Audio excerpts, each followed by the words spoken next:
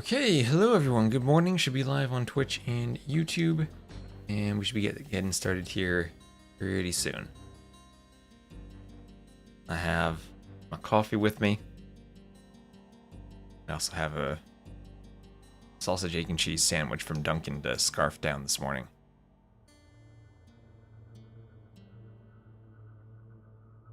And hello, No Zombie. Good evening, good morning, and good whenever it is for you. Hello, hello, hello. Lovely to have you here.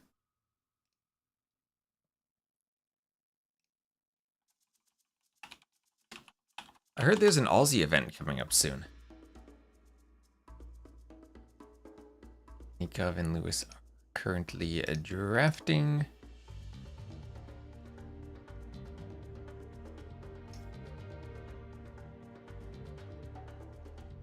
It doesn't have the maps.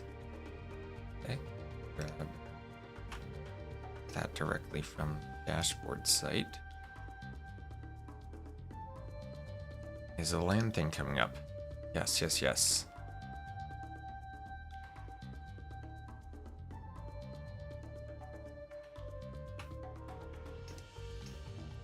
Is the thing. Also potentially a larger thing in the future. That's not a thing yet.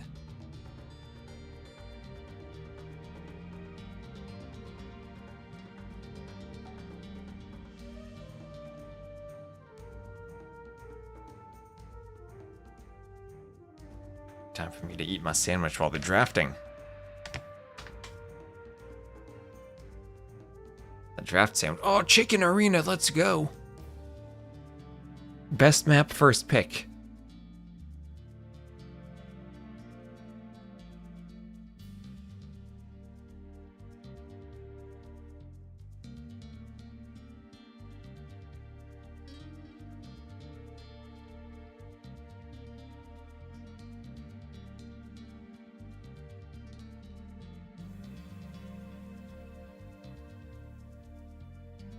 Oh wait, what is this clowny map pool? Chicken Arena, then Ring of Reeds?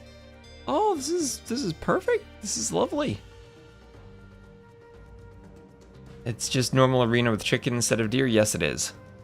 It's funnel arena.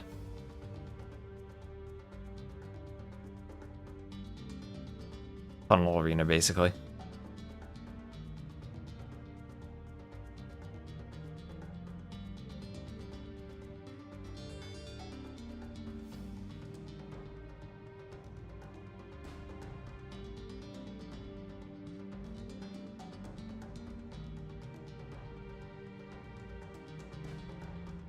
I would absolutely hate Chicken Arena were it not for the funnels.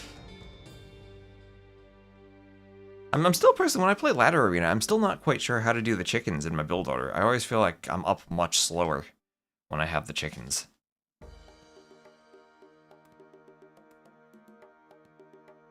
And even on later pop, it feels like I have fewer resources. Okay, I haven't seen Kamir played yet. Rocky Forest from Lewis. It's a new map from Nikov. That was one of the map contest maps.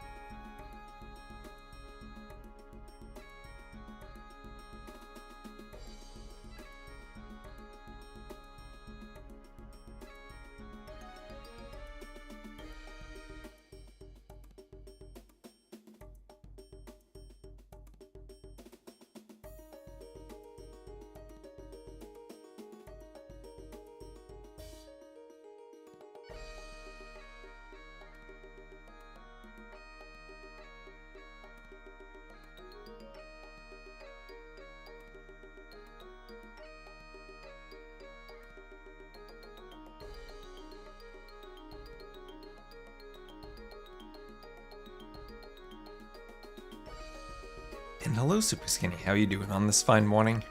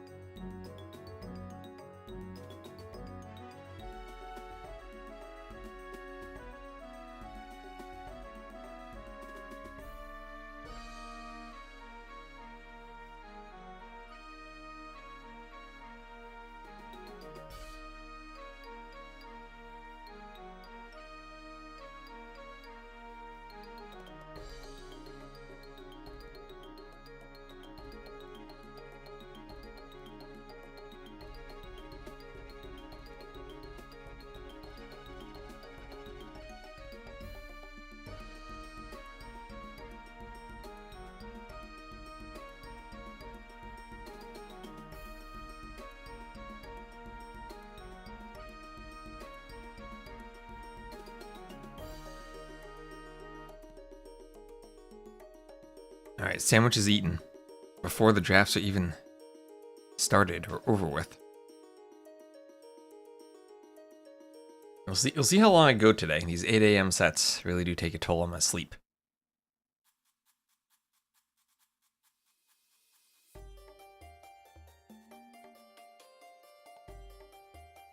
I'll sort of push for a certain answer by saying fine morning. Well, it's better than a not fine morning.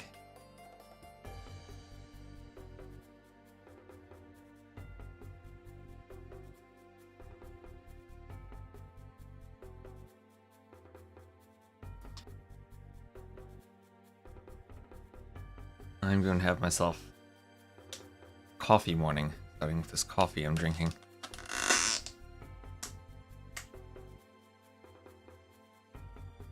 Okay, it's still hot. Still really hot. Let it cool down slightly before I drink it. Not going to burn myself on my coffee.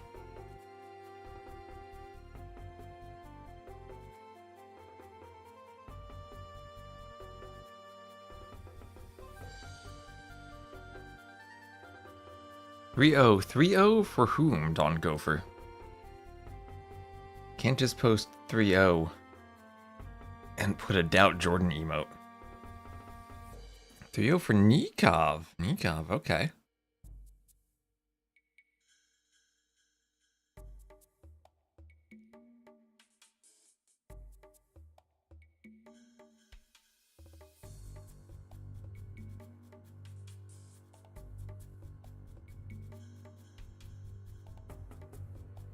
Expecting 4-2 for Nikov.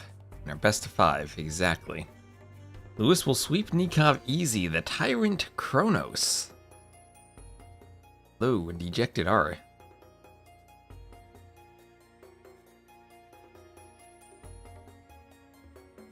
In Madeira. Place I don't know where that is. Map, check that.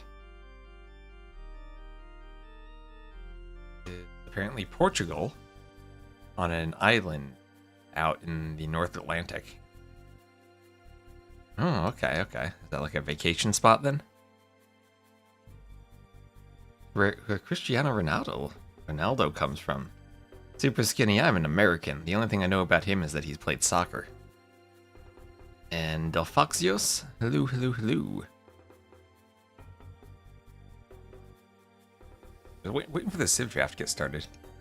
Apparently there's also... apparently it's called the International Cristiano Ronaldo Airport. Aeroporto Internacional de Madeira. Cristiano Ronaldo. They named their airport after him. German on vacation. Okay. Is that a German vacation spot? And hello, Okan DY? Soccer, yes, that's what we call it here. We have our own version of football.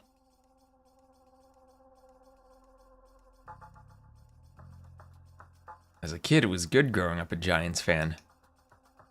Now it's questionable.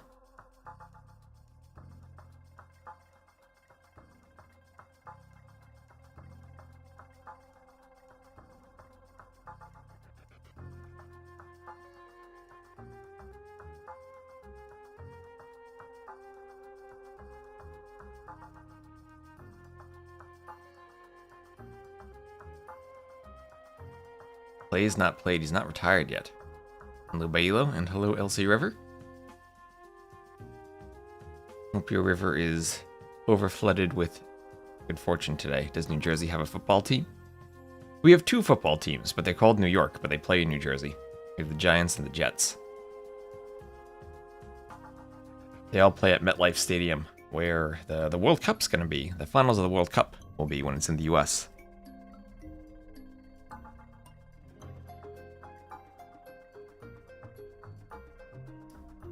And hello, Icon706. Thank you for the iconic follow.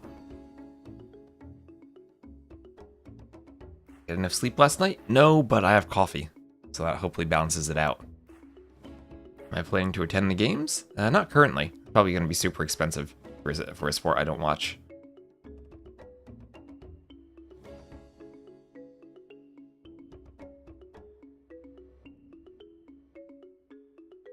Coffee fixes everything. I don't know if it fixes everything, but it helps. What is that YouTube emote? I don't even know what that is. Oh, you do have the green membership icon. I need to actually finish editing these videos. I've been doing so much with the map scripting recently now that the patch changed and broke everything, but I fixed that now. So I can finally finish the video I'm editing.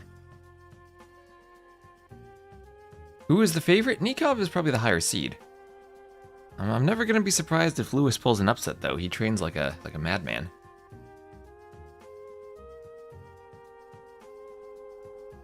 We've never had a coffee. It can definitely help if your sleep is out of whack,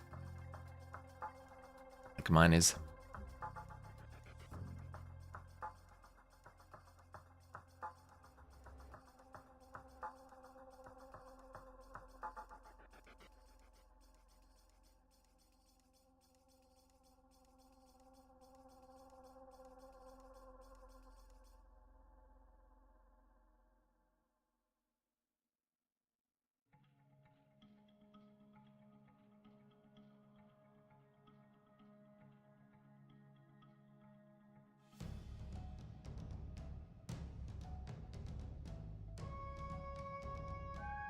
And Solified, thank you very much for the raid. Thank you very much. You've not seen Nikov play for quite a long time, so you're just gonna go against the current and guess 3-2 for Lewis. Hello Anthony, hello Magnet Mood. What's the tournament logo meaning? Okay, Dejected R. You're gonna have to stare at the logo for a while until you see it. But take a really, really good look at it, and you'll realize that it actually spells LingYuan Cup. I'd recommend first looking at the bottom row to see that it spells cup, and then trying to figure out the rest of it. Hello, up, down, left, right, AB.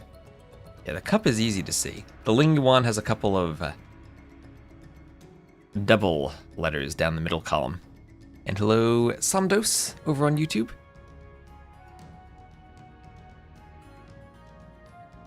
I think a doctor wrote that.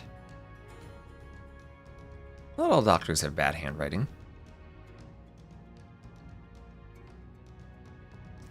Yeah, as are the U and the A right in the middle. So the logo doesn't mean anything. It just spells the name of the tournament in a creative font. So Armenians for Nikov, Georgians for Lewis. So after the first pick, then they do the admin bans.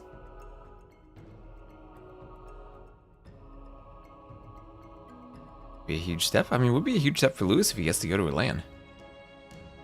Logo looks cool. I like it. I like it too. It's a bit awkward to use in overlays because it looks almost like a QR code. But I think I mentioned this yesterday, but that would be next level logo design if your logo actually was a QR code that you could scan and then go to the Wikipedia page of your tournament.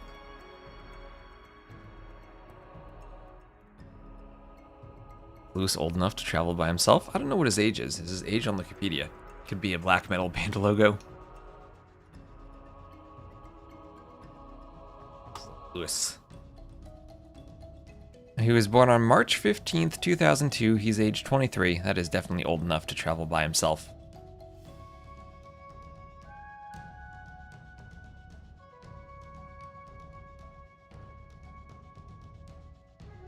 Hello, idle villager. Hello, Zelos.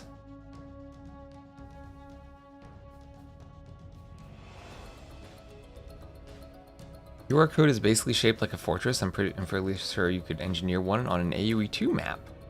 Now that would be something. Randomly generate QR codes as a random map script. Now, chat has given me some bad ideas for maps before, but that one might just be the absolute worst. It is lovely. That is lovely. Thought it was like 15 maximum? That's Leary. A Rickroll map, yes. Hello, Raylander. You scan the QR code on the map, and it Rickrolls you. I gotta get that into like a T90 community game someday. That would be perfect. So why did this draft just pause all of a sudden? They stopped doing stuff in the draft. So what's going on with it? It just like stopped. Did they restart something? They both say we don't want Celts banned. I guess they both gotta hit ready up, and they're both thinking. Oh, there it goes. All right. It's like that's what I'm saying. Like baseball, we need Civ draft. We need the pitch clock for the Civ draft. What do I think of the Civ draft? You mean how it intertwines player bans and picks, and then the admin bans? It's interesting. Nice to see a different format.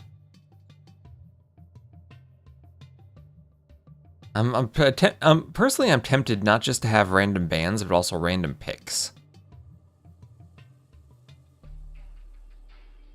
Don't know quite how to incorporate that though. So I miss the days when we played ladder games and it was random picks and not just force pick civs on weird maps.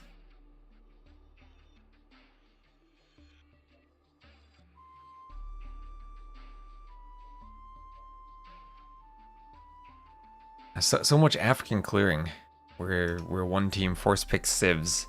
I can't even fish boom because they just go cav archers to kill my fish traps.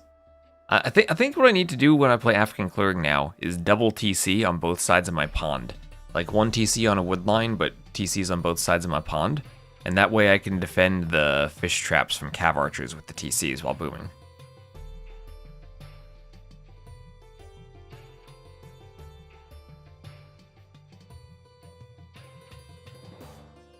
Because I always see someone with a Hun Horus scouting my fish traps and then running from the opposite side of the map just to send cav archers over there. It's like, come on. Force picked this map. Making me play it. Just let me fish boom in peace.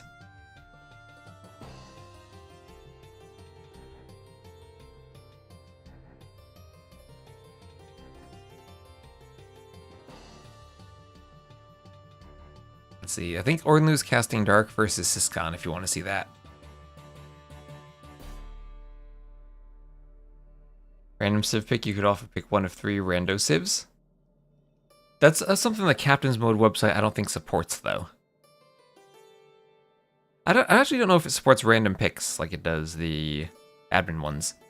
Nations Cup drafts, or the Nations Cup show match we did with the drafts last weekend had some interesting choices. Randomized picks, but then players could pick both from the pool. That's an interesting way of doing it. I think it works for team games pretty decently. Okay, so more interchanged picks and bans. Now we'll have Bohemians and Romans for Nikov, and Portuguese and Malians for Lewis.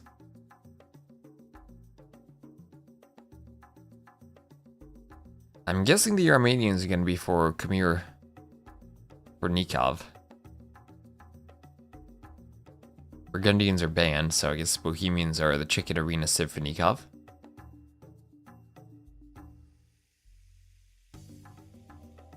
Might be Portuguese there for Lewis.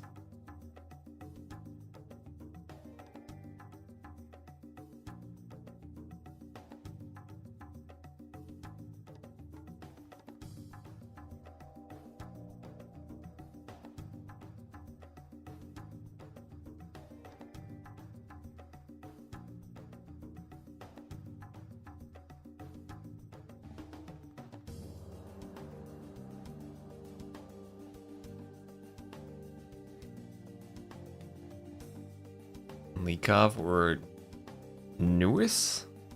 I don't like it, either of those names. I don't think these two people would want to be combined.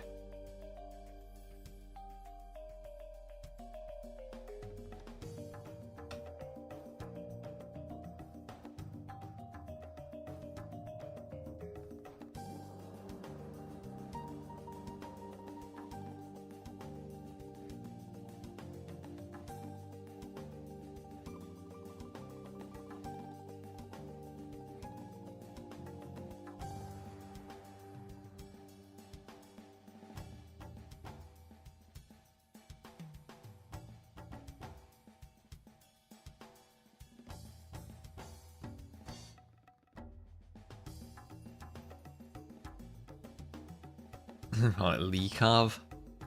That's probably the way to do it. They could team up on 2v2. They were both on Wonders at one point, right? They were on a team.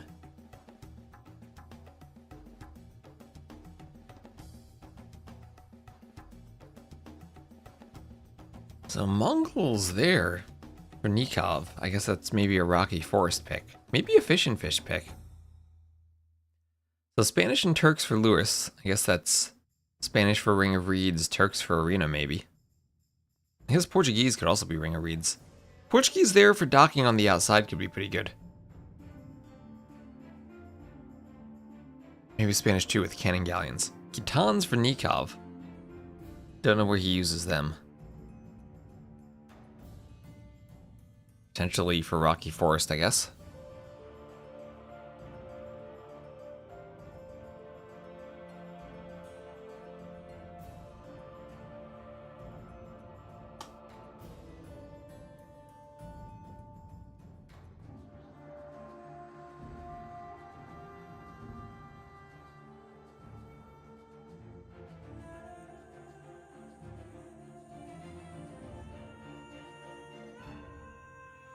And there we go. Aztecs for Lewis. Aztecs. I mean, I guess they're viable on every map aside from Khmer.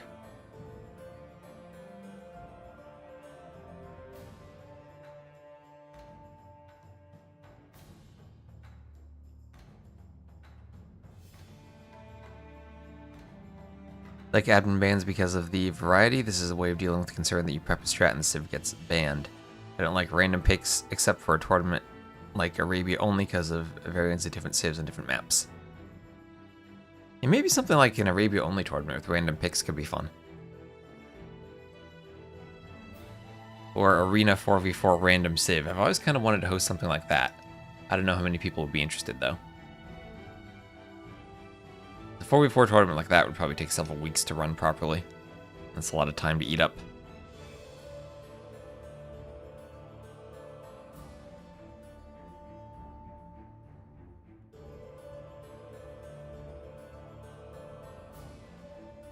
Aztecs for Arena? I feel like Aztecs have fallen off so much I don't even know where he'd use them.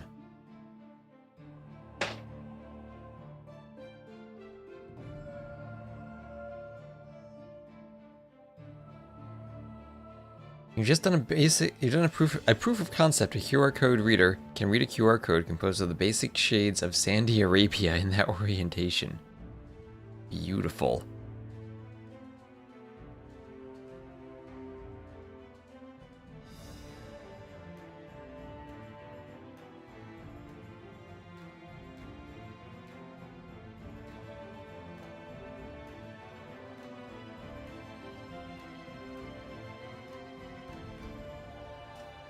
Alright, now we check. Now we check. Do they have a lobby? Oh, they do, they do. We play on the West Europe server, so presumably low ping for them. Nikov will be hosting.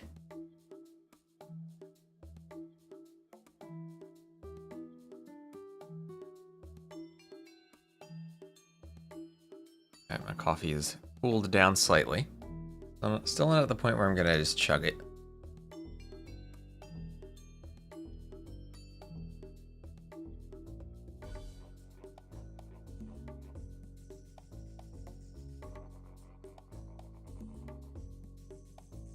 $14, that's what I'm saying. Sometimes it takes the players a bit of time between the draft and the lobby. Also, I have a new mouse. I have the Death Adder V4 Pro now. I'd gotten a $30 Logitech mouse, the G305, the other week to hold me over till I got this, because my other mouse was on its last legs. And I'm really liking this. And G305 was nice, but this is definitely, you can tell it's a step up. What you'd expect because of the price, but it's nice and light, it's wireless, I can move it around my desk. There's some grip tape on it. I don't know if I need to maintain the grip tape or remove it or replace it at some point. You got that one too, the Death Adder. I've always used Death Adders ever since like 2014. I'm really liking this one. I like the wireless nature of it. At some point soon, I'll also need to get a wireless keyboard, just so I have less stuff on my desk. I think I also had a Mamba at one point. Hello, User. How you doing?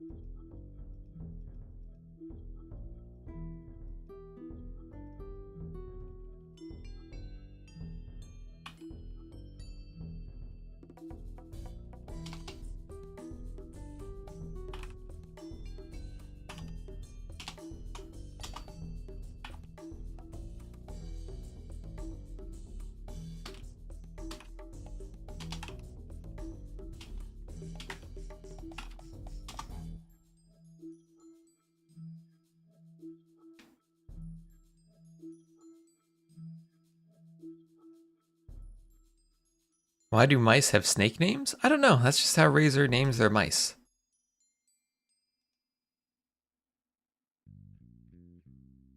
There is the Viper mouse, if you really want to be a Viper fan. You should probably just get an endorsement deal for that. Like good old Satoru. And thank you, Encore. Thank you very much for using your Prime sub. I appreciate the support. Petition to call wireless mice hamsters. You like the G502? I've never been comfortable with the G502. I'm just not sure how to grab it.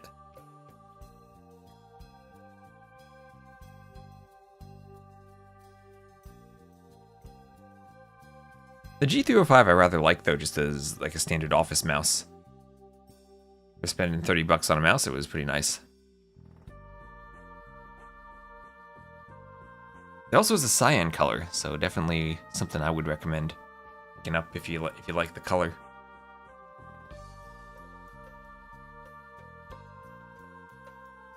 Usually all my peripherals, I keep them black.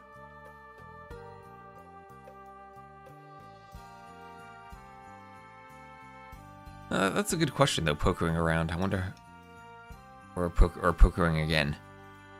I wonder how Razer decided to come up with all their product names. It's either green or has green accents. Yeah, I literally turn all the RGB lighting off. RGB lighting gives me headaches. I turn it off, I take my keyboard, I put it at like 5% backlighting with a very dim white glow, just so I can see the keys if it's slightly dark.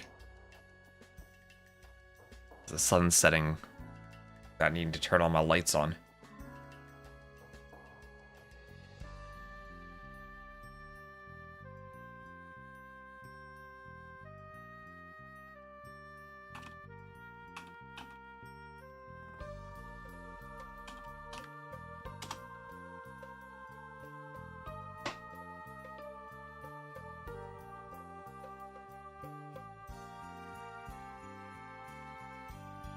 Tried vertical mouse? What is a vertical mouse? Hello, Heavenly Chorus. Artings is a good site to look up. I've got my mouse. I've got my mouse. I remember Dave was hyping the glorious Model O a while ago. Okay, we auto-launched. Everything auto-launched successfully. We'll have a 2-minute spec delay. And boom, we'll get into the game. Everything running smoothly. Is Fish and Fish always a starting map? I don't think so. I think the players have just been picking it quite a lot. In a few weeks we get... I don't even know what is a vertical mouse. Let me do some DuckDuckGo searching. What is a vertical mouse?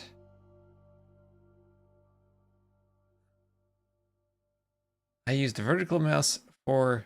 Oh, there you go. What the heck is a vertical mouse anyway? That's... Oh, gosh. What the... So, oh, like you grab it, and then you have, like, the buttons on the side?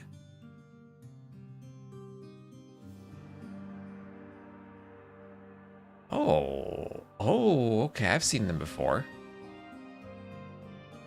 Gosh, that's like some strategic commander level of design of the mouse. It's supposed to be like ergonomic because you're not bending your wrist. Okay, okay.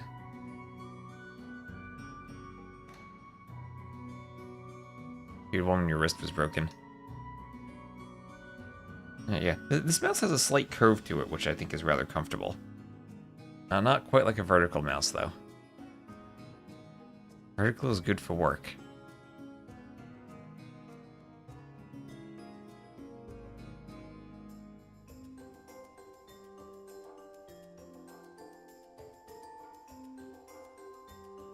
You use a mouse for work? You don't do only keyboard Vim mode for work?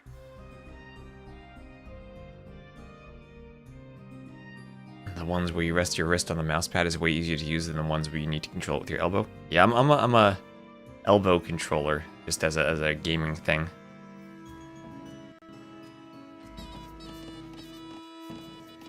Okay, so here we are. First game of the day, we shall have Lewis playing as the red Aztecs to the southwest, and Nikov as the blue Romans to the northeast.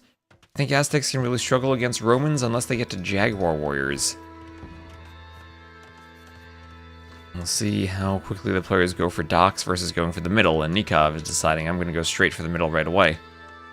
Love seeing historical matchups, yes, the great Aztec versus Roman battle on this African-themed map. With acacia trees. I guess the Romans would have been in North Africa. I don't know where the dragon trees and acacia trees are native to. I think that Socotra has its own... something about unique dragon trees being on Socotra. There are apparently different species of dragon trees, but the ones on Socotra are native and unique to it. Using a joystick for work. I did hear that the original... So speaking of 90s games that have recently been getting new ports, I did see the original Lego Island had joystick support, which, the way it was implemented, actually allows controllers to work. So you plug your Xbox controller in and it just works. And apparently that's what speedrunners use, because the control scheme was so crazy that that's the best way to do it. Aren't those? Those are crocodiles. Those are crocodiles.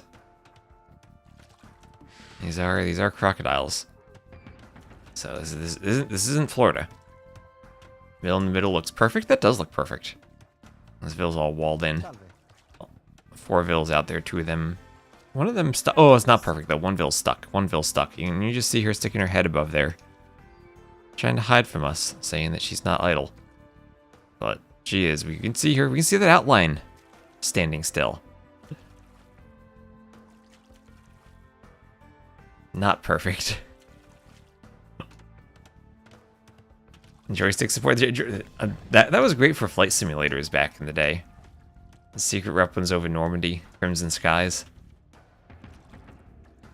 I played those with the joystick. Yeah, so neither player going for the dock.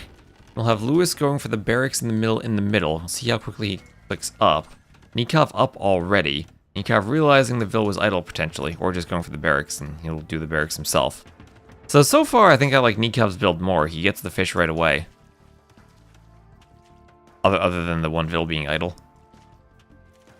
Aren't Romans a counter to Aztecs in the long run? I think they're a counter in the short run. I think in the long run, like in the super late game, if you have full eco, Jaguar Warrior plus Siege Onager should wreck most of what the Romans do. I mean, maybe Commissioned Tensei's Cavalier could still be a thing, but I think that's usually good against the Romans. In the short run, though, the extra armor, going men-at-arms into the longswords should be great. Legionaries will be terrifying against anything that's not a Jaguar Warrior. Age of Labor inspection. Hello, Prince Coconuts.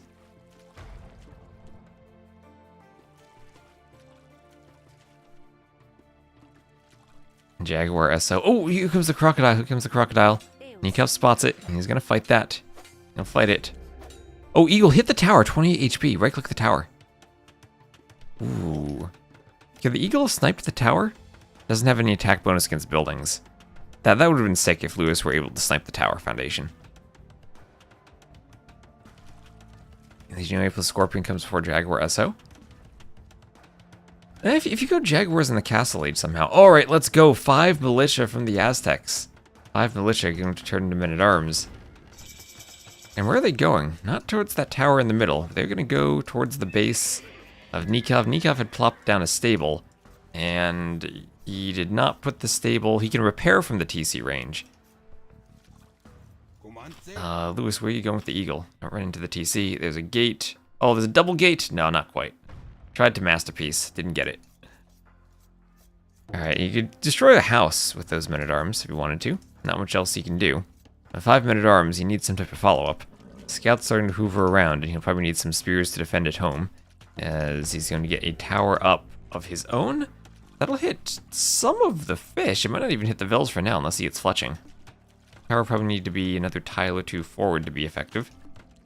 Or even over here so it would hit more fish. Meanwhile, the men-at-arms is going for the lumber camp. Not even all 5 of them can find a space to attack. What is the map? The map is Fish and Fish.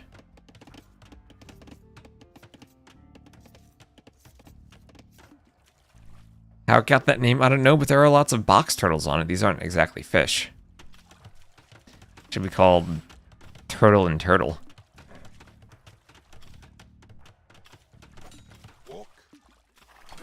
Yeah, Spear's going to poke some scouts. They get 1.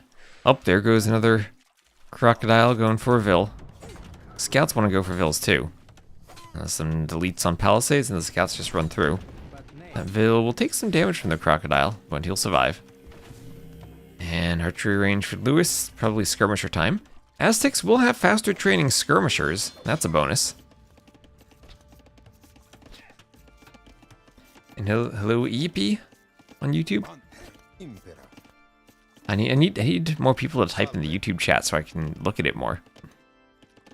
Croc and Turtle. Yes, that's the name. So Scout's into a range now. So Scout's opening, not really accomplishing much. Nikov must have shift queued the Vill onto the palisade for when the tree is chopped. You could just diagonally build both those palisades though, and we'll have a split second when the palisade's chopped and the Vill goes to drop off where Scouts could run in. Okay, here is maybe where the Scout's opening pays off. Going to jump some Vills. Vills turn and fight though, and the Scout goes down. Scout for 1 Vill. Well, it's a 2 Vill lead for Nikov now.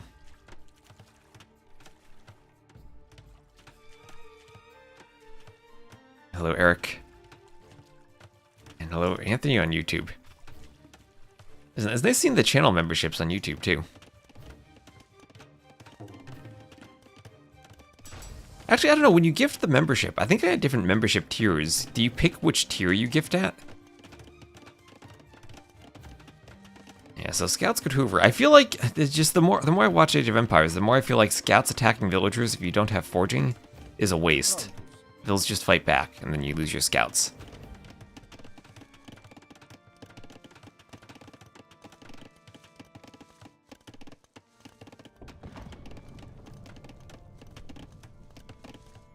So men-at-arms hoovering, Scouts hoovering to a weak Vill on the berries.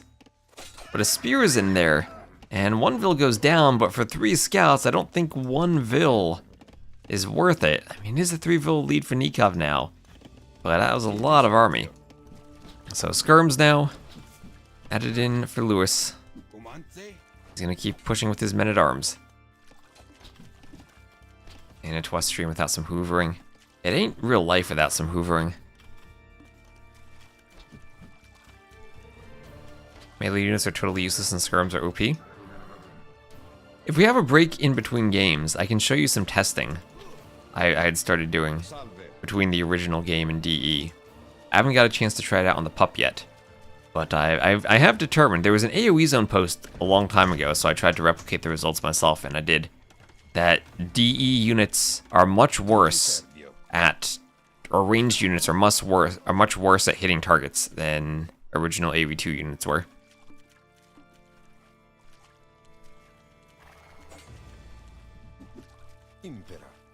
Like, that probably would have been a hit on AOC. Couple of hits coming in.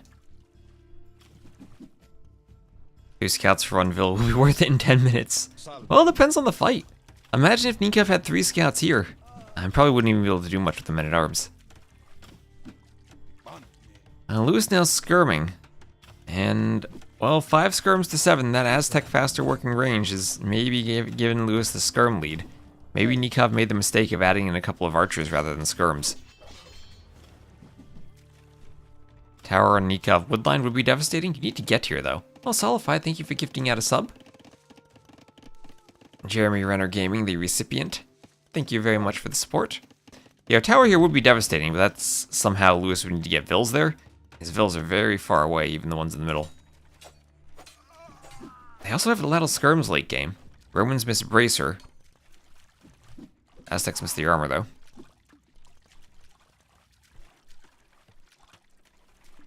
This isn't a Nilly issue, but maybe it's pathing related if Nilly doesn't get it fixed. So Castle Age for Lewis. That'll drop his score slightly. So Nikov with a 5-vil lead, but Lewis going to have the Castle Age timing. And tricky to use that timing as Aztecs against Romans, maybe. Because it feels like you kind of want to do an eagle opening to clear the skirms, but that does lead to longswords. I guess maybe you aren't too worried about longswords, you can just do your own longswords then. Can't stay awake, but love the work you do for the community. Keep up the great work, man. Enjoy chat. Well, thank you very much for the gifted sub.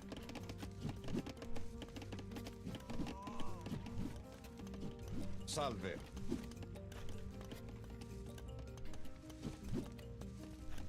Just brainstorm. Yeah, I mean, it would be nice if you could somehow get there. Yes, Nikov does have other options. Oh, Nikov! There is a hole in his wall.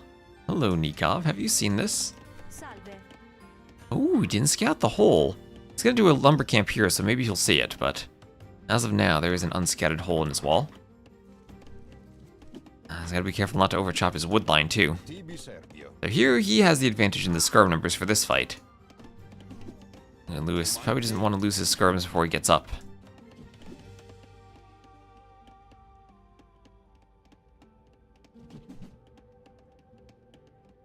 Salve. Lewis up to the Castle Age.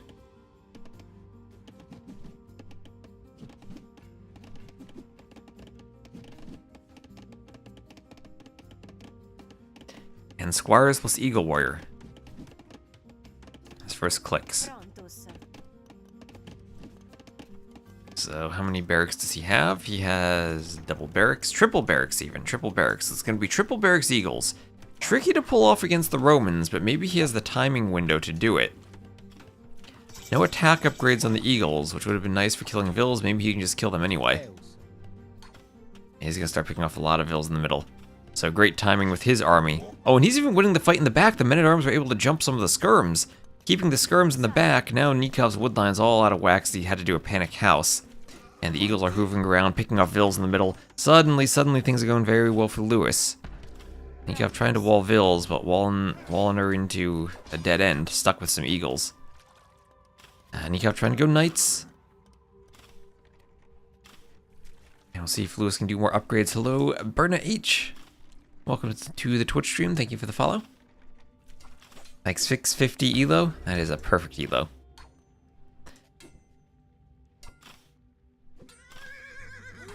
And Chrono Falcon, thank you for the follow.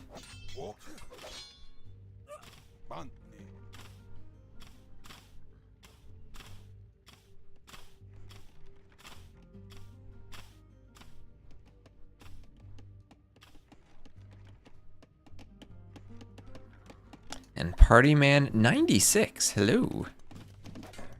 So Nikov pushing forward with some knights. Lewis will have a tower on his gold. Might need to wall in a bit. He's coming back with his eagles. So now he's done a lot of damage, 6 to 5 KD. But Nikov had been killing Vills here and there throughout Feudal. Lewis just got a bunch of Vills all at once. Res collected still pretty similar.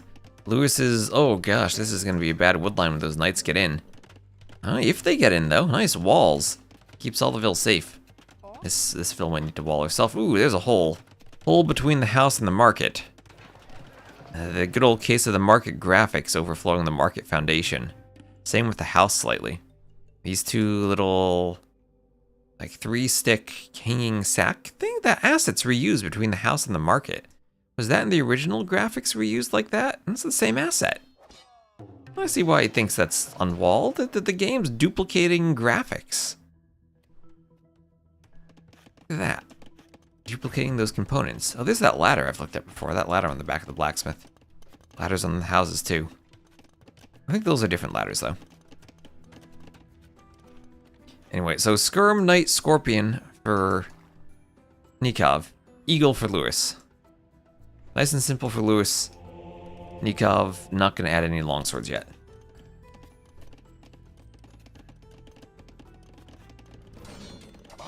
Okay, fight eagles against knights. Always hard to tell what numbers you need here, but I think Lewis wins this. Scorpion in the back, but eagles should be able to deal with the scorpion maybe? Up now double scorpions though. Are all the knights going to go down? But so are all of the eagles. That is 3 super low HP knights. Among them, they have 24 HP, but a monk can heal them all up. So probably better fight there for Nikov, if he can heal the knights. That hold persists between the reused graphics assets. Oh, also on the other side of the house, too. Lewis getting baited by the house graphics overflowing the foundation there.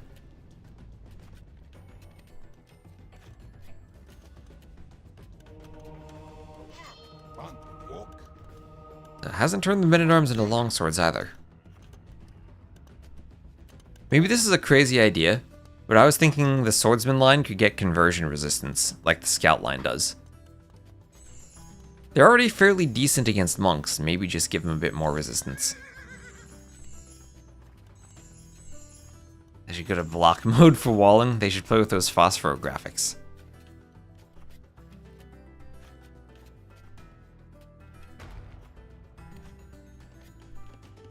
This is live? Yes, party man, this is live. Oh, he's noticed, and he will wall up. There he goes. He's gonna get that walled. You know, Phosphoro messaged me once. I don't know if he ever figured out a solution to it, but he was trying to find a way to make the graphics for farms 1 by 1. So you only had to click the tile in the middle. And you wouldn't be misclicking on different parts of the farm.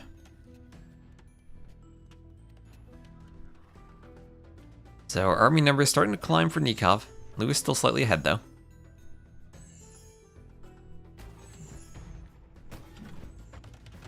Yeah, farms are a bit tricky because they change the terrain under them.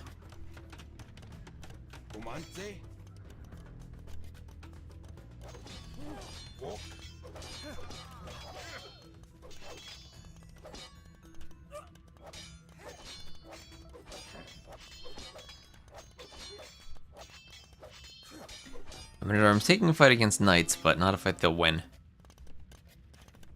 Feels like a campaign where you're making knights and killing enemy men-at-arms.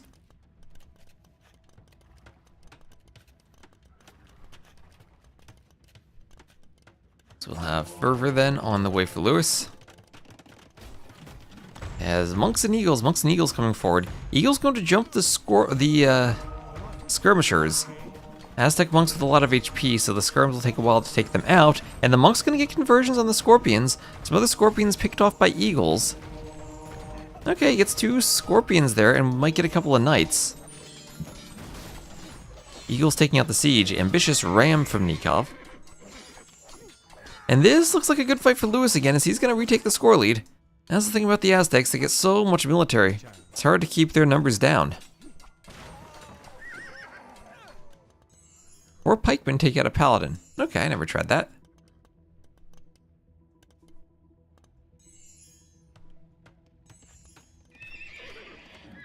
That's probably like an A-OK fact when you didn't have the halb upgrade, you had to go pikemen against the paladins.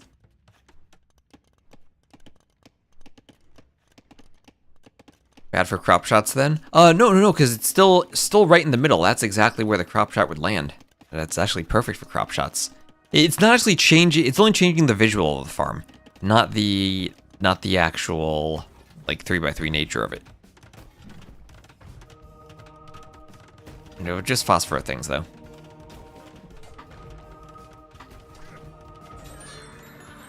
Oh, Monk swaps to the Knight for the conversion. And we'll try to use the Knight to destroy the Scorpion, and we'll do so successfully. Is Nikov devoted? Okay, he is devoted.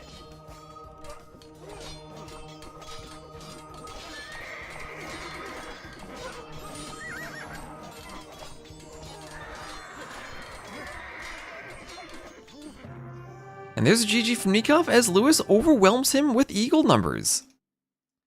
Nikov, not going for the Roman longswords. Also some converted knights raiding his eco. Aztecs, maybe, are they back? Aztecs OP? I think they're still weaker than they used to be by a lot. Too many monk nerfs. Too many eagle nerfs.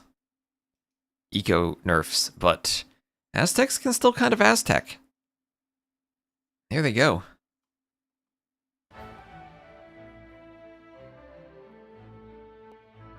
Just gets the numbers rolling and overwhelms Nikov.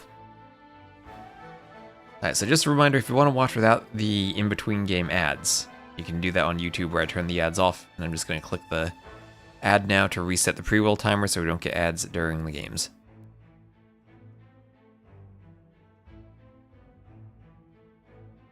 And we'll update the scoreboard then.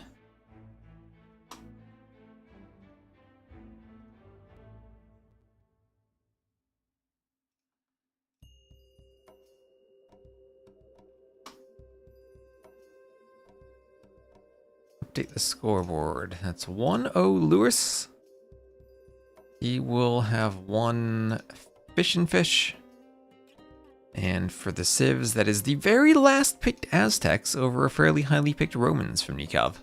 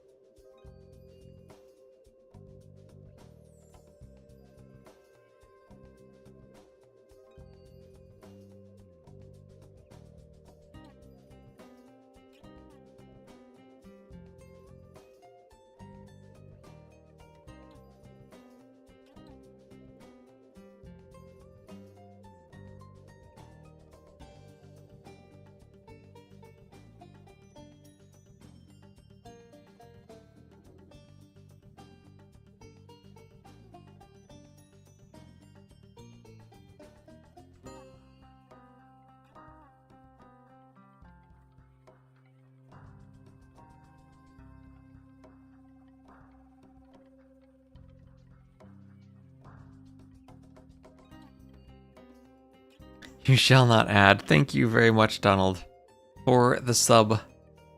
Appreciate the sub. Appreciate the support. It's a Partner Plus counting sub. Really like the AOM music. AOM music's great. So let's see. I don't see a lobby between these two for the next game. Oh, now I do. It'll be Chicken Arena. Chicken Arena. Let's go. For some reason, the dashboard isn't picking that up as a tournament game. Maybe that's just broken.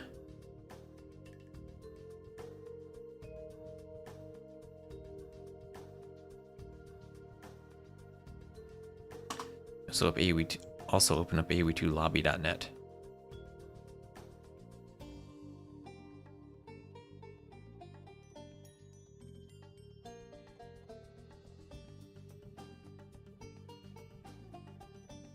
I don't see a lobby.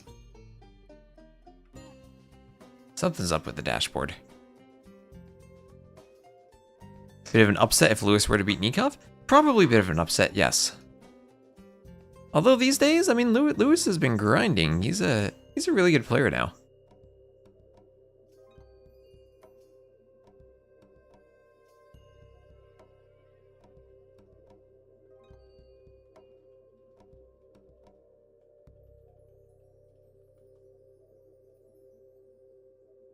I wonder what this arena thing is. It's arena with funnels. It's funnel arena. Technically, I'm not allowed to say that on Twitch. Oh well.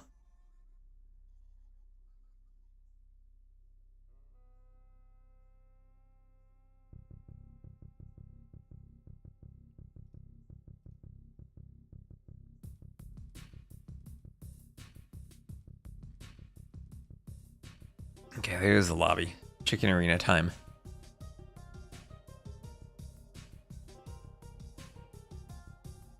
Lewis is the next GOAT. He's the next doubt. Making a joke about being new to Arena? Is Lewis new to Arena? I've seen him play a couple Arena games in the past.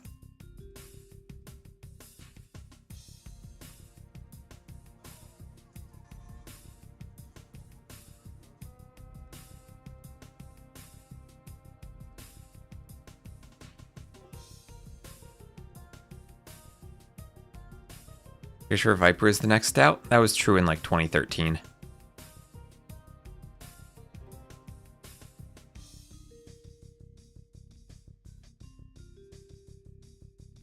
I guess it's true now too. Viper will be 41 day too. And Uncle Iroh AoE, who's the favorite? I think Nikov's probably the favorite, but I think this is going to be a really close set.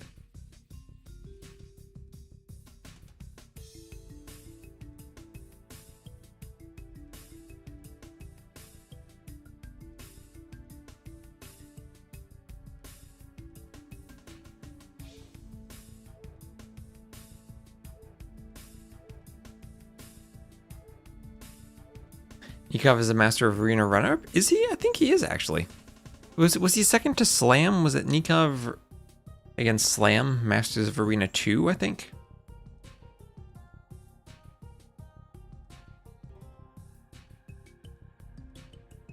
Yeah, that's true. Lewis played Rage Arena. That was back last, like, March, April, thereabouts. You did Tower Rush every game. Miguel was the winner of the first one, yes. Who's the next T-West? I don't know if there's any next T-West. Oh, we didn't auto-launch this time. Interesting.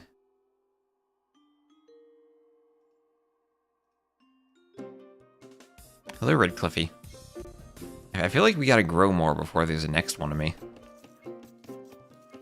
I'll need to do maybe more pacifist runs. Alright, so welcome to Chicken Arena. Maybe it should be called Funnel Arena. A bunch of chickens here. It looks like, what's that? 8 chickens per player. And Lewis, where is that build going? Are you gonna, oh, you're gonna lure a boar. I thought you were gonna build a funnel.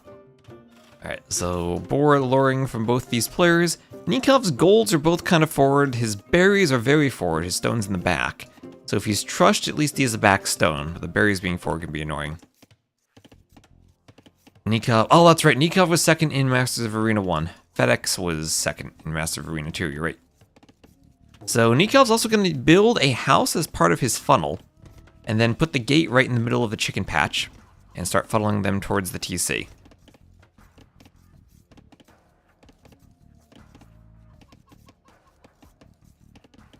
Damn chickens. Hello, John Slow. Oh, John Slow, do you funnel chickens in your arena games now? On ladder DE?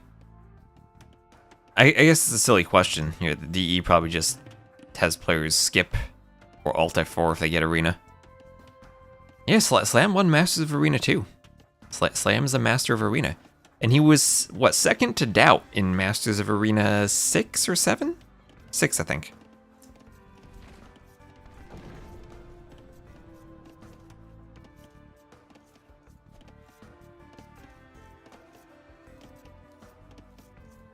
Hope this becomes a monk war. So if it is a monk war, both civs do have heresy. Bohemians have all the upgrades. Portuguese do miss illumination. So I guess slight advantage for the Bohemians there. But it can be one of those boring monk wars. So chickens walking around the funnel there for Nikov. Where both players get heresy, then all the monks die. You long distance carry them while cursing them. Terror does it the intended way.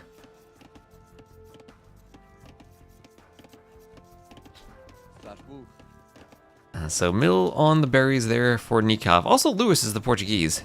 Takes the berries. Oh, Lewis is funneling too. He's doing his own funnel. Oh, Lewis, don't build the funnel like this. No, no, no, Lewis. Lewis, you can't. Oh, no. You did how the chicken moves half a tile. You can't push it across the wall like this, Lewis. Oh, did Nikov pick this map because he realized Lewis didn't know how to funnel? This gate needs to be one tile to the side, and then, like, stagger the... Ah, Lewis, no, don't do it. If someone hasn't done their research. Hello, Spaden.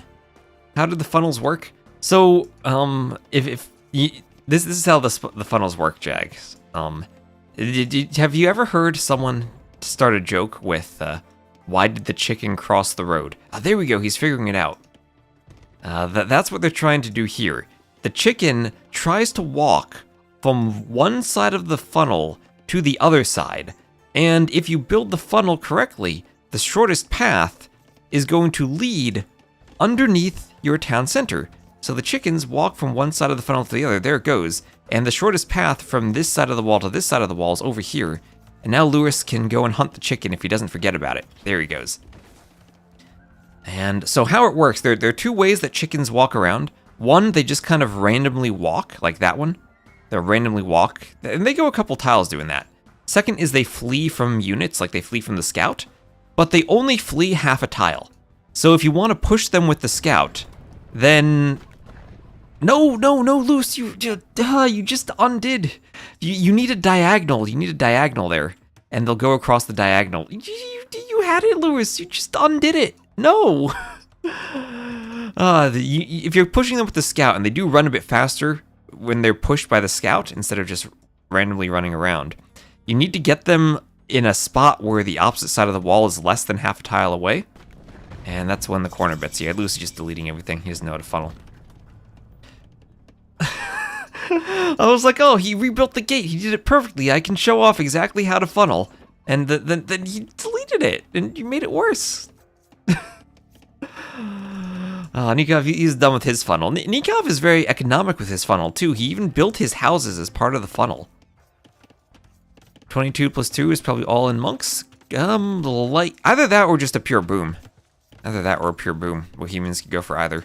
And I'm thinking pure boom because he only has 2 on gold. 23 plus 2. Although it is 24 plus 2. With the chickens, I feel like you need to go up later. I just never have the same economy with chickens as I do with deer, but maybe I just need to get more used to it. Chicken arenas, after all, a good choice. Okay, never mind. I said only 2 on gold, but nope, he's moving more, so this is all in Monk Rush. All in Monk Rush then from Nikov. And 24 pop. He has the extra house. He could do 2 vills, or he could do 1 vill in Loom. So he can do the monasteries forward. Chickens add like 1 vill to builds. I've been adding 2 vills and I still haven't smoothed it out, but maybe I just need to improve my funneling skills. Lewis needs to improve his funneling skills. Yeah, sold stone, sold the stone, so this is all in. Bought food, sold, Lewis bought food and sold wood. Nikov sold 200 stone for the gold. And he's up. So all in monk play. Lewis not going for stable or light cav. Just gonna go market, blacksmith. Lewis has a pretty good base for defending. His main gold is in the back. Berries in the back, secondary stone in the back. He can wall that off. Only thing that'll be real forward is the secondary gold. The center of the map right here doesn't have any gold or stone. Usually if you're monk rushing, it's nice to be able to do your monasteries next to a gold, so you can put your forward vills on gold sometimes. Not always, though. Sometimes you're just using your vills to repair rams. But Nikov will be going for the YOLO monk rush. Have to be careful, there are crocodiles in the middle of this map. And, oh, wait, what is this? No, here I'm saying Nikov's going to go forward for the monasteries. No, he's doing them at home. This is like a 2015 arena build. This is just double monastery to grab relics, then. You're selling stone, but doing the monasteries at home? What is this? What year is this?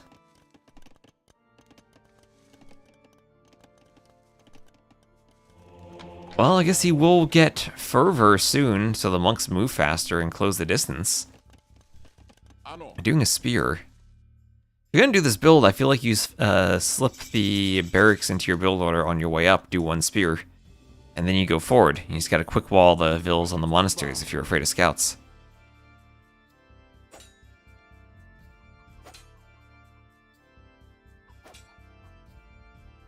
It's chicken arena. Yeah, chicken arena with chicken monasteries at home. Oh, there is Sanctity right away. It's gonna make a monk funnel to the relics. Imagine if you could funnel relics. That'd be something else. I wonder if all the wooden building time is worth it for the trick. I know Phosphoro's done a lot of funnels, not on Arena, but on Arabia, and he says that he feels like it's worth it, and I think I would trust his opinion on it. Because it's not really that much wood when you delete everything. And it's just one vill, and if you do it like Nikov did, where you add your houses in as part of the funnel, you're minimizing the idle time. I actually did have a game where I funneled a boar. The boar spawned next to the chickens, and the boar tried to walk to the opposite side of the wall and just went right under my TC. That was really nice. Sanctity before fervor and home monasteries. He's really afraid of scouts that Lewis isn't doing. He's just gonna add a TC here too. So he's booming, but will be maybe less boomed than Lewis. So Monk gets a conversion on the scout. Okay, Sanctity, I guess Sanctity paid off. He gets the conversion. Gets a conversion, gets a relic, and now he'll get all 5 relics. Okay, so this worked out for Nikov then. This absolutely worked out for him. Lewis hasn't picked up a relic yet. Oh, he got 1 relic. Okay, that's a mistake though, letting Lewis get a relic, but I guess it's worth it if he gets the conversion on the scout. Maybe. So Lewis up by 4 vills, and Nikov's gonna have to make up for the vill difference by collecting 4 relics, and looks like he will, no problem. So that's the second. This is the third. Where's the 4th? Does Lewis have the 4th? Lewis is 1. Up 1, 2, 3, 4. Okay, there we go. He has all 4 of them.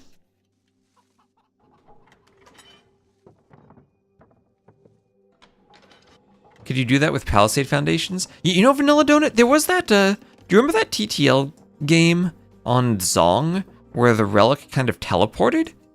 I don't exactly know what happened there.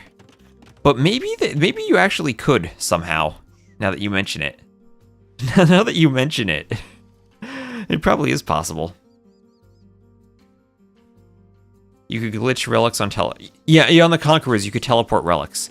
Basically, you'd wall 2 monks in to a small corner, like the Alcatraz quick wall, but you do it with monks. And then with 2 monks, like right on top of each other, you'd click a relic and just teleport to the monks. You could actually do the same thing with trade carts and teleport gold. It was much trickier to pull off with trade carts, though. You had to be more precise. But you could teleport gold to the trade carts and trade instantly from far away. Also was HD. That was a speedrunning technique on some of the old campaigns. I think I have a video on my YouTube for Saladin 3 on the Horns of Hatton where you had to pick up the piece of the True Cross. You'd FC, do your monastery, get your monks out, wall them in, then you just scout and right-click the relic. The silly thing was they didn't actually fix that until after they had already added the Capture the Relic game mode. So Capture the Relic, you could just win by a monk teleport. So opening with a ram, Mangonel follow-up for Nikov. So this is normally what you'd see at the start of Castle Age, but we're seeing it now from the Monk Rush. Yeah, Lewis has 1. Relics get buffed? Relics did not get buffed. At one point they had their radius increased so you can use them as a wall, but not buffed. Anybody selling out the YouTube? Do you have any guides for down patching? On DE, I don't. On the original game, it was great because you installed the user patch and you just double-clicked a rec and it loaded it in the correct patch. DE doesn't have that kind of technology, though. Hello, Arbase. Game state leads to skirms for sure. I mean, you could say that about any game state. Okay, Lewis might want to shore up those walls. I guess it doesn't really matter against the monks, though. So devotion for Nikov, he's going to be devoted. Devotion in for Lewis. Speedy ram with spears inside of it. Going to start ramming down the monasteries. Redemption on the way. Scouts will hoover around by the monasteries too. Mangonel coming forward. Okay, Lewis already had 1-0.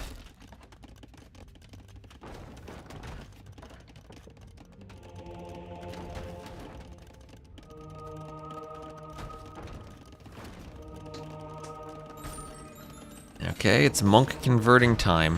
1 conversion, nice Mangonel hit. And monastery down. And I'm liking Nikov's push here. Okay, so Nikov started with the monasteries at home, but it worked out for him. And he does have 3 TCs behind the monk rush. I like how his funnel has just become a wall shape on the mini-map. He's gonna make a row of houses. So monk going for a conversion on the mangonel. Ooh, gotta be careful there. Pushes the monk back, trying to get the vills. The vills don't have loom! They don't have loom! Lewis, no! Oh, he needs loom. Also, Nikov's vills, he doesn't have loom, but he has sanctity, which applies to them. If he also did loom, he'd have great vills, but he's probably thinking maybe of buying his way up to imp. Lewis is gonna lose monks to a ram at some point. Lost his relic, but he'll have more monasteries, or at least one more monastery in the back where he can grab it. And defensive castle from Lewis, only 1 vill. Okay, if that ram were in position, it could have one-hit the castle. I've seen that before. Usually it's mangonels denying castles. I have a clip somewhere where Yo does that to Doubt. Yeah, Nikov booming, he's within 6 vills, and he's 4-1 on relics, so he probably actually has a good eco lead. Yeah, res collected are just about the same. But Nikov will be pushed back, and now it's buy your way up to imp, do a forward castle, and treb. It's kind of risky against the Portuguese, though. They can go fast imp and add Vitorias.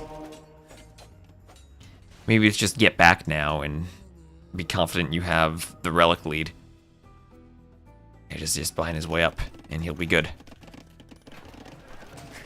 Don't let Lewis get too big of a timing advantage. There he goes, buying the food. And now he'll be up, buying food. Could have also just force drop some farmers, however you want to get yourself up. But there he goes, loom on the way. He'll have those wonderful 55 hit point villagers. And I think they fixed the bug where that 1 out of 55 HP villager swapping task dies.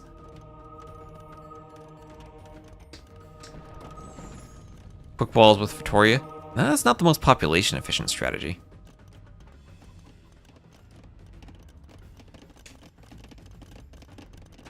Yeah, so this late into the game, I guess Lewis could still do a Fatoria. But usually Fatorias are more for a 1 TC fast imp approach. Then you suddenly get that imp eco added in. Lewis is going double monastery. Okay, well, that's your... When you're going to imp with this eco, that's opening up heresy territory, though. Fatorias are less efficient than vills. They're less efficient. Are some stats blurred because Capture Age hides them behind a paywall.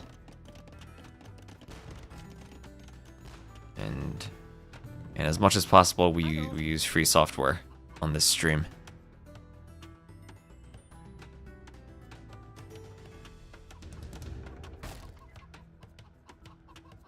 Censored AoE 2, and chat's filtered, Capture Age is filtered, everything's filtered.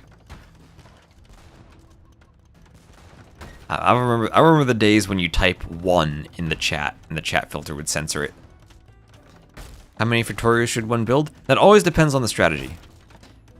Fatorias are more... They're kind of 2 situations for them. 1 is your islands maps where you're running out of wood. And 2 is your 1 TC fast imp, where you don't have much of an eco because you're on 1 TC, but you're adding in Fatorias, and those are serving as your eco. They are less efficient than villagers, so the 20 pop you have on a Fatoria usually is less efficient than 20 vills, even if you're using the market. Well, you can add them in. You can add like 1 in, too, in this situation, because he's at 97 vills. And it's like an extra 10 or so vills for 20 pop space. They're more about timing than they are about efficiency. So Nikov going for the forward castle, but this might be a doubt castle as the organ gun is there. Nikov has to send a larger village to finish it, 92%. The organ gun's not targeting the vill on the castle. Monks are targeting those vills. Okay, Lewis has to get his monks away. He deleted the wall, and that could be devastating as the castle goes up. Wanted to try to deny it, but we'll lose some monks. Treb time, though. And the Portuguese are great on their treb timings. Does Lewis have chemistry yet? He does, so he can add in bombard cannons. And he'll be doing another castle of his own. Ram will be going for the treb. Lewis might have to fight that with vills. A bombard cannon going for the treb, too. Monks can get a conversion on the cannon, maybe. And Lewis going to repair the treb. Can the ram get a hit in? Yes, it can. Will the treb go down? Enough. Ooh, almost. Crossbows popping out of the ram to hit the monks. The ram turned to hit something else, but the ram goes down. Now the monks are cleared, though, so the cannon can come forward. And cannon there probably should be picked off by the crossbows there. Nikov will need to micro. So goes side to side a bit. He's going to pick off one Treb. Cannons go down from the crossbow, though. And Nikov has to be careful because the crossbow is charged, or the monk is charged on a crossbow and can swap to the cannon. And yeah, Lewis goes back, though. Ooh, probably could have converted the cannon there, if you noticed it, but he did pick off the cannon. Okay, conscription for Nikov. And heresy is expensive. Neither player has it. Heresy there, and now it's cannons and trebs, but Lewis with the treb advantage with double castles. Nikov, though, higher score, those relics will pay off for him. Look at that difference in relic gold. Already 1.5k gold higher. Nikov's going to try to use the crossbows to defend the cannons, but the cannon will be converted nevertheless. This is why trebs are so good from a distance, they can't be converted. And now Lewis has four trebs. He can think about going up to 5 or 6 trebs, then maybe doing conscription. Maybe doing arquebus if he can afford it. Nikov doing Wagenburg tactics. For a second I thought that crocodile was going to attack the cannon, but there was a Vil there. Lewis, that Vil probably couldn't find pathfinding space on that gold, so went out here. So Nili can be thanked for that dead Vil. Crossbow is once again trying to pick off monks. They get 1, cannons have to run back. And did Wagenburg tactics come in? No, it did not. Standard movement speed for the cannons there. Important for monks converting them since they can't run away as easily. I hate it when old men charge their wave. I see it as a hobby or a job. Right now it's a hobby.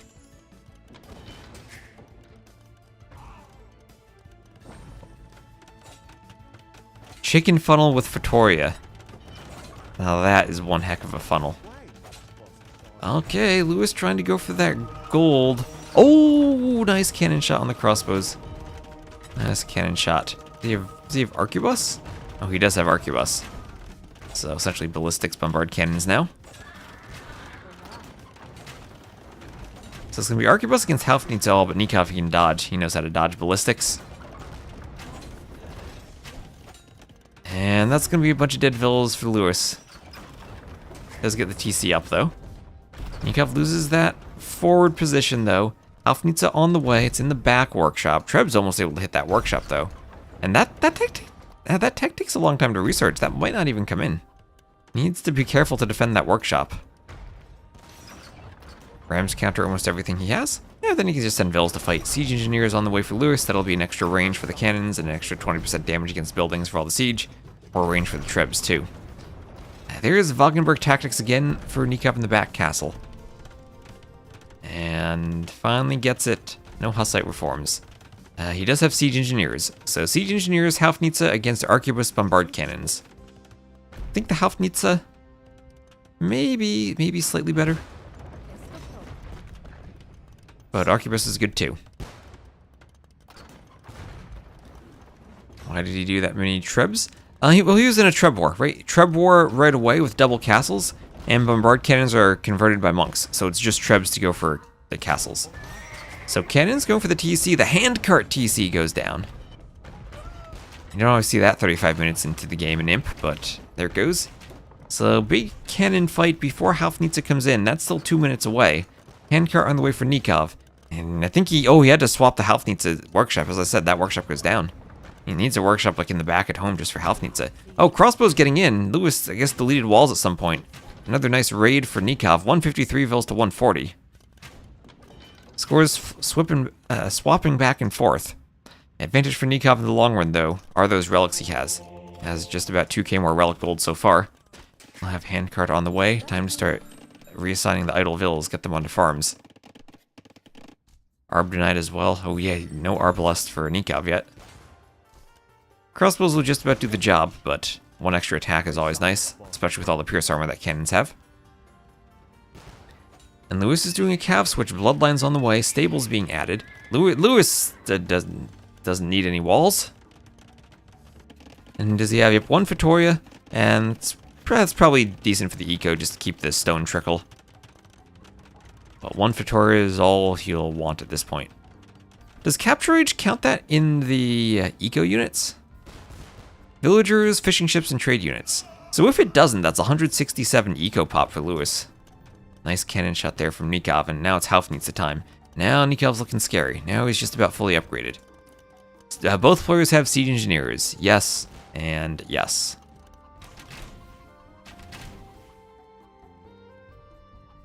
Nikov making a cav switch too. Yeah, Portuguese will have better cav than Bohemians. No bloodlines for Bohemians. Once again, Nikov going for that town center, trying to deny it. Also, no one's made a skirmisher yet. What type of game is this when no one has a skirmisher? So TC goes down.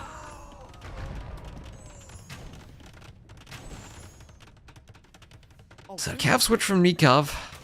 Maybe a bit questionable. Vils from Lewis trying to find stone, but Nikov there with arbs. Now with arbalests, and he will see the cav switch.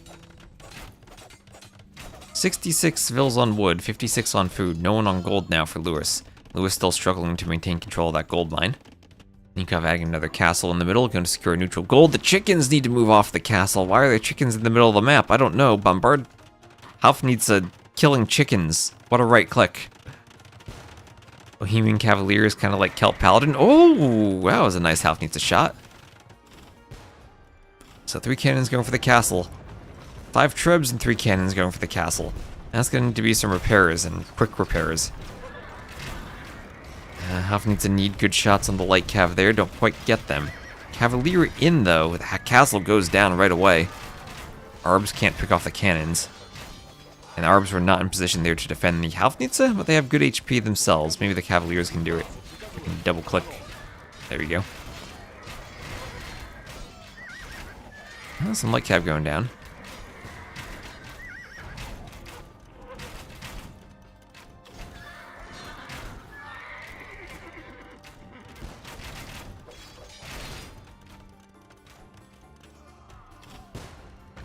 That did not feel like a good fight for Nikov, but maybe caught off guard a bit by the cav swap. And I have to imagine Halb might have been a better investment than Bohemian Cavalier. These Cavaliers are not killing the light cav fast enough to protect his cannons. Unless he's going to go forward and snipe bombards with them, that would be the point of the Cavaliers. So he's on gold still, but maybe better to start preparing for that trash unit stage. Hello, Mr. Fluffy Bunny. Oh, you're plenty cool. I'm sure you are. And hello, AMC. Thanks for streaming on YouTube. Thanks for watching on YouTube. Second game in a row, he's going cav rather than infantry. Maybe he needs to get caught up on all the changes in the patches. So I saw someone asking earlier, why did Lewis make so many trebs? Well, that castle fight was an example why.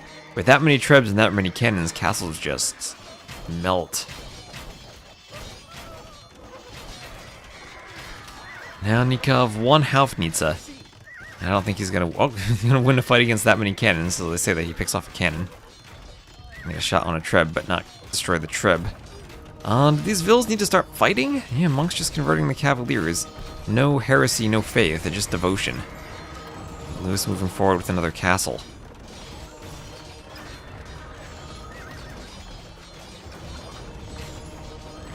Yeah, Treb. Will the Treb go down? Treb goes down. Now maybe the Vils can repair for a bit. That's 19 repair Vils. But a lot of cannons there on the castle. Siege Engineers is in. Cavaliers making 1 charge at the monks now. Maybe they'll take some of them out. They're getting converted too, and as they get converted, then they start distracting each other. And this castle... No more stone for Nikov. No more stone. And the castle goes down. Cannon's going for the stable.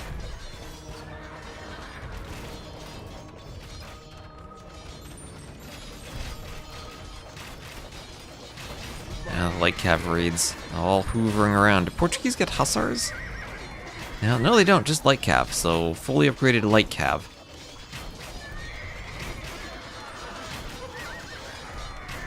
Nikov doing everything but Halb.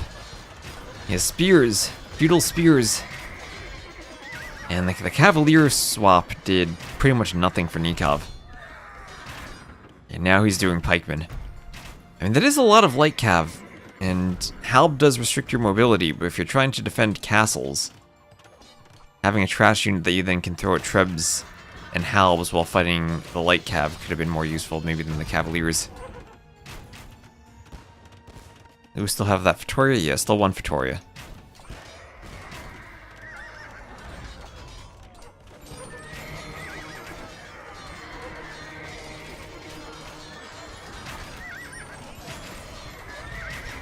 He gave Lewis some Cavaliers.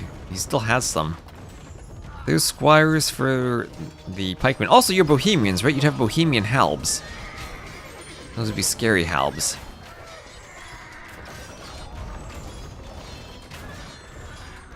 What does Victoria do? It generates resources over time, but it costs population. So it's less efficient than villagers, but sometimes in the late game, just having a bit of a stone trickle can be nice for repairs and whatnot. Additional castles here and there. That's that Spear doing in Imperial Age. Hello, Filter Coffee. I know it's an arena game with no skirms at all. Oh, now the walls are breached, and Nikov with 4 relics desperately trying to hold on. And I mean, he has Halb now. Maybe with Halb he could turn this around and take a better fight. Maybe he was just afraid of Portuguese gunpowder by going Halbs. But now we have a few organs added in. If you have your Halfnitsa alive, though, you can probably deal with the organ guns. He's being quick-walled. He's quick-walling with the university, with stone walls, everything he has. Downside, though, will be the cannon soon getting positioned to destroy the monasteries. And now, without gold income, the Halfnitsa stage for Nikov is done. Does he have guilds? He doesn't have guilds. And if he had guilds, then selling the wood would be less bad than selling it without guilds.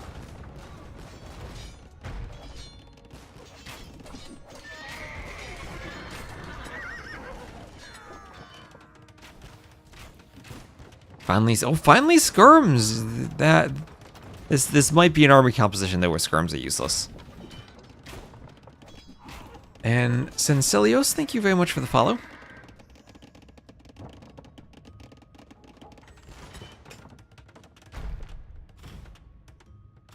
Last tournament we'll see piano cannons. Well, maybe we'll see elite ones in the future, but look at those guys. Look at the armor they have. And Donkey Punky, thank you for the follow. Alright, Nikov going skirms. Is Nikov going to turn this around by going skirms? It'd be crazy if he did. Hello, Tucson Blues. He's got Halfnitsa, skirms, and a dream. 2 Halfnitsa that are going to be maybe picked off by the light cav.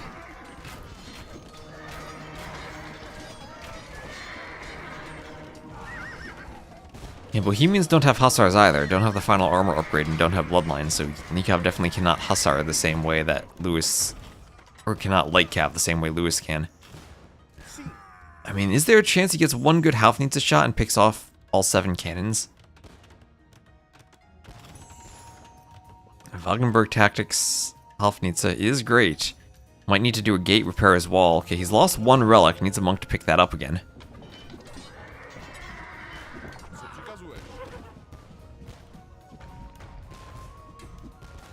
Oh, for nerfing the phosphorus strats.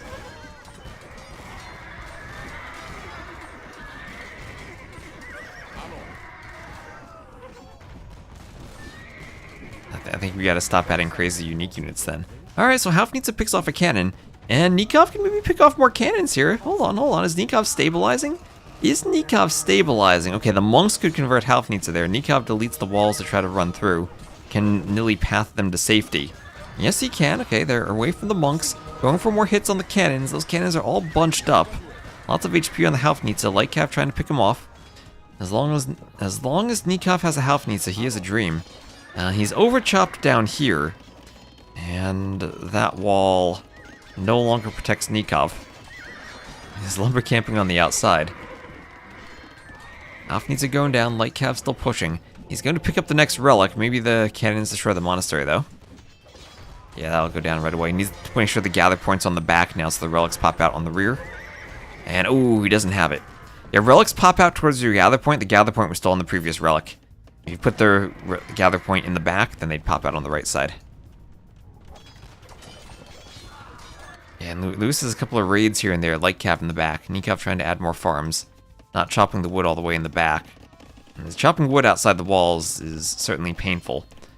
56 vills on wood, not enough on farms. Maybe, well, I guess that does let him sell better, but now that he's lost the relics, and we'll be losing the market, I think this is looking better and better for Lewis, who's going to go up 2-0 in this best of 5.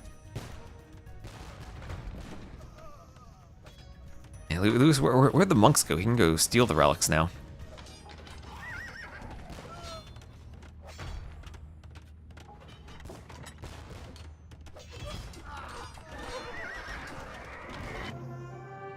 There's GG from Nikov. Lewis does it. What a game of arena that was. Lewis can't figure out how to funnel, but can figure out how to macro Portuguese against Bohemians. Nikov went for the Monk Rush starting at home, with a 3TC boom behind it. And what's that, like a 30-second difference to Imp? When Lewis had the double castle Treb production, he lost his initial forward. And despite having 4 relics, couldn't overcome the mobility of those Portuguese cavaliers. This version of Arena has a rather large middle, so that mobility is important. Well done from Lewis, playing patiently.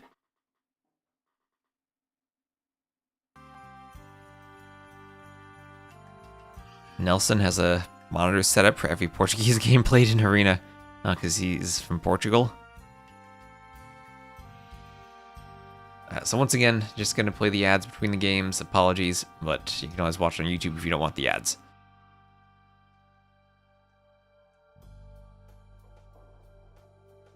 And we'll update the scoreboard then. That's 2-0 for Lewis. Nikov losing Chicken Arena. And it's Bohemians losing against Portuguese. No Turks.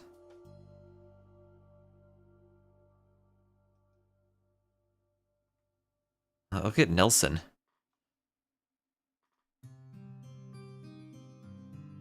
Stopped by the chat filter.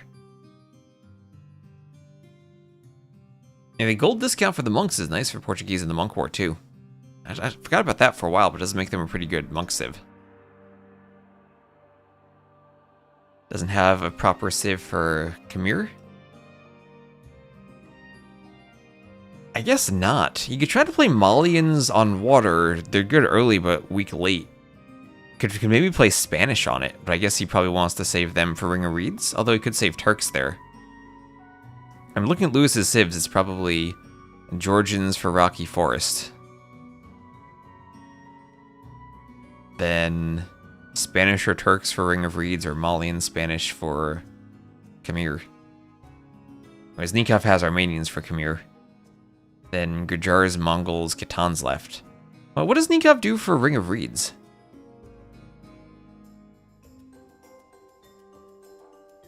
Maybe some YOLO like Castle Drop Middle and Conks or something. Yeah, I'm imagining maybe Lewis goes Spanish on Khmer and plays it kind of... I mean, I've seen Yo play Spanish on Pacific Islands. So maybe there's room for some type of transport ship landing shenanigans. And if you go late game, Spanish are good on water. Lack of eco bonus kind of hurts early.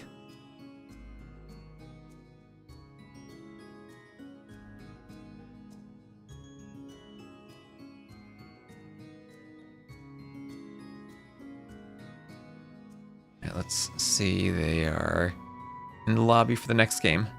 It'll be Rocky Forest, though. Nikov choosing Rocky Forest.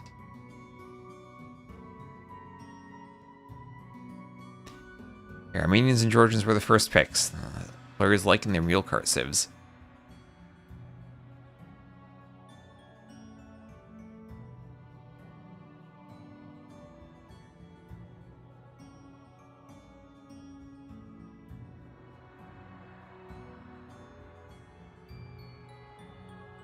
And they are in the lobby.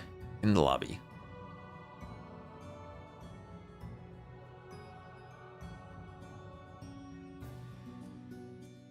I prefer on Twitch or YouTube, makes absolutely no difference. Whatever you prefer. Some people watching on their TV or on their phone might have a better experience on YouTube. Some people will open both and watch on YouTube and chat on Twitch.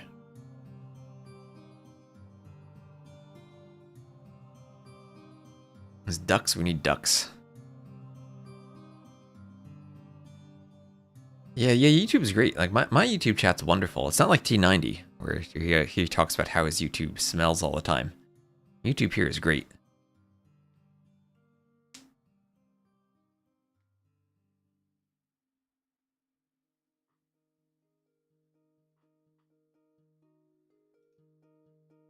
One day we'll get the YouTube chat added to the overlay. All right, they are launching, and Rocky Forest will be the map.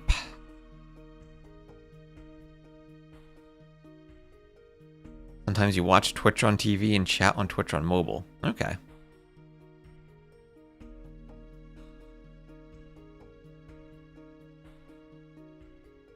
Hello, hello, Italo Calvino 24.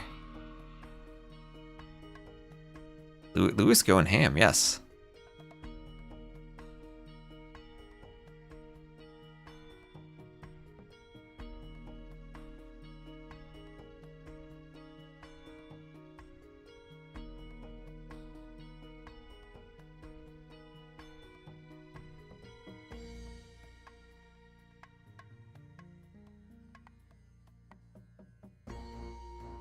Draken working 12-hour shifts.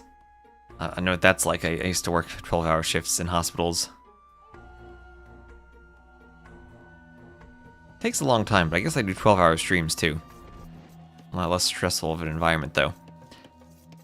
So here we are on Rocky Forest. We'll have Lewis playing as the red Georgians to the north, and Nikov playing as the blue Gujarats to the south.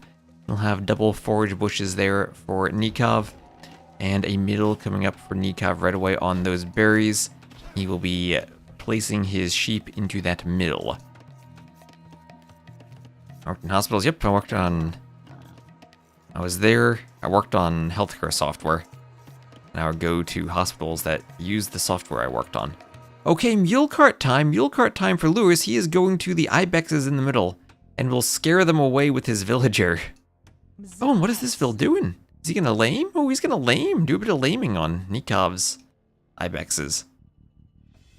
Or not. He's just gonna say, oh, Lewis, you got me all excited for the lame. No, you're not gonna do it. You're on YouTube for the rewind feature and no ads? Nice.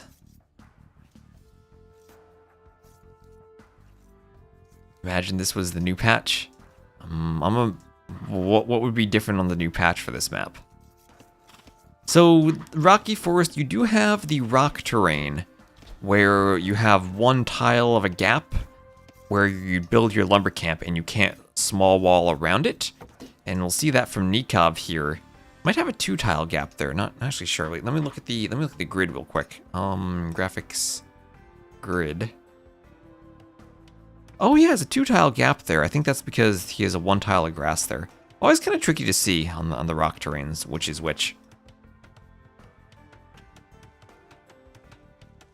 YouTube has around a minute delay. Okay.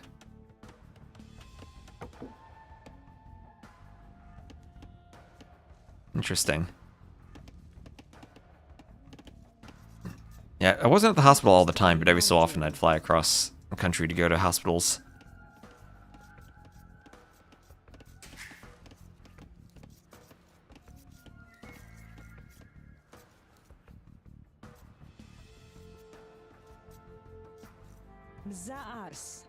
So yeah, Nikov pushing that ibex. It could have been lamed earlier. Lewis just going for the lame right now. But Nikov will be up first. Up to the feudal age. 18 pop up. Smooth build order then. As the Gujarats. HRs suck though. A lot of them do. Everyone always tells me that Epic was the good one. That's all my doctor friends tell me, at least. Kind of discouraging though, because I was once in the emergency department once for a horrible migraine I was having, and they were giving me some IV drugs, and I was talking to the nurse, and they weren't using Epic, and they were like, "Yeah, Epic's the good one," which made me kind of afraid for the software they were using as they were giving me those as I was there. But oh well. America. So I don't know what Lewis is doing with these vills. He had every opportunity to lame all of these ibexes, but he's just kind of like dancing back and forth with them. It's a lot of idle time for him. And he kept slightly ahead on res collected, and now he's going to have that camel scout in feudal, and that camel scout will wreck Lewis's scout if he catches it. Trying to block with a mule cart. That's something else you can do. You can actually fully wall with the mule carts here, as he's just going to try to run. This is the quarterback being protected in the pocket. Yeah. Oh, the blocking, the blocking. The mule cart. Keeping the scout safe. Nikov can't get hits on it. Oh, this is brilliant from Lewis. Nikov's had a full minute advantage to feudal. And finally he gets a hit on the scout. Lewis 5, 4, 3, 2, 1, and he's up. He's up and he'll save his scout. He does it. He does it. Oh, beautiful play from Lewis there. And M Strange, thank you very much for the sub. Epic is a main problem in your life. I'm sure it is in many people's lives. Better that than starter being your problem, though. Yeah, now he's healing because he's the Georgians. Now he's healing. Keeping that scout alive is amazing for him.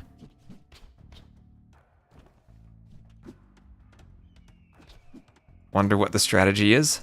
Nikov's the one in wonder. In wonders. Lewis left wonders for Onimaru. Lewis up 2-0, yes. So now he's a spear forward. So keeping that scout alive to deal with skirms is great. Ooh, spear gets a poke on the camel scout. Okay. Scout slightly faster than the camel, and we'll get back to the TC. Was it close? First two games were pretty close. Lewis gonna get out from the middle though, and he's making maybe the biggest problem you can make. He's making an archer instead of a skirm.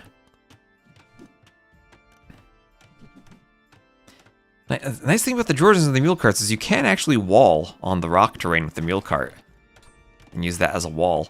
Not much HP, but use a mule cart wall. So Lewis keeping that low HP scout alive to heal has been insane micro from him.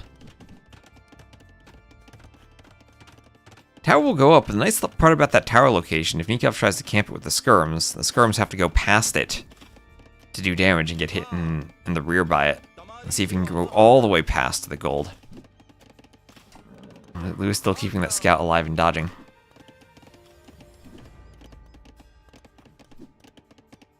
Imagine making an archer in 2025. I know, I think I want to do a skirm cosplay.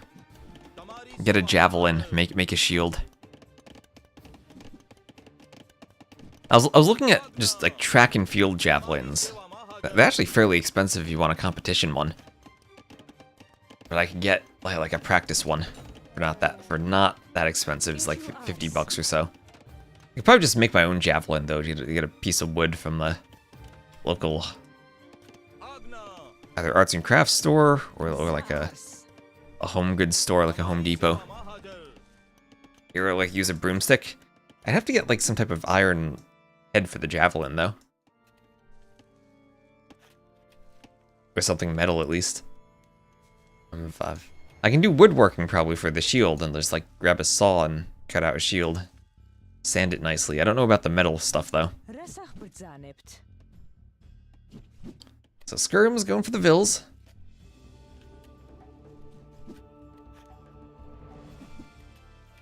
Not allowed with one of the cosplay party. It depends on what type of party it is.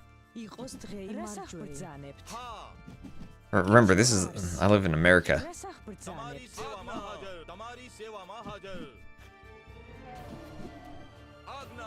I go with a javelin, I'd be the least well-armed person at the party.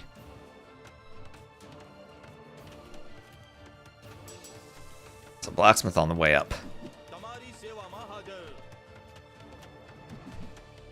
And Lewis chasing with archers. Well, he's chasing skirms with archers. He really wants to get that camel scout, but Nikov is at least doing a good job of keeping that alive. What's my accuracy though? 90% base accuracy. 90%. Maybe I could bring a thumb ring as part of the costume too. Get 100% accuracy.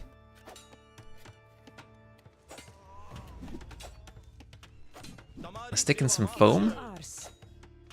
Filter coffee. We use real tools here in my cosplays. That's what I did for that villager cosplay. I got an actual bow. And an actual pickaxe.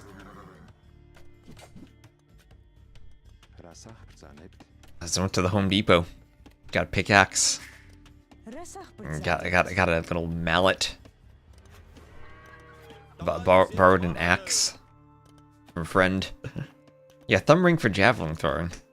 Yeah, it helps the skirms, gives them more accuracy. So Nikov continuing to hoover around with the skirms. Just Lewis has not been able to clean them up. The archers.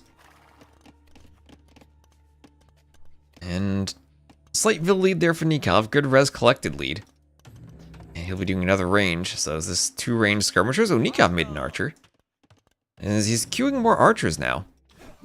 Oh, he's having a good fight with the skirms on the archers. Just ignoring the scouts and going straight for the archers.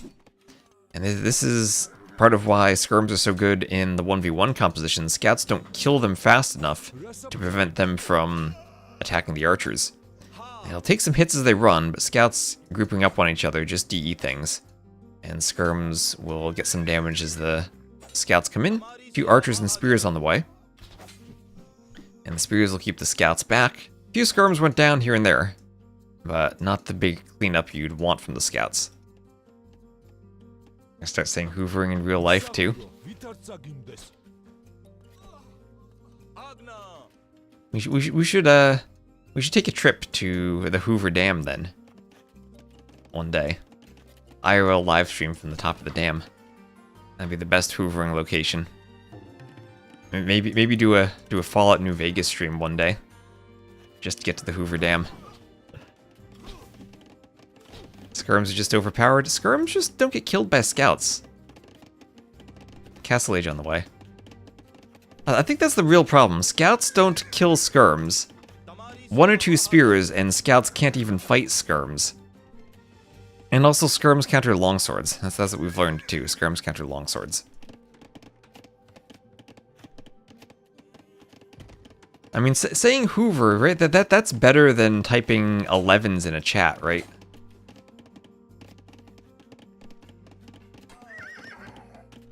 Alright, spear pokes down the scout.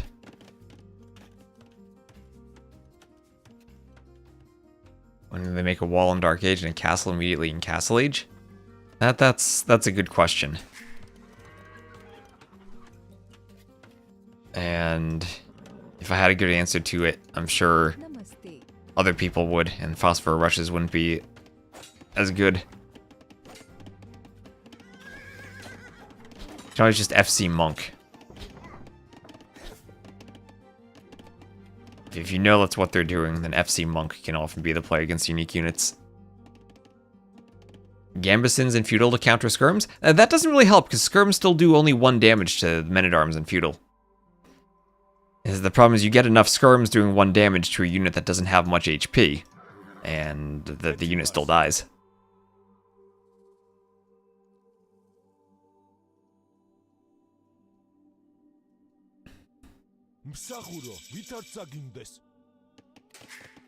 Paradox.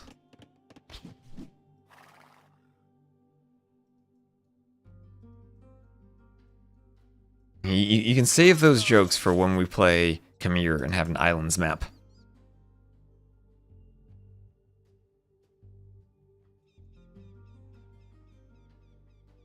If Nikov makes it there, though.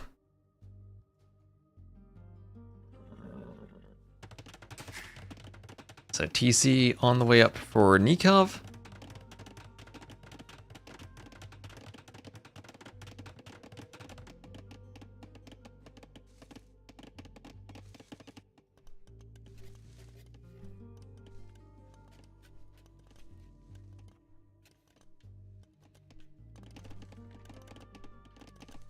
And armor there. So Nikov adding the second TC earlier on. He's gonna go skirm against crossbow. A couple of knights for Lewis. Who's starting to move in. Crossbows for Nikov to help deal with the scouts and knights. They will be able to come over though. Now Nikov, though, is chopped enough that he can wall in the wood line. Now Nikov actually has a decision to make of whether he wants to open the middle or not. And I think with the crossbows coming over, he's probably going to have to run the vills to the TC anyway. It'll be a bit of idle time for him. Knights might try to pick off a vill or two. There's a couple of low HP ones there. One gets into the TC, only one vill going down. That'll be the first vill kill for Lewis this game. He does have a few extra crossbows here. Elite Skirm not in yet for Nikov either, and he's going to have a lot of idle time as those knights start hoovering around the back of his base.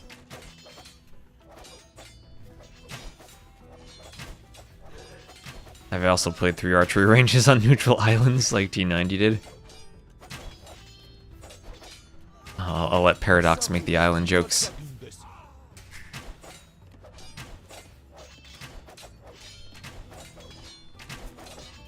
Yeah, and going to the set, I think Nikov was the favorite. Well, as I said, Lewis, I'm never going to be surprised by Lewis playing well. He's been grinding games.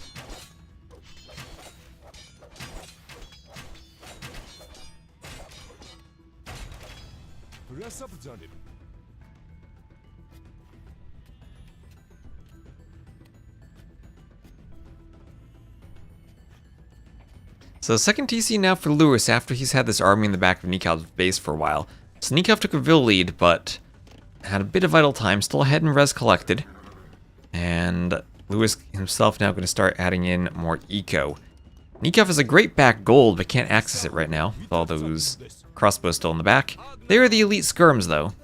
And elite skirm on the way, we all know how good those are.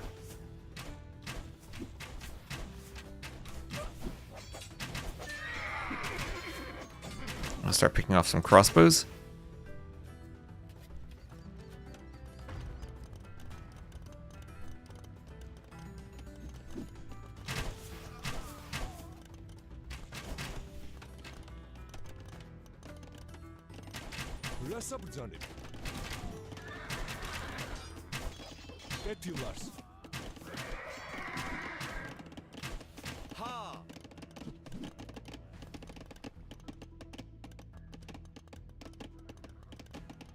Fine to beat every top 5 to 15 player.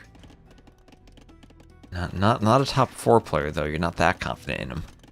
So third TC for Lewis, but Nikov already has his third. Starting to pull ahead slightly in vills, and he'll be doing ballistics now. He will chase around the outside. Oh, even has a spear poking those knights. Trying to get the low HP knight, and does.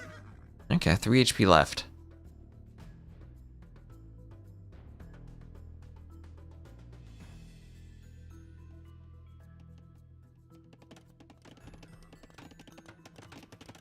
And Lewis is going to keep walling up. He'll bring in the relic. So first relic of the game collected. And he has some knights everywhere now. Monks on the outside looking for more relics. Love the map controls. He's going to be bringing in a second on the way. He'll grab the third from over here. And will be a good relic lead now. Fortified church, buffing that gold mine. Score seems like a liar. Score's flipping back and forth. So Nikov will be ahead in vills. Definitely ahead in res collected. But the relic difference could be worrying for him. Everyone knows Lewis is the GOAT. We have some big Lewis fans here. So even after hoovering with all that army in the back for a long time, manages to escape with a lot of it. No cav for Nikov, so he can't chase it down all that well.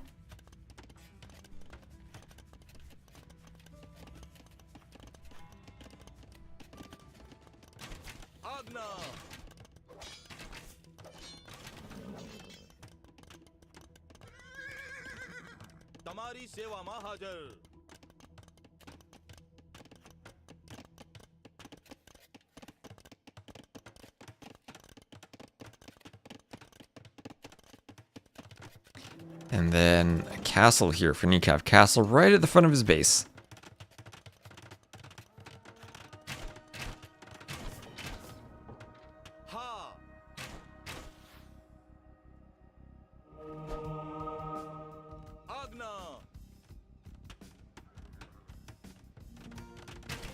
And the archers will be forced back as the monks come forward.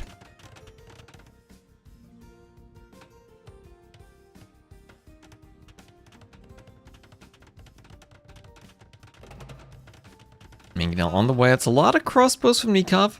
He does have ballistics, so if he needs to pick off the Mangonel, he can.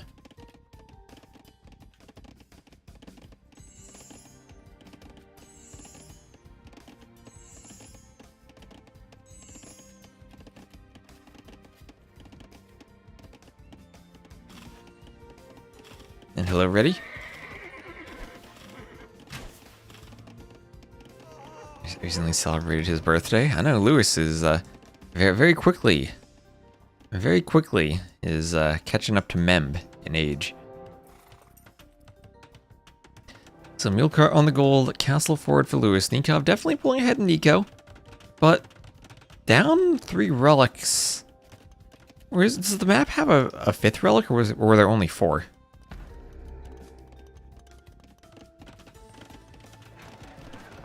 Maybe there were only 4.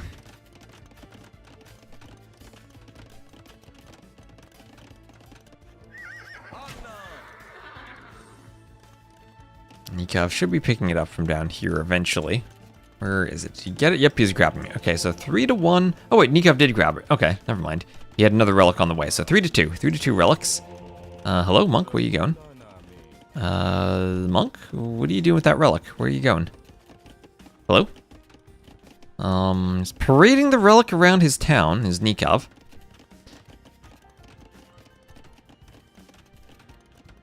Okay. Did he control group the monk with the crossbow somehow? Okay, hopefully Nikov remembers that, and the monk trying to hide behind the castle. I'll be missing out on a bit of gold from that. Nikov needs Nili to show the monk the path to the monastery. Oh, there he goes. He remembered. He figured it out. There he goes. He's good. He's good.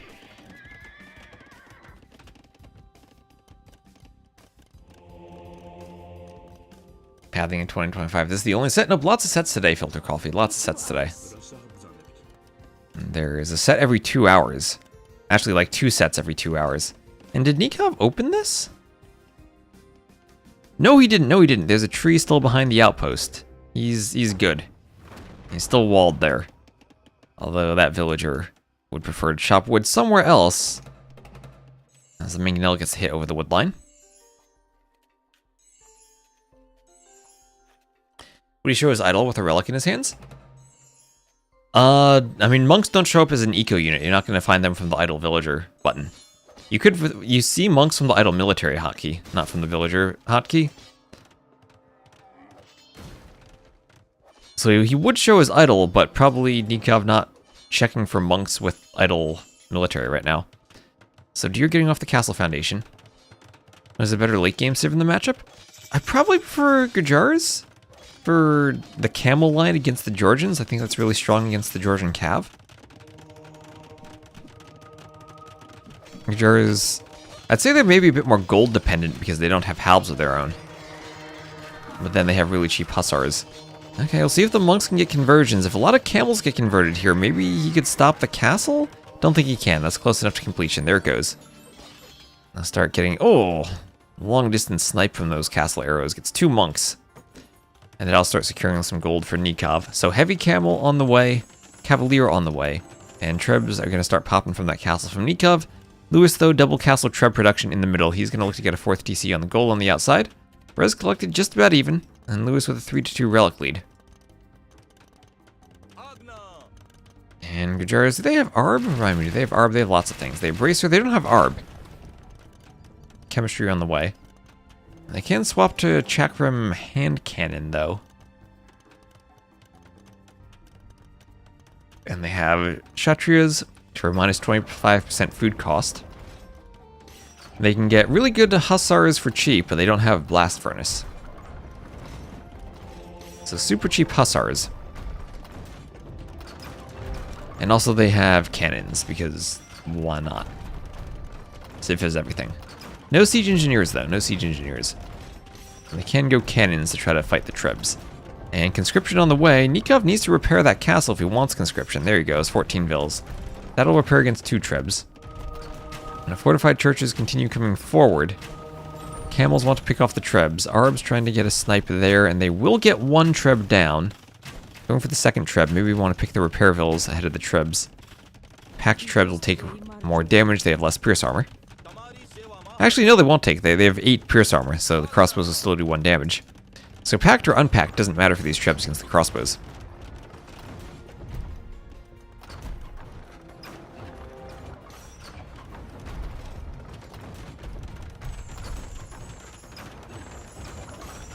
They have 0 fully upgraded units in Imp. Oh, really? I guess that's true. That's true. No melee attack and no archer armor. So that kind of leads to it right there. And they don't have all the monk techs. They miss block printing and they miss faith.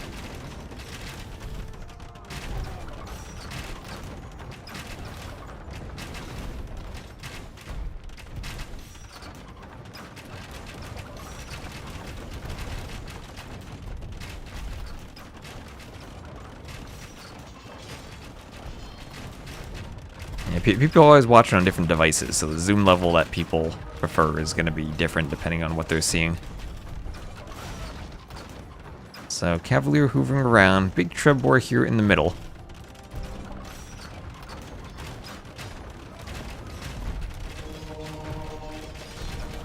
And Cavalier going to be jumping the Trebs.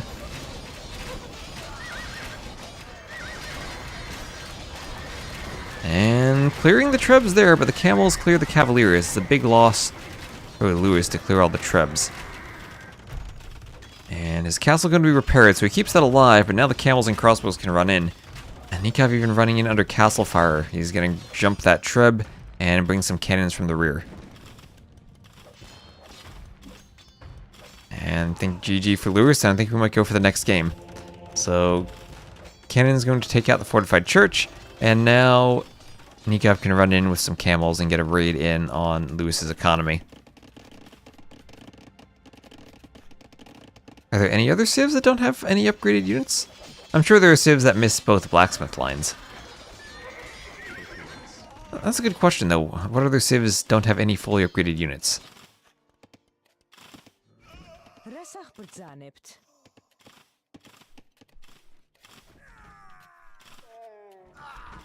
Camels hoovering around in the eco. They're going to pick the vills.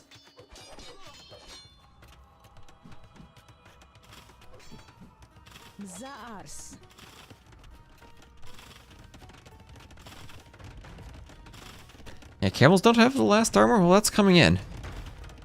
And Lewis still holding these castles in the middle, but now he doesn't have any more army for picking off the siege from Nikov. Is there a prize for this match? Remind me to check Wikipedia between the games. There are prizes for the qualifiers. I don't know what round they start in, though. The ultimate prize would be qualifying to go to the LAN, I guess, but there are also monetary prize pools for the qualifiers.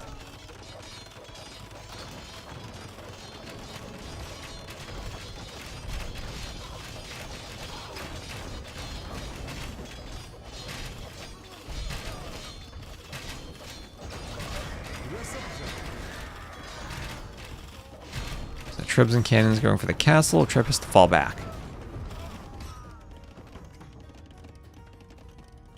Don't they have to miss both blacksmith lines and siege engineers? There are probably other civs that do that, right?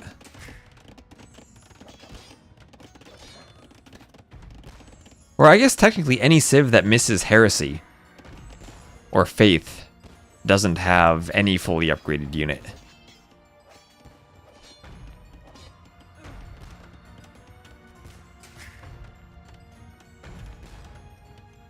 Maybe you don't want to count those techs, though.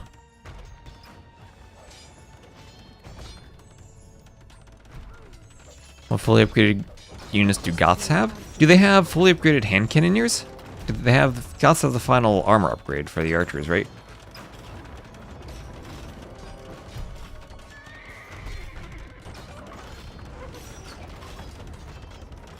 Alb's going for the light cav.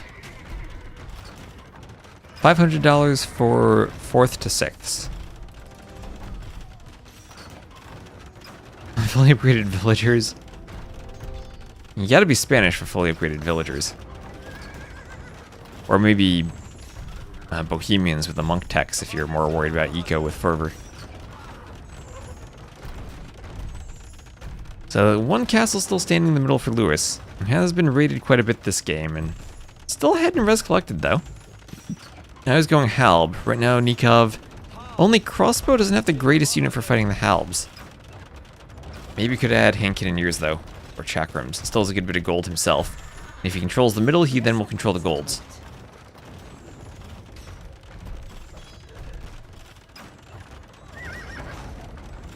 Maybe you need to be Spanish plus Inca plus Bohemians for fully upgraded vills.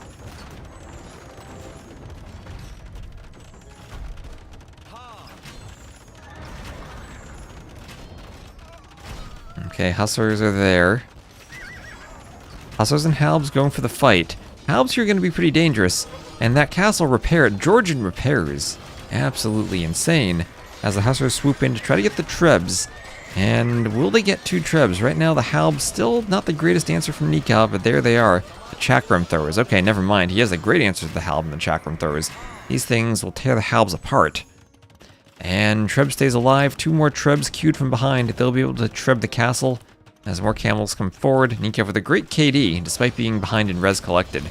That late game Georgians eco with the churches is absolutely bonkers.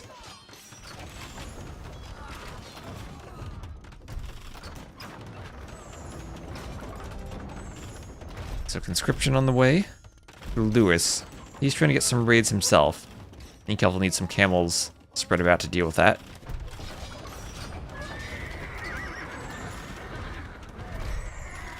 Don't think there's a unique tech. There is the Berber's Civ bonus, though, that affects the trade cogs that makes them faster.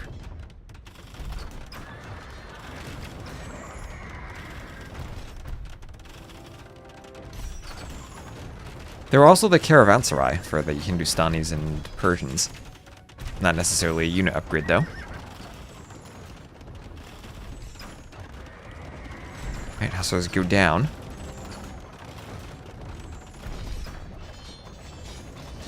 Castle goes down. Chakrams pick off the Treb. Chakram's great at picking off Treb since they do melee damage.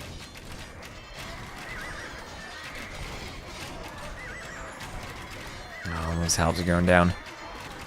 Now the Halbs are melting. Nikov is going to continue his push forward.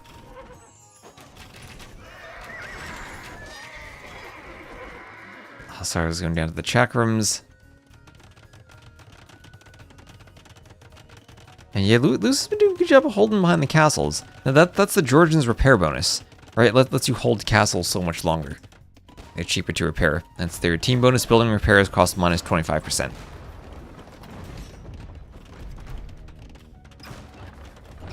So you can repair castles forever. Now the elite Chakram is in. Oh, I haven't seen these guys before. They look pretty cute. Hussar is getting chakrammed. I think yeah, they'll protect the Trebs. They're great against Hussars. Chakram's OP against the right unit. And there go down the relics for Lewis, and he's getting pushed now. I think it's just about GG time. Lewis pop cap. Nikov pop cap to Lewis losing his population. Nikov also mostly wall on the outside. Somehow Lewis is an outpost out there. Outposts everywhere, but not much gonna come from them. Treb's going for the castle now.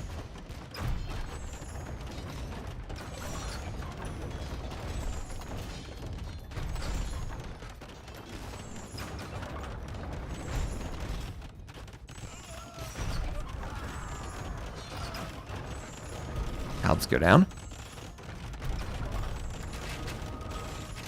And all Hussars are all clumped up against the Chakrams. That's not how you... Okay, those Hussars will melt to the Chakrams. And this castle will go down. Down it goes.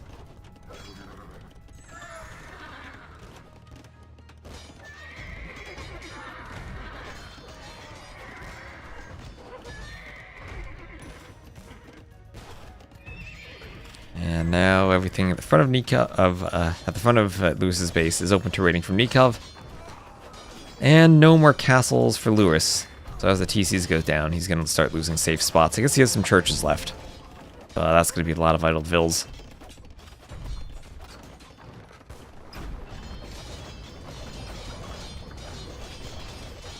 how much res Lewis put into fortifications, and how much he saved. So fortification upgrades, masonry hoardings. Nikov gonna stop hoarding all those extra resources and spend them on some various technologies. Thumb ring on the way, because why not? Those crossbows, these crossbows haven't had thumb ring the entire time.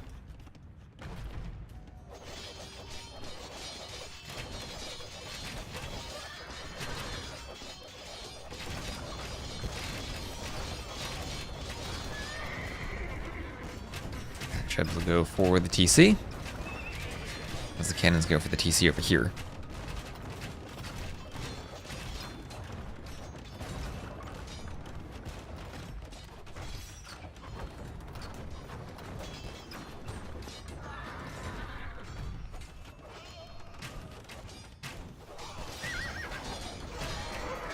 Camels jumping the Hussars, jumping the Halbs.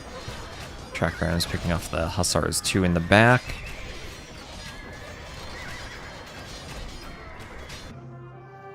There's GG finally from Lewis. Nikov gets himself on the scoreboard. Starts off the potential reverse sweep. And Gujars feel like that's maybe a good civ against the Georgians on Rocky Forest. Just in general, camels can do well against Georgians. Even with you see how insane the Georgians' economy is, even at the end as Lewis was getting pillaged with raids throughout his farms. Still not enough for Nikov to overtake the resource difference. First sweep has begun. Paradox has faith. He's devoted.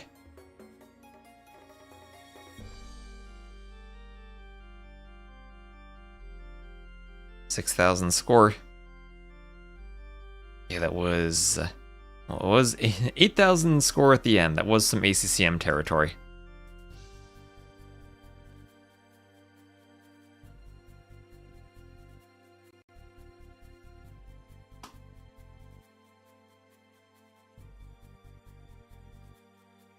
And we just keep an eye on the schedule. We also have Doubt versus Mihai. We'll swap to that after this set, I think.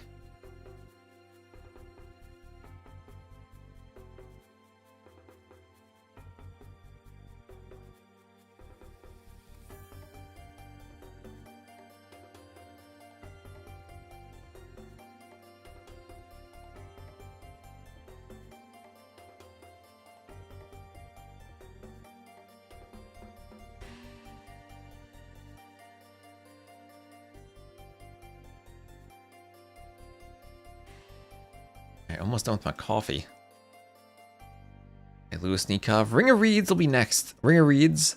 And then Khmer will be the final game if necessary. As we are launching. There we are.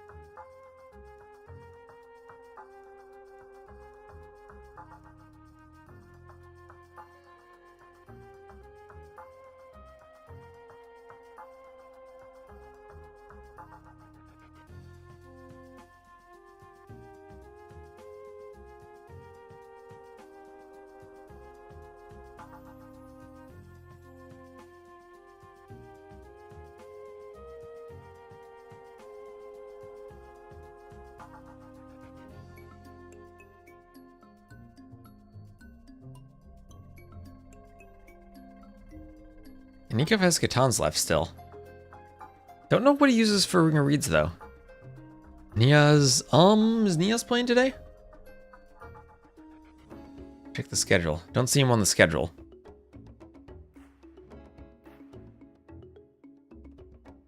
Actually, he does play 18 GMT. He's playing against freaking Andy.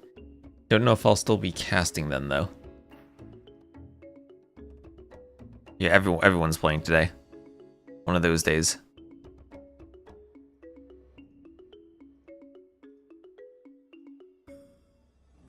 Did they launch? Yes, they did. Alright, so Mongols versus Spanish on Ring of Reeds.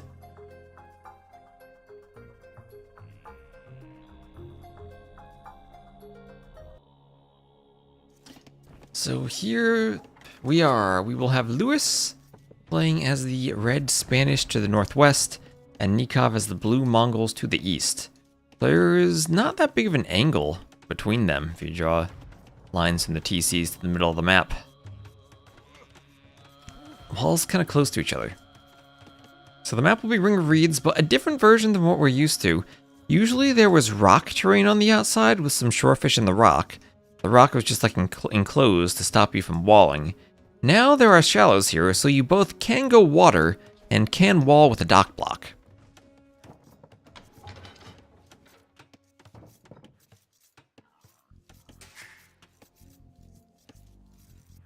Nikov taking some stragglers there. Do you start the barracks in this map, or do you build it? Okay, he built a barracks. So he must be going for a tower rush then. Oh, he's going for militia. What?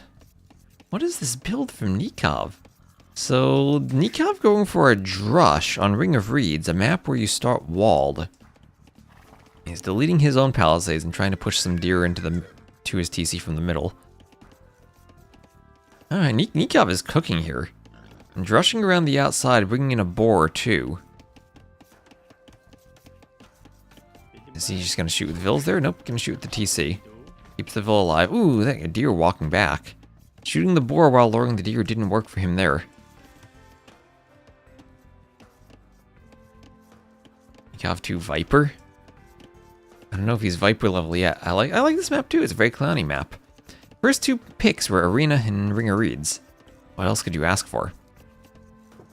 Okay, Sheep has to be careful because the militia run through.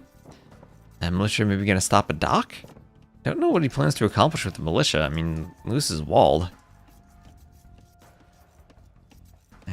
Denying the extra res should be good, but I guess it's mostly just denying the dock or a mill on the outside. Looks like Lewis wasn't going for that. Lewis will just go for the middle then. He's like, okay, you drush to the outside, I'll just take the middle. Could even dock and then have galley control of the middle. What are these weird trees? The map is called Ring of Reeds, and these are indeed reeds. I went back and forth on whether I wanted to use the standard reed or the small reed in my graphics, and I settled on the small reed.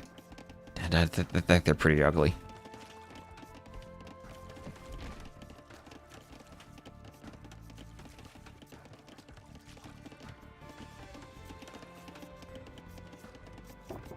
I myself personally pretty much never use reeds in my maps. The same wood as a tree? Nope, it's half the wood. It's only 50 wood. Normal trees have 100 wood. These are only 50 wood, so you chop through them very, very quickly. There are a couple of normal trees scattered throughout them. A couple of gold mines, too, and then some impassable rocks. So Nikov will be the one dock in the middle. Alright, Lewis has to be careful. Nikov could demo those Vills if he gets up fast, and he will be up fast as the Mongols. 20 Vill up with the 2 militia. Still going for the 20 Vill up. Sending his militia back. Maybe the militia will go for the middle.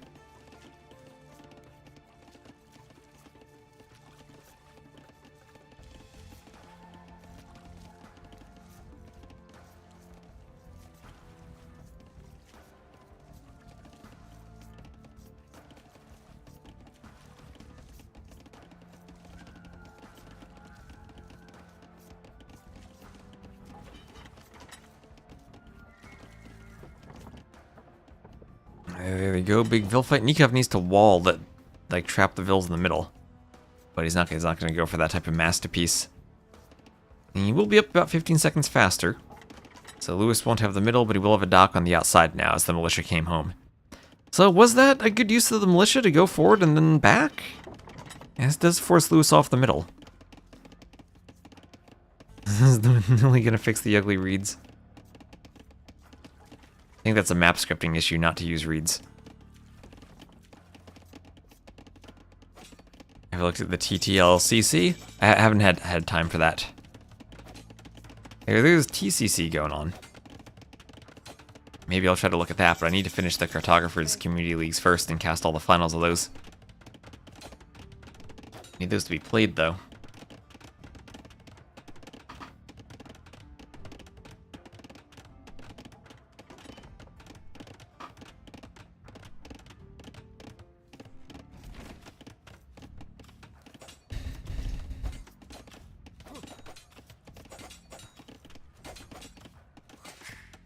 Town watch on the way for Nikov. Nikov has fewer fishing ships. That's true. Lewis is getting his fishing ships out. Only shorefish, though. I suppose you could fish trap at some point. If Nikov gets this wall up, does he feel confident to fish trap the middle later? Maybe he does. What were the map and the Civ? The map was Rocky Forest. Nikov won with the Gujarats against the Georgians. So there's a Drush still on the outside. I'm gonna look for a fire galley there from Lewis to deal with the Drush. Nikov will focus the scout first of all.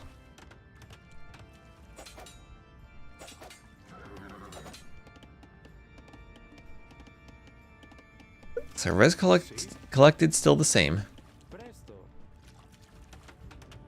I wonder if we do get to see Mangudai versus Conquistador. Probably something where the Conquistador would be favored at least in early castle, then when the upgrades come in, then you maybe favor the Mangudai.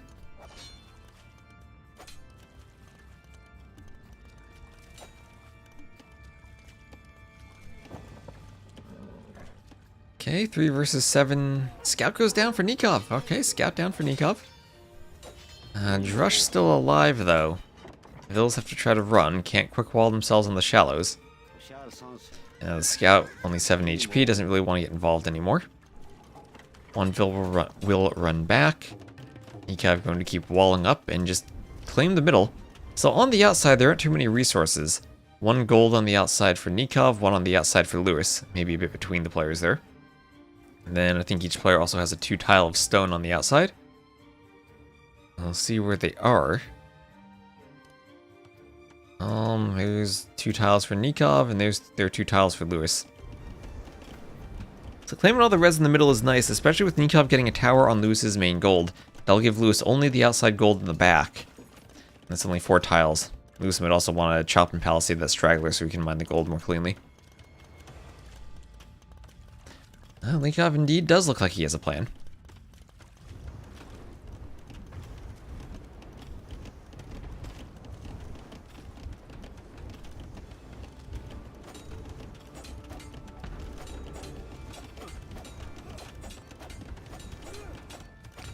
Nikov didn't wall to the wood? Does Nikov... I think Nikov walled all of this. Unless there's somehow a gap between this stone and the reeds in this wall. I mean, there's 1 tile between the stone and the houses. That would have to be one heck of an escape to delete the palisade there and then escape. Maybe there is. And let's just zoom all the way in. Double click that. Yeah, actually, maybe there is actually a route you could get through. Oh, Nikov coming forward. He's coming more forward and tower rushing to hit the stone. Lewis doesn't yet have the stone for a castle, so if that tower goes up, that could actually be rather nasty. It does cover the entire stone. Lewis can maybe buy a castle at that point, but that's eating into the back gold again. Yeah, rushing the Spanish with towers as Nikov as the Mongols. Well, Mongols do like tower rushing. A demo for Lewis, going to make a road trip around the back of the map. There's a dock there. Guess you park a fire right on that tile. And then tower will force the Vills off the stone.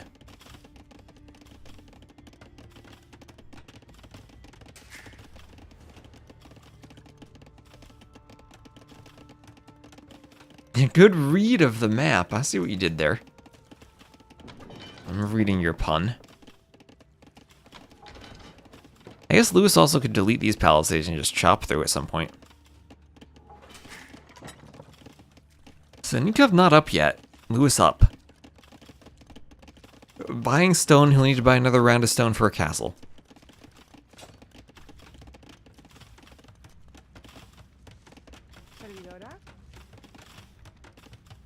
Yeah, it's kind of hard to read whether or not there's a hole there.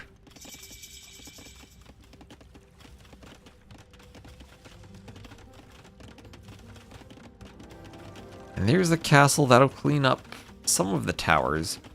Only clean 2 of them. Actually, only clean 1 for now. I think fletching might be needed. Maybe he'll hit this one. Won't clean the walls, though. Nikov will be able to wall behind this, no problem. Lewis could escape there, but walled in front.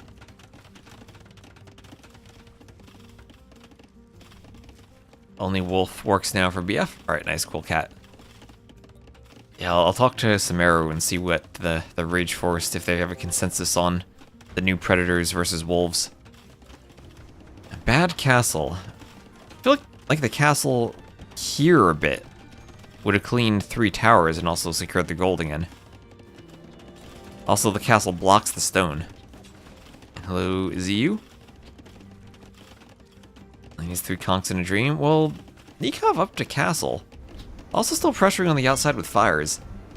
Demo hitting the fire. Okay, Demo should be effective in how narrow this water is. Also, see how effective the conks are on water. And here we see the dock block from Lewis.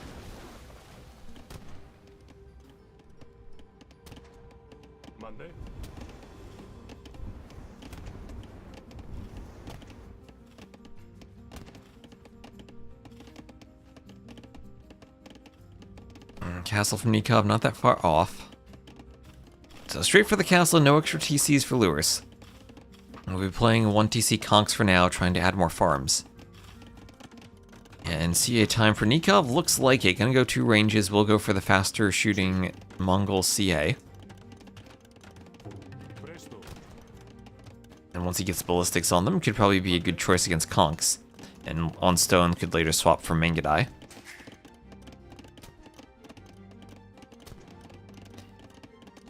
It's going to be the new best Navy unit.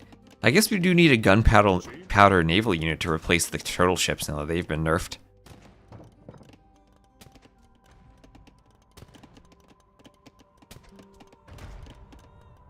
I mean, you could also go skirms, it's true. But it will be cav archers. It will be cav archers.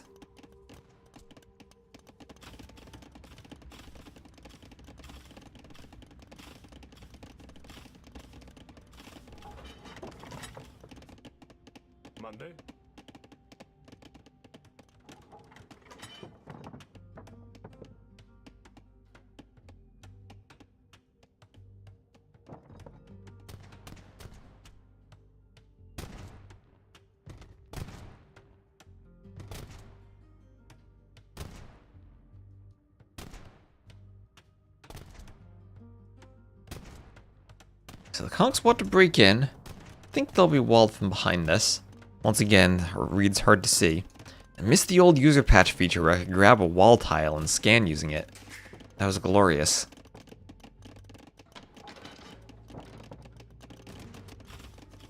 Yeah, tower can range the castle, but castle can't hit the tower yet. You are correct about that. Castle does need fletching. Monks now for Lewis. You have even with a fire in the middle. Dock on the outside. That doesn't block sailing past, though. He needs a palisade on the side, I think. Beach terrain still sailable? Maybe it does. Not actually sure. I'll need to test that. There are some wider areas where it definitely wouldn't. Maybe this is one of them. Lewis sell the stone? He bought stone. Remember, Lewis went for the castle earlier. He had to buy a lot of stone for the castle. So TC in the back. Cav Archer is not going to be there in time to deny it. Nikov could maybe try to hit that gold. Has to be careful of demos, though. Conk's running around. Lewis is going to grab relics. That'll be his first. Cav Archers can pick off the monk if they pay attention, and pay attention they shall. Now, with low HP Vil, they can hit 2. He's going to run away. And DE, you can't hit Vils that run like that.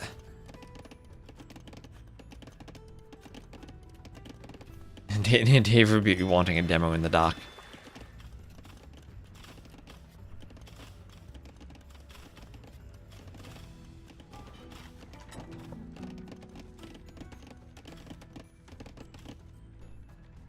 Oh, Cav Archer is finding Vils in the gold. 53 to 48, that'll increase as Nikov gets some kills. That's 7-0 eco. He's gonna go straight for the monk. Double monks. There's 1 conversion in. That was a insta conversion there. How does Spanish even play this late? I mean, super late. They have all 3 trash lines fully upgraded against the Mongols who lack the final armor for both Cav and archer lines. More HP on their hussars, which is nice, but they also lack the halb upgrade, only pikemen for the Mongols. So when you get to the trash war, maybe the Spanish are favored. But as long as gold's in play, then you're thinking Mongols maybe have just the cav archer combination, the Mangudai. And that is an overchopped reed there. Nikov sees that he can go in. And he will see that with the monk there. And he's going to go in, is he? Ooh, is he? Yes, and he will get in. Oh, and he is in with the cav archers. That is going to be one dead wood line. Some weak fills are there already. No ballistics yet, but fills will go down nevertheless. Nice micro from Nikov to pick all the weak fills. This is a great raid from Nikov. Lewis gonna lose all but a single vill. Nope, conks come over. But that's now 15-0 KD. Nikov up by 15 vills, up by the KD difference. In the back, some conks hoovering. Nikov has to be careful of that stone villager that she doesn't run into the conks. And fletching on the way for Lewis. Finally, the castle will clear the tower with fletching. Doesn't manage to get a mining camp on the stone. There's husbandry on the way for Nikov.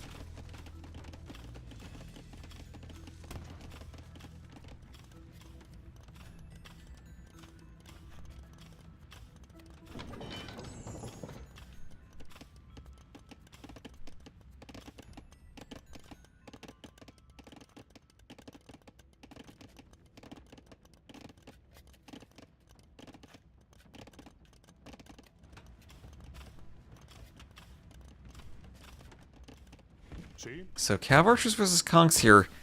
And Nikov kind of wants to wait for ballistics and then take the fight with better micro. I really need ballistics. He's got to wait 5 more seconds. And now we can take the fight. Now he's probably favored in the fight. And he's going to disengage now? He had the nice hill advantage there. Now with ballistics you can see how much easier it is. He can dodge the conks and the conks are going to struggle to dodge him.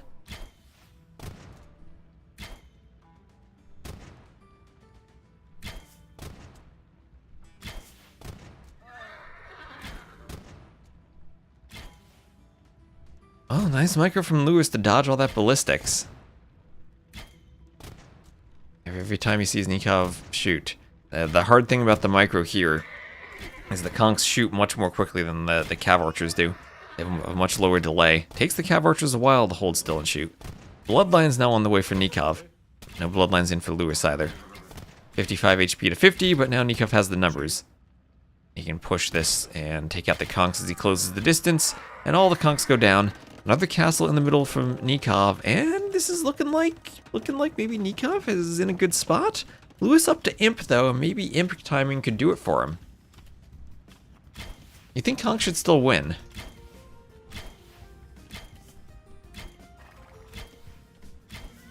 Maybe not with this eco that Nikov has to pump out the cav archers. I think it's still an interesting fight. I always felt like with cav archers, they're cheaper, so you can get the numbers out and can afford to lose them a bit more. And win the fight just by having more. So another TC for Lewis.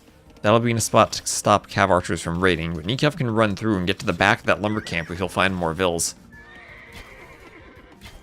And that's 1, 2, 3...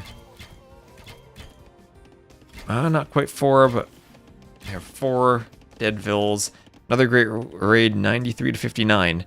And it's a 20-0 eco KD for Nikov. And now Lewis's last attempt will be this fast imp. And what's he going to do? Treb and try to get past all this stone walling from Nikov? Do Mongols have fortified wall? It does. I mean, honestly, that could even be an option here. Just keep Lewis trapped in. Oh, can he do supremacy? He can do supremacy.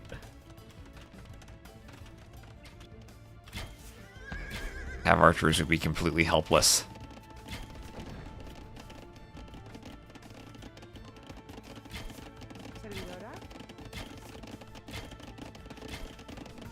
YouTube chat calling the GG already.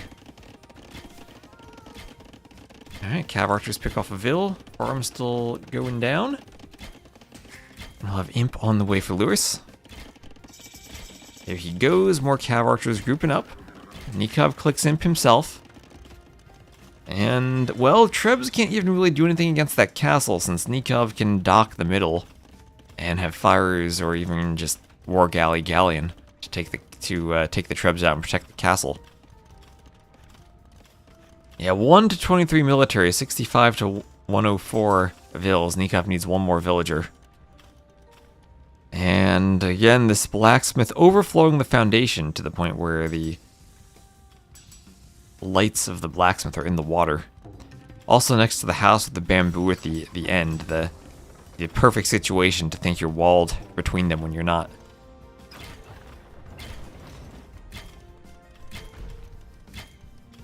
Skirm and a Treb? Oh, but you know what? Lewis does have the Skirm lead, and he's doing elite Skirm, so maybe he still has a chance.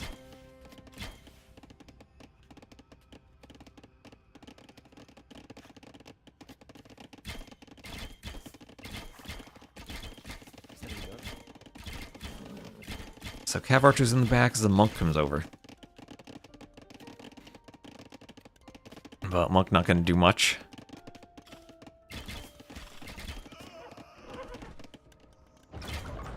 As one Treb takes out the tower that was in the walls, and now we'll go for the wall.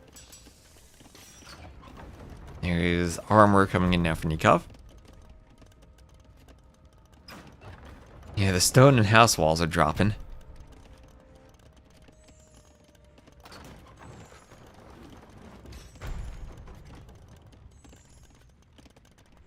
Yeah, fast imp, the gold discount on the blacksmith text. Don't cost any gold for the Spanish. For that bracer for the skirms. Yeah, I can only afford one Treb. Can now afford a second. Nikov up to imp. And 2k score difference now.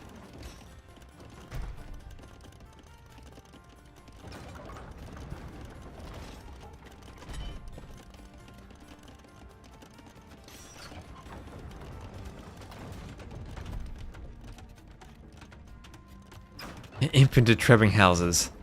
Not quite the forward timing that he wanted. He's doing another castle, or another TC, but Nikov's already got a castle drop on that. Doesn't even need to scout. He can just feel. He can feel Lewis will be going for that gold, and he's just plopping a castle right down on it. Castle will certainly destroy the TC, and Nikov will then claim Lewis's extra gold. Not having nomads. Oh, that's true. That's true. Nikov needs nomads. Lost houses do not decrease pop space. Definitely use that tech. So Mengadai needs some more of them. Maybe something to tank against the skirms. Then he definitely can pick off the Treb. So big open spaces in front of Mongol castles means that Mengadai can hoover around and stop Trebs from sniping off the castles.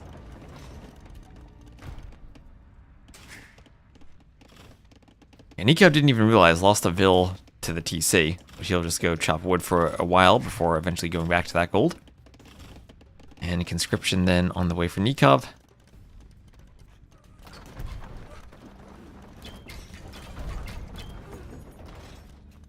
Mengadai can raid vills for a while. The market goes down.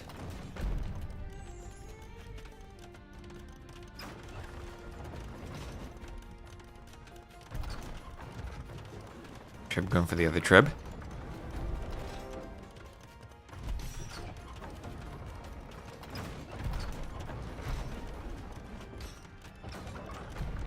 Nikov will just enjoy his life for the rest of the game.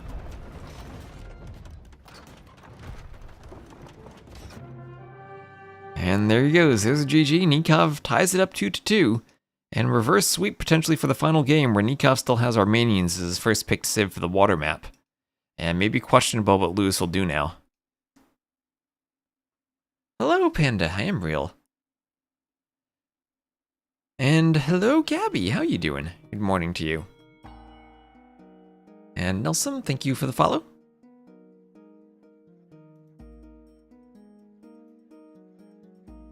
So, game number 5. Game number 5. Oh, I didn't even adjust the scoreboard. 2-2. Tied it up. And that'll be Lewis losing both of his home maps. Everyone losing their home maps so far. And that'll be... So, Mongols and Gujarat wins against Spanish and Georgians. And this now has to be Malians, Armenians, right? You're not going to do Turks on the water map? I guess they have good late game cannon galleons, that's about it.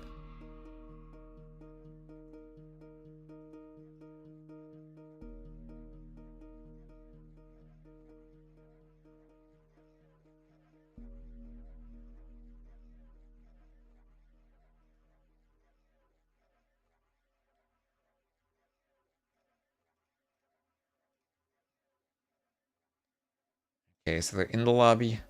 And again, just going to do the ad between the games so we don't have them during the game.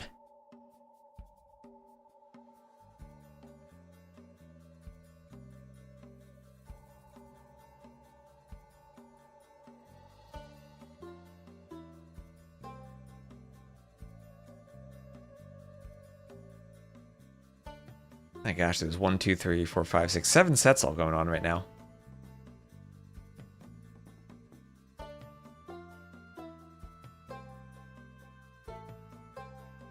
So reverse sweep potential for Nikov here. His home map and definitely the better Civ pick.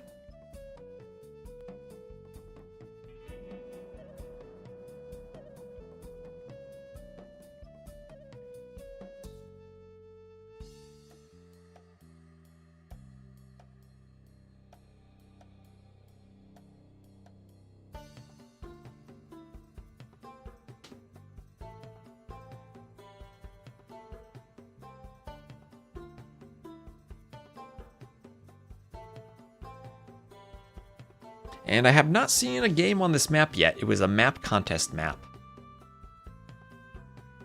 Made specifically for this tournament.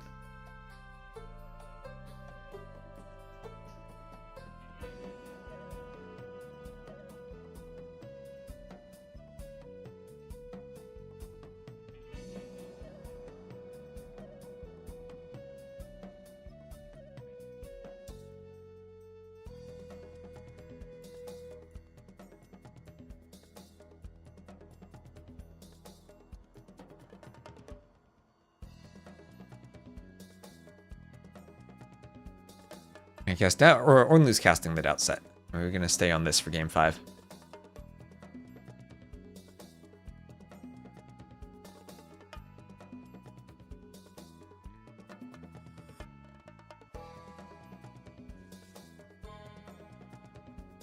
Hey, here we go. So yeah, no surprise on the civs. Armenians, Malians. Have a minute of spec delay, then get into it.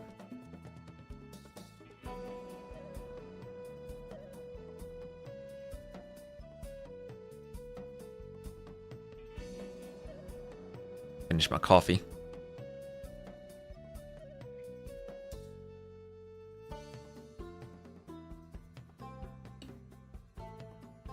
Always the sad part of my morning when the coffee is finished.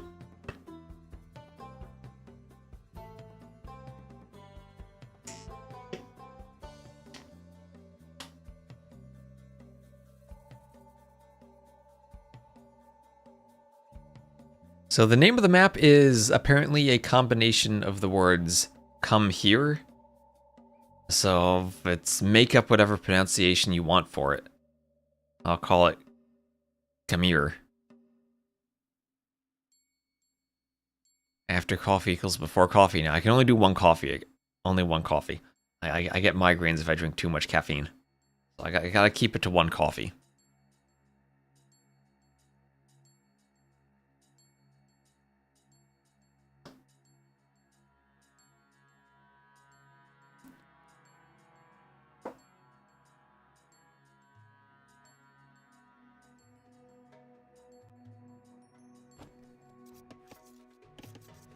Catans has been banned in most sets. Not really a set of maps for Catans, though. A water map, and then a couple of closed maps in Arena and Ring of Reeds. And then Fish and Fish is a more like aggressive men-at-arms type of map, usually. So the only possibility, I think, with the map pool they had would be Ring of Reeds. So, okay, this will be, come here, the first time I've seen this map. Both, it's, I guess, kind of like the opposite of Pacific Islands. Both players start with their own island in the middle. 3 wood lines, looks like the wood lines are towards the back. They'll have 2 golds, 2 stones, and berries on their islands. Then on the outside, there are oysters. Oysters are something from the Capture Age DLC. They're an object from which your fishing ships can gather gold. Gives you different options for a water build as you head into the Feudal Age. There are some tuna fish on the outside, but kind of sparsely spread out. Not the most fish in the sea. Fish also overlap the oysters a bit. Then on the outside, players start with the transport. You can transport to outside islands where there are deer, trees, stone, and gold. And then also every one of these islands appears to have a corner bit of water. Oh, not this one. Okay, well, several of the islands have corner bits of water. Fish boom over here could be kind of cool.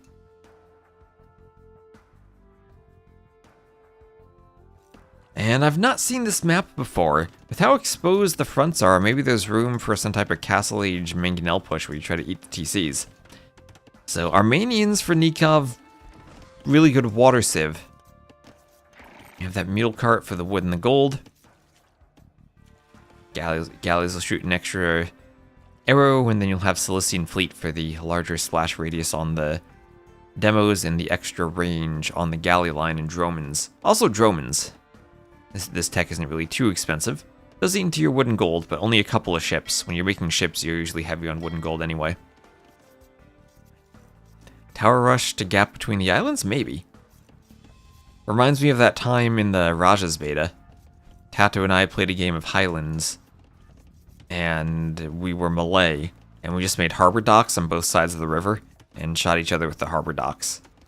Nothing else killed harbors at that point. So both players transporting their scouts, and Lewis docking in the back. So the downside for the Malians, the late game, their tech tree on the water is awful. They lack Galleon, and they lack Bracer, and they lack Shipwright. So their options are expensive fires and heavy demos. But that means Cilician Fleet demos from the Armenians should counter them pretty darn well. They can do careening and dry dock and fast fire, but that's about all they can do. And Armenians on the water, meanwhile, are great. No shipwright for them, but as I said, Cilician Fleet, then galleys, dry dock available for them. They don't have fast fire, but I think their demos and galleys more than make up for that. So docking in the back can be an indication Lewis doesn't want to go for the galley war. Docking in the front can be an indication Nikov does. But 2 transports will be right next to each other. Both players going for a barracks and militia. Okay, so some type of transport ship drush action going on. Looks like a tower map. It might be. Remember, transports now can carry 20 units straight from the Dark Age. So you actually can send a bunch of vills over. I mean, if you start with a transport, is there any way this becomes a Persian douche map? If you could somehow get the TC on the back side of their map, you could maybe douche them and take them off of wood completely. Oh gosh, that actually could be amazing. So Drush coming forward, looks like there will be fighting maybe on Nikov's island. He's going to think about walling towards his TC. Oh, there it is, you can scout it. Both up, both doing men-at-arms. And under the TC, horrible fight for Lewis. Absolutely horrible, losing so much HP on the scout there. Bit idle time on Nikov's vills, but Nikov, don't lose your scout to the militia. Great start to the fight there. And Lewis is just going to get back. Lewis will get back. Another house for Nikov. Men-at-arms on the way. And was Nikov doing anything at the dock? No. Fire galley being queued.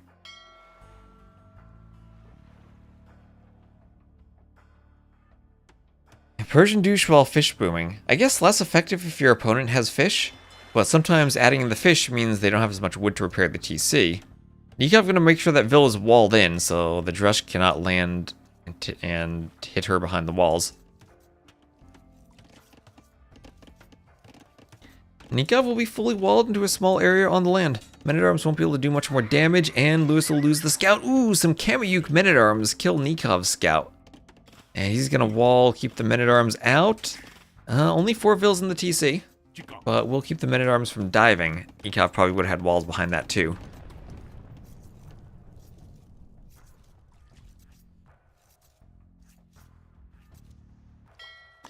transport in the back for Lewis. Men-at-arms for Nikov also getting walled out, not finding much damage there. And behind this all, Lewis actually up in eco population. 24 vills to 23, and three fishing ships then to 4, so both counts Lewis as the lead.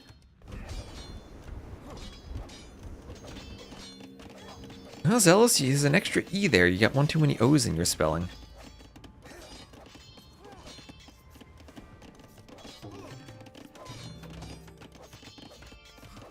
So one real cart between the wood and the gold led to a bit of an overchop.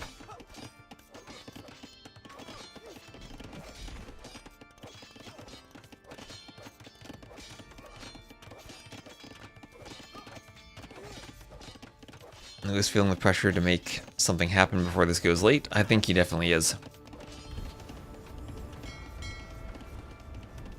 Now repair his fire. So late game, I guess, gives you not just fish, but also gold control on the water. Usually the water is more about map control at that point, but having some gold for the fishing ships could be nice. Does gill nets affect the oysters? Does that affect fishing ships from oysters? Because they do have quite a good bit of gold on them.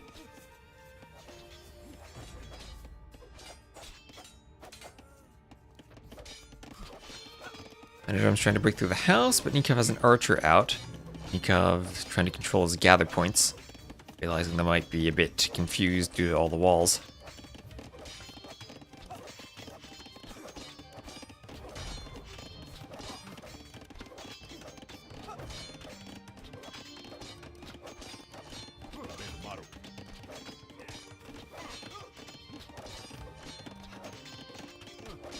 There's the archer. That'll clean up the men-at-arms. Lewis not microing them.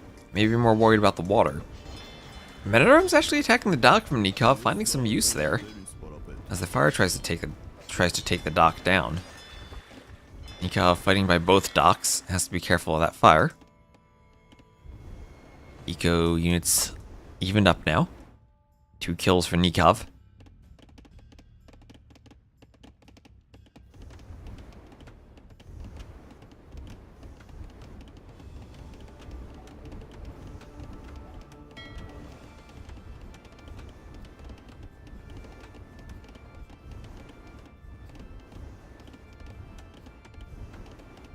Oh, demo. But this fire is split. Demo will save the fire, though. Doesn't get a good hit.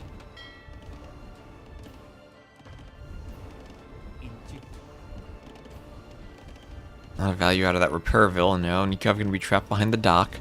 On the other side, though, he is surrounding the dock. Probably will take this one out. One more fire will probably pop out by the time it goes down, though. Nikov just going pretty heavy for the fires. Has to be careful not to overinvest in water, because that'll affect his uptiming. But right now, the fishing ships from Lewis all spread out. Not much more they can do. Nikov's fish will be hit, though. Lewis coming from the rear with fires. And hello, Janchess. How are you doing? Hope you're having a lovely morning.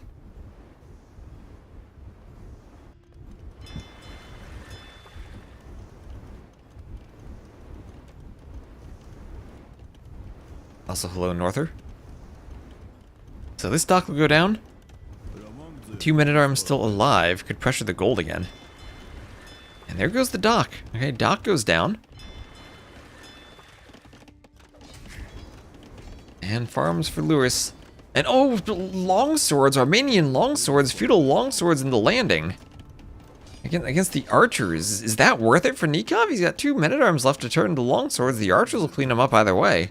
Yeah, and he cancels that. That was absolutely silly. Don't spend your Castle Age time on longswords. Oh, that would have been crazy. That would be showing your dominance, but don't think that's necessary at this point. Don't think it's good at this point. So at home, there's a market. Market kind of blocked the path between the gold and TC. Oh, the Vil going to build the market has trapped herself in the wood line. Oh, Nikov, no. Don't do it. This isn't even Nilly's fault. You've walled in the Vil. Oh no, he wants to go up to the Castle Age. He's building a market, but the market's not going to be going up in time. This Vil cannot find a path to the market. Troubled by that mule cart. Oh no, Lewis is up to the Castle Age. Nikov, oh, he's chopped through. He's chopped through. Has he chopped a path for the villager? Yes, he has. And now the vill will start the market. But considering he could sell 300 wood and buy his way up now, that's gonna completely delay his castle age timing by at least a minute. So pathing at its finest. I think that's more Nikov fuel cart walling at its finest. That poor lady is so confused. She could not find that path. Yeah, now Nikov's swapping to galleys. Because he has galleys, he'll be able to hit the gold a bit more effectively. Or galley plus bodkin would hit it very well. Needs fletching still. How is Men-at-Arms still alive? Micro. My micro. Maybe he should have done longswords if they're still alive. Another dock going up for Nikov on the side.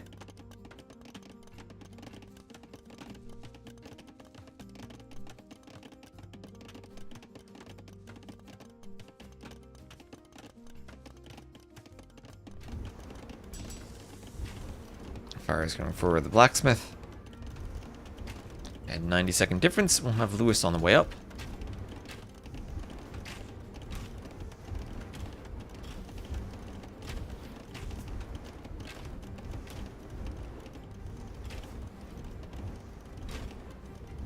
Unit cannot go where I ordered it equals bad pathing. Equals bad mule cart. So blacksmith will go down. That'll be annoying. No bodkin and it's down. Lewis trying to redock, but the fires are there to stop the vills. Oh, did he lose the foundation? The fire might have destroyed the foundation. He'll just barely keep that vill alive. Nikov a minute away from castle, and there is the castle foundation. If only Nikov had a demo there to one-shot it. Nikov might need to transport the skirm to deal with the archers. But okay, so Lewis with the castle in the middle. Fires can't do anything to stop that. If Nikov had galleys, he could probably stop it, but not with just fires. They don't have the range. So Nikov with stone, he can do his own castle drop. So this will be then what? Gebettos versus composite bowmen.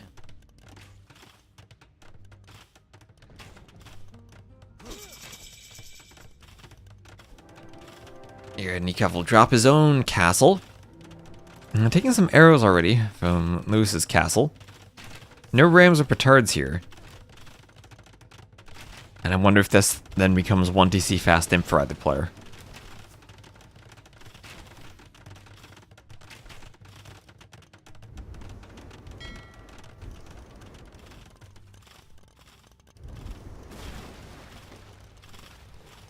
Yeah, I don't think you want to transport the petards over and risk losing the transport.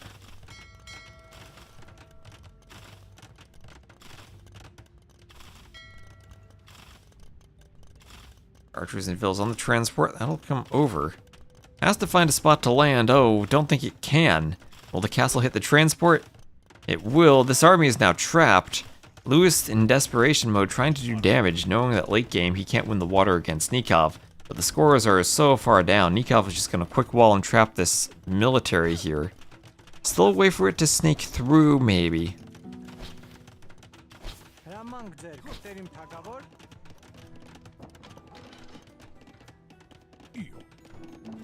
Okay, just getting through, but it's going to get through to find a fortified church. And also a TC. Civ when Bill can swim when? That's got to be a custom mod. I've played scenarios with units that could swim, but it is very jank. So, Ovensum, thank you for the follow on Twitch. We're climbing towards 14k followers now. Now that will be a workshop for Lewis. Somehow gets one vill through. Nikov's navy can't quite hit the vill. Does have bodkin at least. Composite bowman on the way.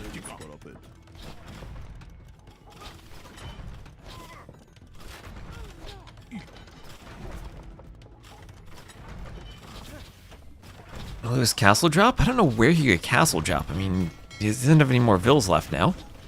Castle drop over here. Oh, well, there he goes. I guess that's what he's doing. Nikov gonna do some anti-castle houses. Thank you, Martin WF, for the follow. And Vil gonna stand on the foundation. And okay, there we go. So anti-castle houses kept the castle all the way out here rather than over here. And Nikov could even start doing petards now. A couple of Vils will go down to the fire ships. And thank you, MZ22, for the follow. One mango in a dream, a mangonella castle in a dream.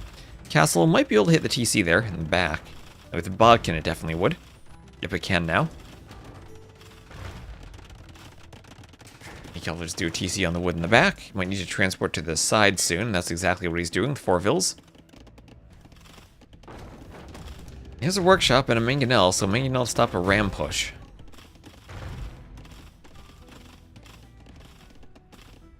The Lewis is 0 on wood. Does he even have wood on his home island left? Not that he can really take with the galleys there.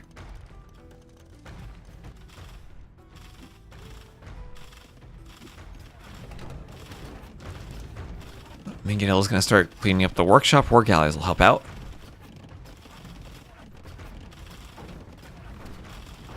That shot hits nothing. Nor does... Ooh, the TC gets the mangonel too. Oh, that's bad for Lewis. That house is in murder hole's range at the castle.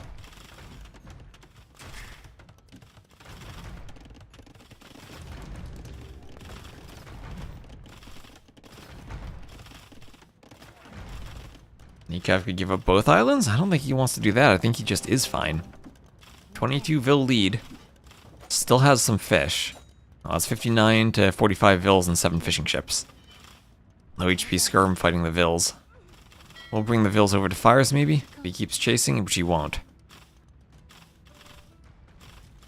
He's just gonna take some fish. Batter down Nikov's castle with the Vils. Well, he does get Nikov's TC. He will go for another castle drop. So Lewis just castle dropping his way through Nikov's main island. Nikov already on the outside. And Nikov more than double the pop. But Lewis just pushing castles.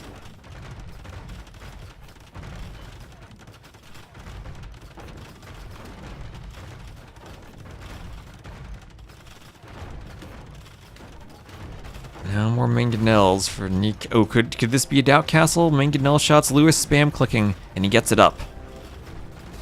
You don't want to spam click there, it slows down the castle, but the castle gets both mangonels. Okay, rams could maybe come out, but nothing to protect them from Vils at this point. Nikov almost 4k resources more though, and Lewis now has 3 castles. 1, 2, 3. Nikov only 1. And he'll live forever and ever. I was going to attack the TC. Does Lewis, could Lewis castle drop here and destroy this TC too? That'd be something.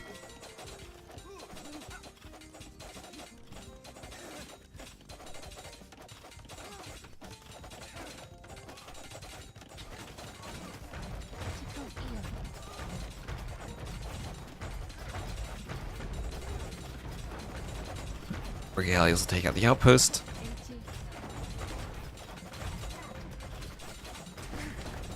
And TC going down, so Lewis now down by almost 40 economy. Almost 80 to 40. But Nikov losing all the TCs on his starting island. Oh, that's one good thing for Lewis. Nikov also could transport down here. Gebetto's out, Nikov buying wood. So Nikov close to going up. Needs to take some more of that gold on the outside though. That's the mule cart where he can see it, just gotta move that and some Vils over. That collecting resources will win, so Nikov up by almost 5k, res collected.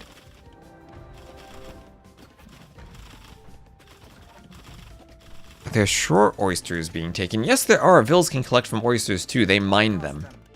I don't know how Vils mine with a pickaxe and fishing ships collect with a net, but that's how the oysters work. If they're near the coast, the Vils can mine them.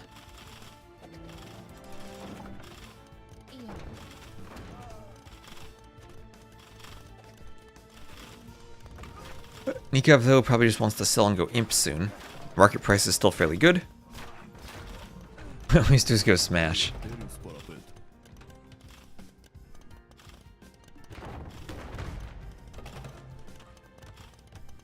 Who's buying wood? He's nowhere close to imp.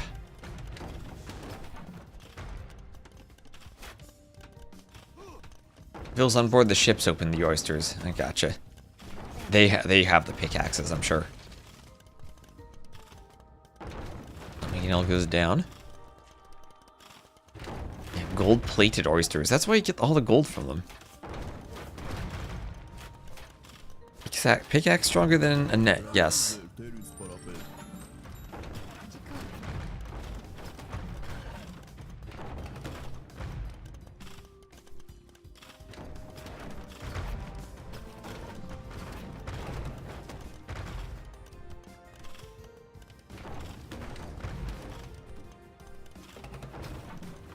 So, Imp on the way. That might be GG once Imp is reached.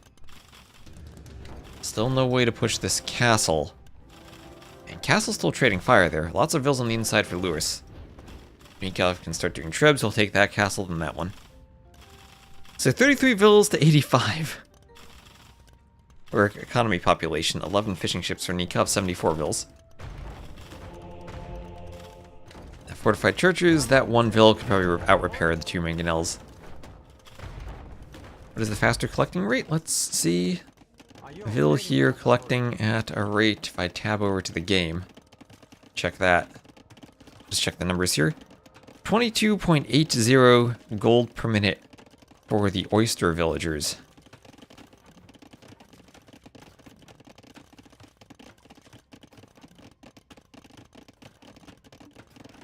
And the rest of Nika's fishing ships on food, so I can't quite check them. So, reverse sweep time. Reverse sweep time. 30 seconds from Imp. Lewis maybe gonna go for a ram push on the castle. Composite bowman and Cilician fleet on the way. Nikov doesn't have a workshop for a ram. He'll do the workshop there. Maybe do a mangonel in the back just to keep the castle safe as he repairs. Composite bowman will start whittling away that ram's HP. Mealcart's coming over to help because why not? There is Imp. And will be a trebuchet right after Cilician fleet. And one treb will probably be able to clean up 3 castles in the middle.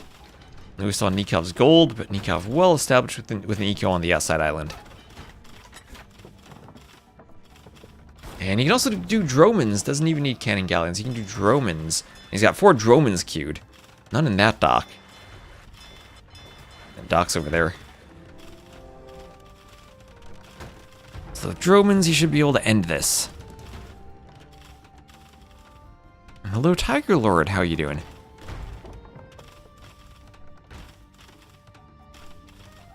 $31 vills. No more stone for Lewis. He doesn't have the eco to collect stone and repair the castle.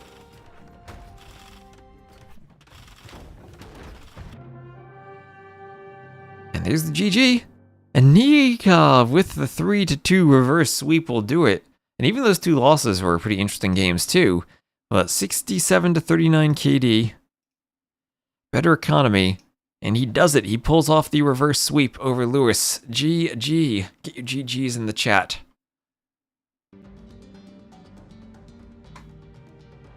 And there we are. There we are. So 3-2 Nikov over Lewis. GG. Nikov will advance. Finally, someone won their home map. But with this Civ pick, no big question there. This is Draken rightly pointed out right at the start. Difficult Civ matchup for Lewis. Didn't really have something for that map after using Portuguese on Arena. A lot of games being played simultaneously now. Yes, they are. Yes, they are. So do me a favor, chat. Check out the LingYuan Cup here. Let me know what set you want me to cast next. GG. I'll post the link to the tournaments tab. Let me know what set you want me to cast next. I'm just going to take a quick break myself, and I will be right back. GG's. Doubt? We can cast Doubt if you want, but let me know, because maybe other people cast other sets too. We'll see what we want to do. So GG's, I'll be right back.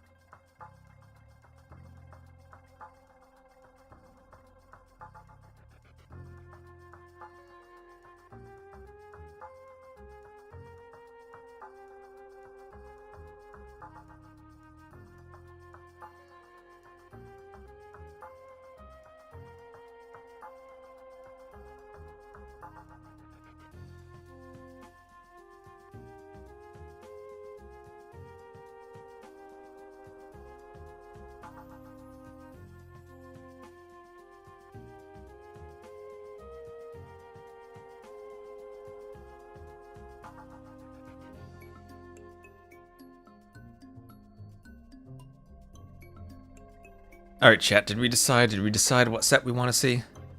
Is it Doubt Mihai? Oh, they had an arena game that was first. Oh, we can check out Doubt Mihai.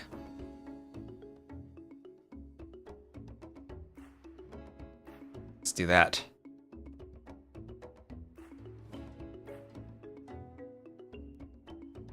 I think everyone wants Doubt. Edit my title a bit.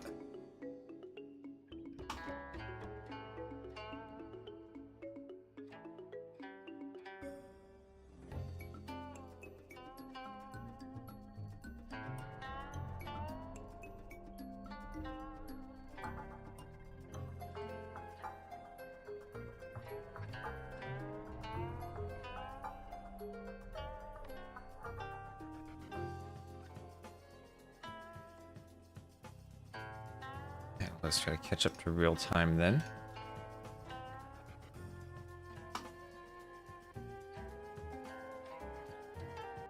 Now, there's a chance we get to another set real soon.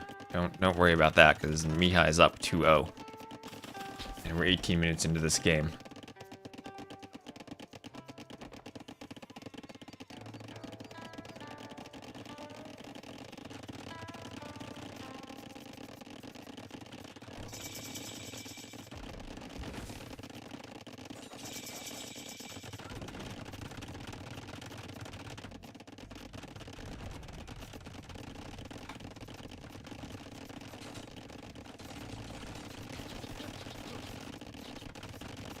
Alright, let's just see what's going on here. Mihai with the score lead. He's Wei versus Georgians. And good scout lead from Mihai. Is Mihai going to win 3-0 over Doubt? That would be one heck of an upset. Maybe you need to start thinking of what set we want to cast after this. As the next round of sets start at the top of the hour. So whatever we get into, we're going to catch the end of it.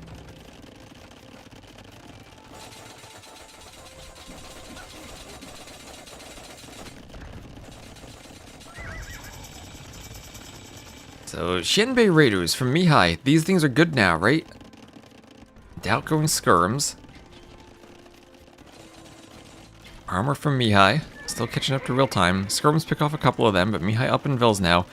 He's got his 3 TCs running well before Doubt does. Now, the Georgians do have Fire Lancers, and we do know how OP those are. The Wei don't. They are not in the time frame of gunpowder units. So Bloodlines, armor from Mihai. Maybe he'll go for some of those Hui Guang cavalry units. Yep, 2 staples. And Namso222, thank you for the follow.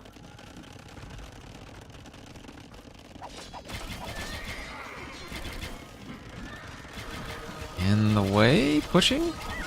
I mean, I've yet to see the Shenbei Raiders fail after the changes. So just needs to make sure that the Hui Guang cavalry are fighting the skirms, and Mihai's up to Imp. Doubt's nowhere near the same point in the game. Mihai going for a castle in the middle. And there we are with 1 Fire Lancer. Mihai, Doubt castle in the middle. We're adding in some more eco now. Heavy Hui Guang cavalry on the way. And with a couple of Fire Lancers, that I don't think will deter this army too much longer. I love the outpost in the middle though. Good, so we can keep track of the skirms. Chemistry on the way. And this is looking pretty darn good for Mihai so far. Up by 5k res.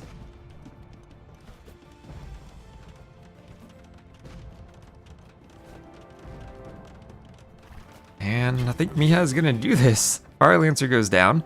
Castle should go up. Doubt's still not up to Imp. Wei are going to need their workshops for Trebs. Mihai thinking, I'll do a castle and Treb, but no, he needs the traction Trebs. Oh, that was a Grenadier, not a Fire Lancer? That was a Grenadier then. Okay, that's what the explosions were. I saw something explode and thought it was the Fire Lancer, but no, it was the Grenadier. Oh, they do Fire Lancers too. They can go both. So Mihai gonna fight under the castle. I guess these things have a lot of armor, but still, it is castle fire. Now, Doubt should be mostly walled. Has a hole in his walls though. Mihai maybe could raid through there at some point. There's Parthian Tactics. There's Blast Furnace.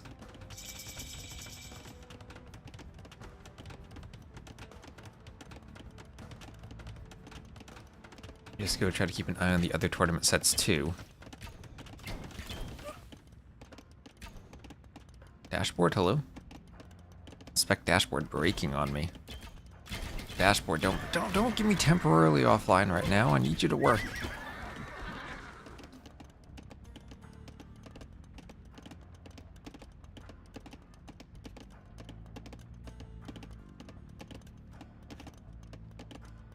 Okay, so there is conscription on the way for Mihai. Masonry, ring archer armor, conscription. Continuing to hold the middle of the map. And now he has a raid. Now he's gotten a raid through on the eastern side.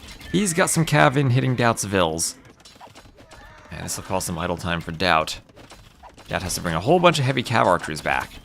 How do the heavy cav archers do against whatever the Wei have? Against the Xianbei raiders and Imp? I'm not sure about that. Maybe a matchup we'll get to see. These things with 5 pierce armor. But, I mean, not even low HP, 138. That's 2 less than Paladin without bloodlines. So that raid brings the cav archer back, lets the traction treb start attacking the castle. These things fairly weak versus castles from what I've seen. We can have another forward castle from Mihai. Mihai going to keep pushing to this castle from Doubt. Now it's just about the imp composition from the Wei. So Doubt maybe bring the score difference back a bit. Look at how much more res Mihai has. But also ahead in the KD. I feel like he should be further ahead in the game than he is. So fortified bastions and scaled barding armor for Doubt. Maybe Mihai needs a trash unit. What does his hussar line look like? Full upgrades for the hussars aside from the final armor. And so missing the final armor will be awful against the cav archers. Bring the hero unit. Oh no, not the hero unit.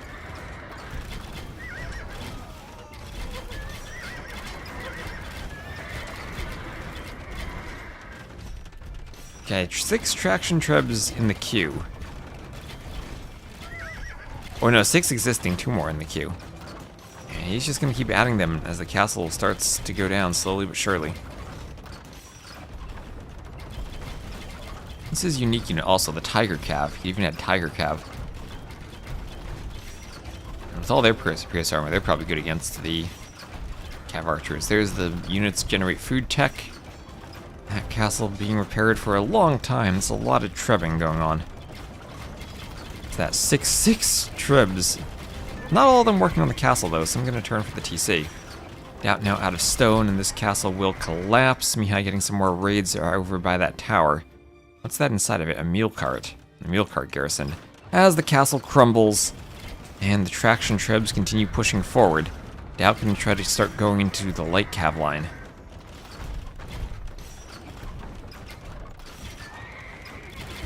As the cav archers are forward, but the traction trebs even can be used against the cav archers. They'll also be able to take out the TC, this treb being repaired, and hussars coming forward from Mihai. Let me just check if the dashboard's back. It is. There we go.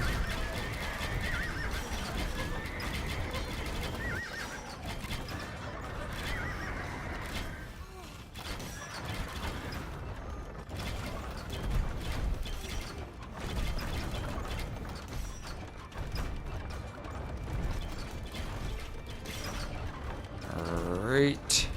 And this is cleared, and I think Mihai is gonna do it now. Mihai has a clear raiding path into Doubt's base. Traction trebs taking out all the buildings. And this is gonna be a 3-0 for Mihai. Clean 3-0, even the bear helping him out. Taking out those cav archers, Doubt's being cleaned. Doubt has some food left, but that's about it. He's gonna run hussar or run light cav towards the traction trebs, be fended off by all the Xianbei raiders as Mihai comes forward with hussars. Mingguang armor. What is that? Mounted units plus 4 melee armor. And soldiers passively produce food that's already in. He's doing the elite tiger cav. Doubt now collapsing in population. Absolutely collapsing. As the trebs go for the TC, trebs go for the stable.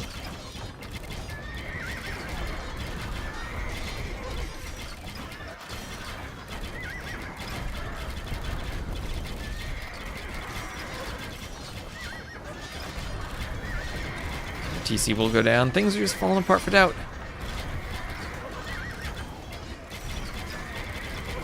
This unit, the Shenbei Raider, the Wei have been really strong with that. There's the GG, and Mihai takes it 3-0. I'm not exactly sure what counters that unit, other than potentially skirms. But 230 to 151 KD, the Georgians just could not hold up to the Wei. And I'm not even going to bother to update the scoreboard for that. We'll just go right into another series. That was quick. Quick and easy for Mihai. Didn't see the first two games. Let's see what we have here. We have a few more sets. 32 minutes is going to be the start of the next collection, a series.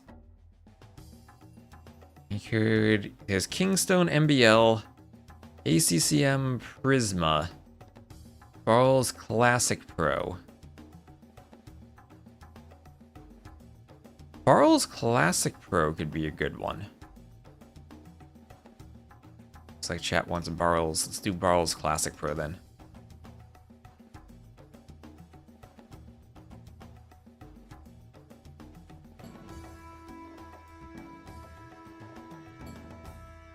The drafts after we do the game.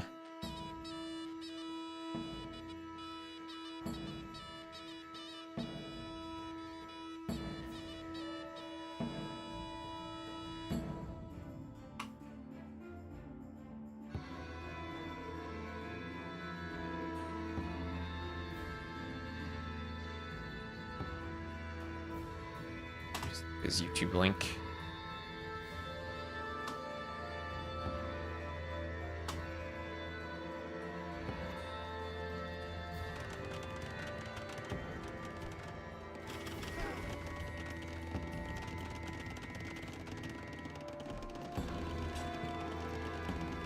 There we are. Alright, Barl's Classic Pro. They have colors picked too and everything.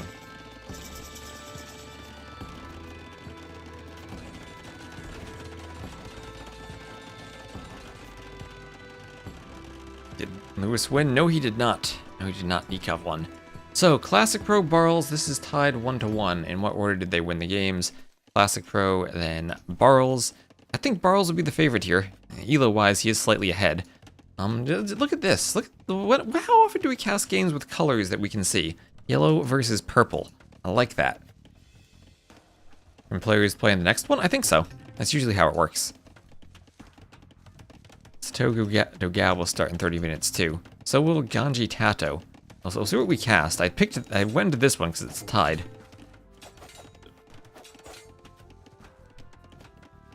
The Roman jingle makes you check your phone if you got called.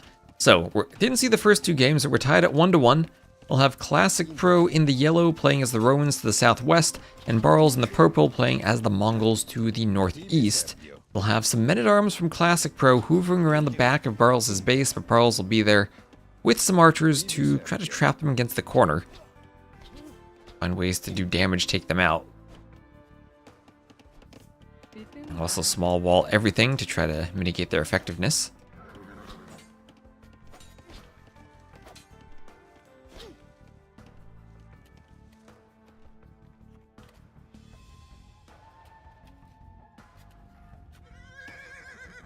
Scouts will be running around too. Our archers hoovering as a few farms go up. And look out, of course, you do still have your forward base, and looks like Barl's did his stable at the forward base. He's the Mongols, so could go up fast. And now some skirms at home. Everyone always wants skirms at home. As well as skirms forward, skirms in the middle, skirms everywhere. And that final man-at-arms will go down. Don't set the Roman jingle as your phone call sound then.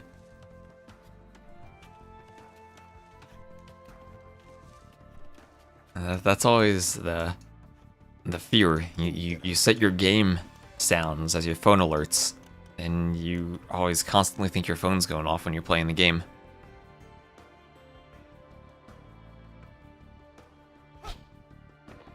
Oh, what is this pathing? What is this? Really needs to do something about that.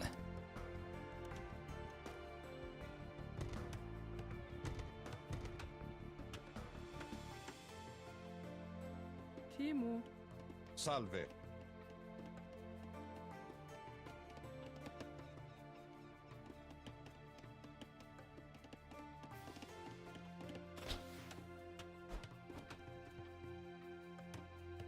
Timo. Tibi Sergio. Archers going down.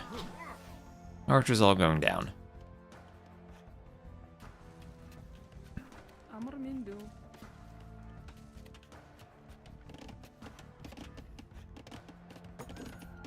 So mining camp on the gold.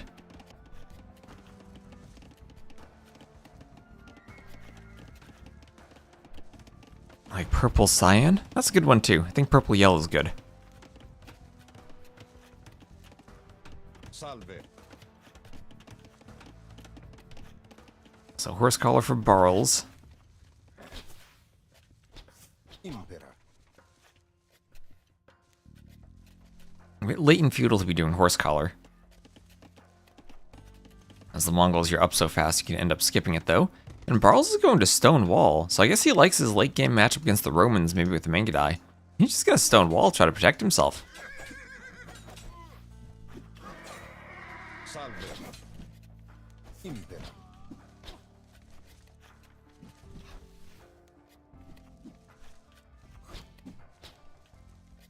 Archers skirms running around, scouts hoovering too. Some walls get deleted.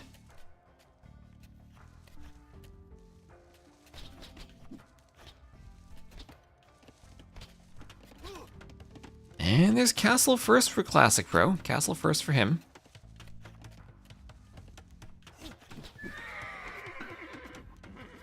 Archers take out a scout. As the other archers in the skirm keep moving around. Maesty, hello Maesty. There's Castle Age on the way, along with padded archer armor. Castle Age on the way for Barles. Tibi Sergio. Salve. Archer goes down. And Butter, hello Butter. Tibi Sergio. Impera. Tibi Sergio.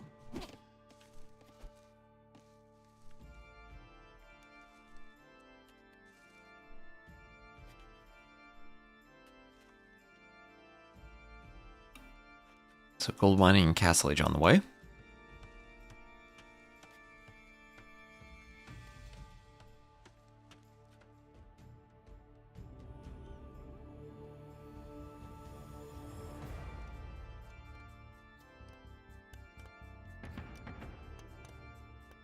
There's barracks and some fills on the gold.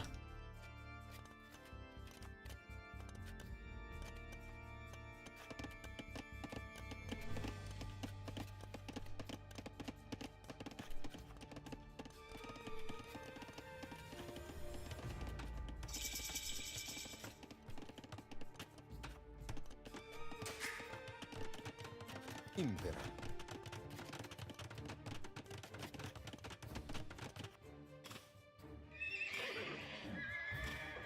Salve.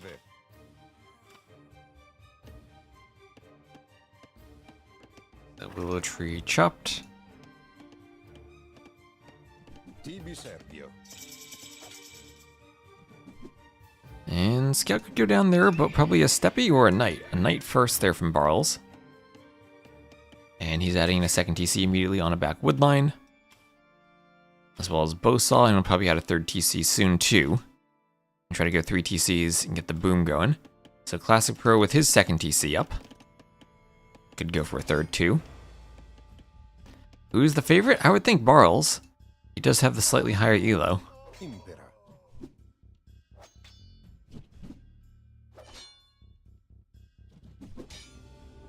Tibi Sergio. So skirms will be going down to the knight.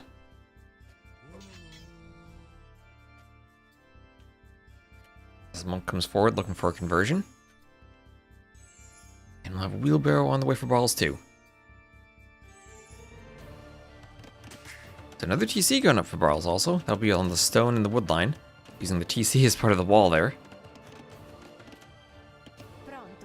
North mule cart goes to the wood line. Here mule cart chopping the trees. Needs maybe to go to the wood line itself too. The Bodkin for Barles. We'll see if he does crossbow. Salve. There he goes, crossbow. He could fight the skirms on the hill maybe.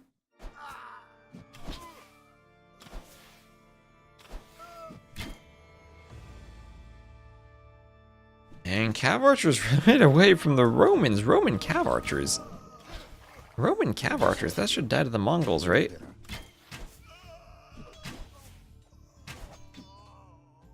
Crossbows take out some skirms.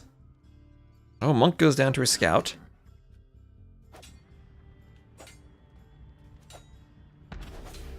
Crossbows can go for the outpost. Post will go down. Scout goes for the other outpost too. Knight comes along for the ride. Like they're playing William Wallace, stop the enemy raids by destroying their outposts. Oh, but Barles has to be careful. Because Classic Pro is angry that he's destroyed his outpost and he's coming to attack his lookout post. That'll be 2 dead vills and probably a 3rd Mulecart garrisons. A 3rd vill dying to the cav archers, and down she goes. 3rd TC now for Classic Pro, but he's a bit behind. When is the Roman eco bonus the strongest? In the late game, when your 5% is affecting everything. And you have a lot of eco added to benefit from it.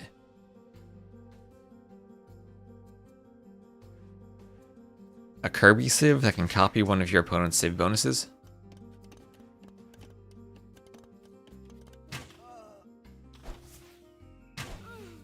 Maybe like some type of unique building where you research some type of envoys tech and pick the player whose bonus you want to copy. Is it sentencing them to death? Maybe.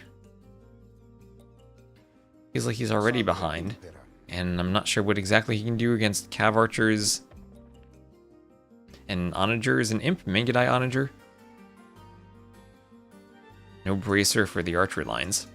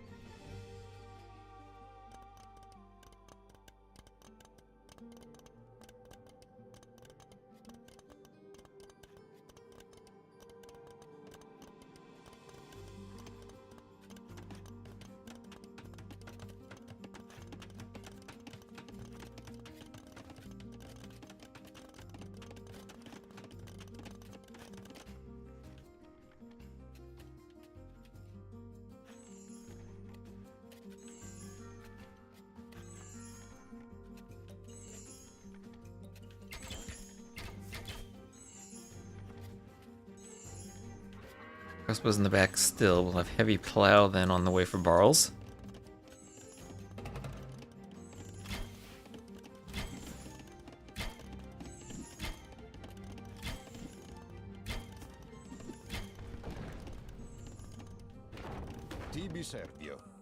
It's a shot on the skirms.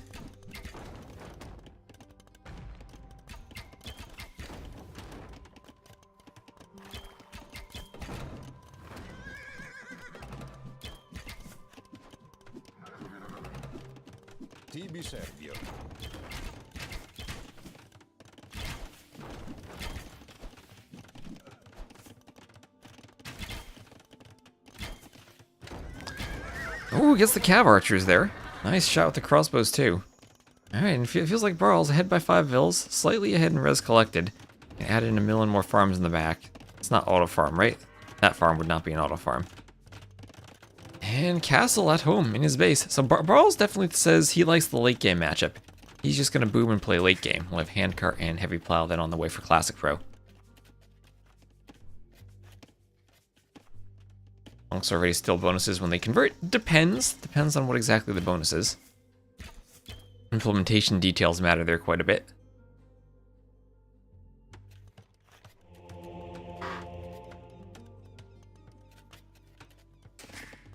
There's handcart on the way for Classic Pro, and Imperial Age Imp will be on the way for Barles.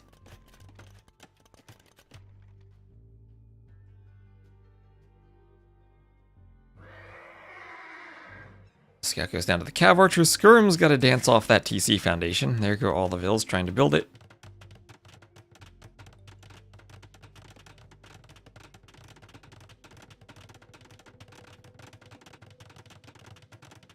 So Imp first for Barl's ballistics on the way.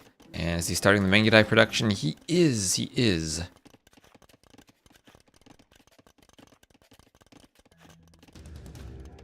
Would maybe see Mangonel productions too. And Leather Armchair, thank you for the follow.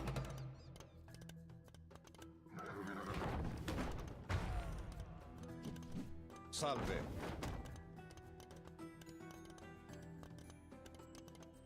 Impera. Hope you are situated in a comfy location by a fireplace. So castle on the hill there for Barls wants to secure this gold. He'll defend the hill with the crossbows. Mongols versus Romans is such a weird matchup. Two large empires at least. Historically, some different time frames.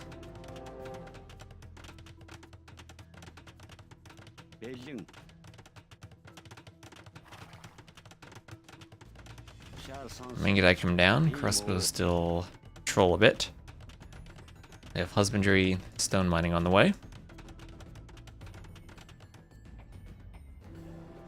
Here's the castle up. Bills move out to the gold. Knight will be running around as cav archers chase it down.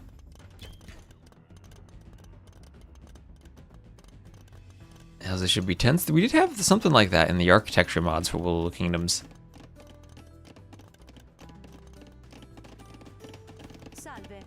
Back in the day when every civ had their old architecture set.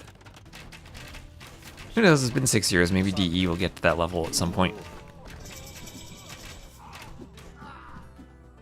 I finally got the monk graphics added in. Impera. Salve. Impera.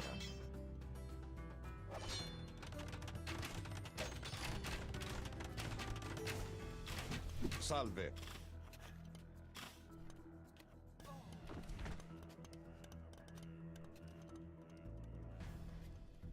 There's conscription, Parthian, and chemistry. So Cavalier for Classic Pro, which feels like the unit you want to do against the Mongols. Mongols could even go heavy camel there if they have gold, though. And Mangudai themselves, I think, would be pretty adept at dealing with Cavaliers.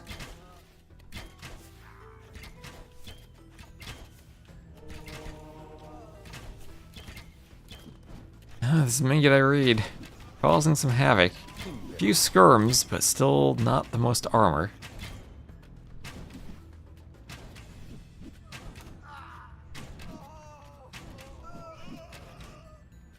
Skirm's taking out the crossbows as the crossbows go down. And finally the raid cleaned up, but Elite Mangudai on the way. You know what I've not actually seen?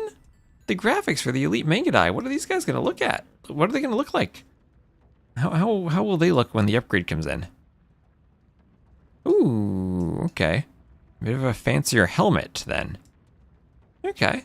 That's nice. It's subtle. Makes them look a bit fancier. Okay, that's one of the better unique unit upgrades for the graphics now. Rise of Nations. One day we'll have to play Rise of Nations on the stream. If you ever have a downtime in AoE2 tournaments, we'll play some Rise of Nations.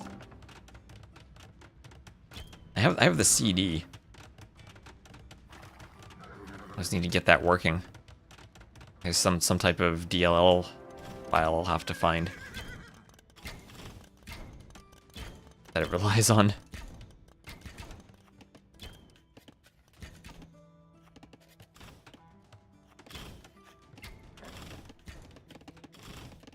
I imagine it's not a very balanced multiplayer game, but it is fun. Had some cool campaigns.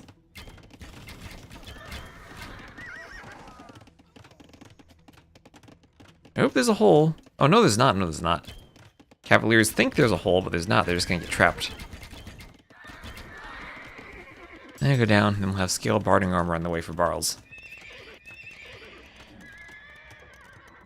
Staples going up. And Mangudai on the hill, raiding for Classic Pro. And this looks like just the death of Classic Pro? I think this is a hard Civ matchup for Romans. And now it's getting to the point where skirms are his only answer to Mangudai.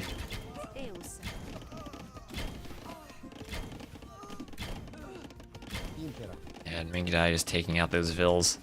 Being forced away by some Cavaliers. But Elite Mangudai, so strong. Cavalier's going down. Light Cav now on the way for Barles, as he'll look to add in Light Cav to this, make sure to take out the skirms. There's a good amount of food for doing so too. And I need to run it in a Windows XP VM. Okay, I had one of those set up for the Age of Kings. Have to go all the way back to XP. I can do that though. Been a while since I've used VirtualBox, but I can do that.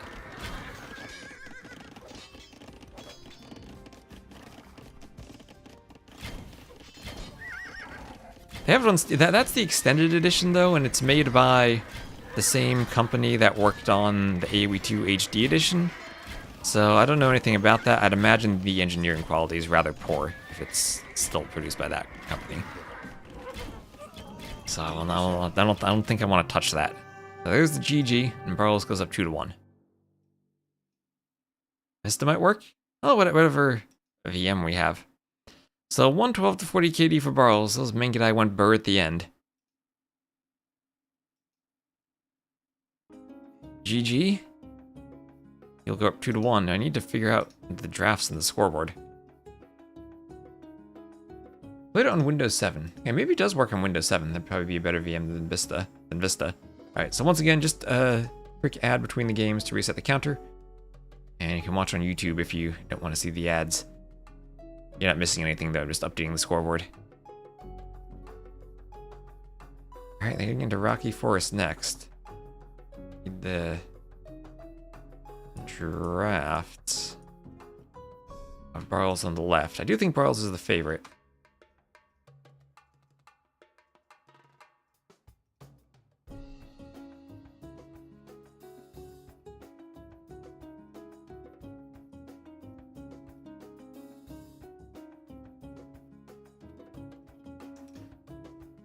One Barles.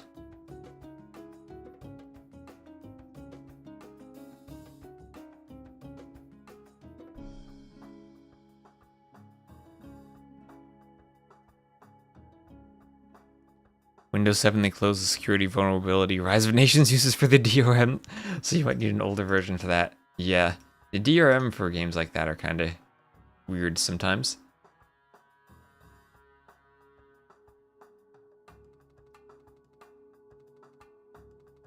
So what are the results of the game so far? Game 1 was on Bedouins. That was won by Classic Pro. Then Khmer was won by Barles, and now Lookout won by Barles. I think we're starting the game. Just get this checked off. So he's one with Mongols, one with Dravidians, lost with Bengalis. Then we had a loss with the Persians, a win with the Gujars, and then a loss with the Romans. The Classic Pro using the end of his draft. And I'll swap over to the next game. Here we are. Everything's updated. Lovely, and it'll be Rocky Forest with Chicken Arena potentially as the final game.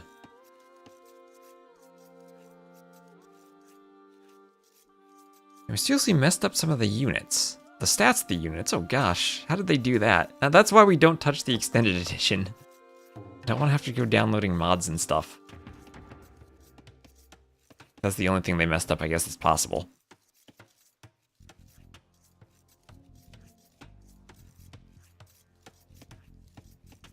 So Barles as the Armenians, getting to do a barracks, and we'll go for some type of instant drush.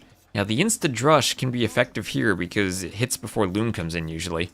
And hello Dangle, how are you doing Dangle? Hope you're having a lovely, lovely day.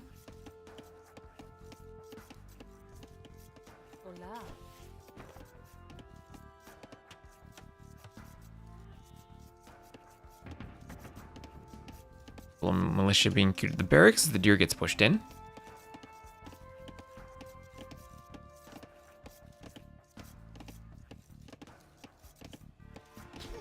Could be worse, they could have made lobbies crash, broken pathfinding, and have the game randomly disconnect.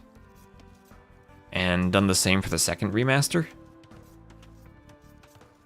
Doesn't have a chat filter. Hopefully you can toggle it off if there is one, like in AoE 3.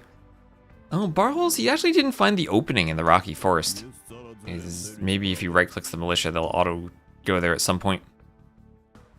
Yeah, there he goes. He found it. And as I said, no loom yet. That house will give some scouting. Militia need to run around it. And there they go. Scout will try to block. And his own scout needs to come over for Classic Pro. Pearl's going to start hitting the vills. And getting a good fight with the militia. Down the militia goes. And the loom on the way also for Barles. Loom on the way also for Classic Pro, but lost a Vill already. So 2 militia drush paying off in terms of killing a Vill and forcing the loom. Enough Vills on the woodline though, they can probably fight this now. So they'll just go for the house. Why not? Dark Age houses are weak. They go down quite readily these days. We'll force Vills to come over and fight. Force some vital time as Feudals clicked first for Classic Pro. Will be a bit later for Barles as the Armenians.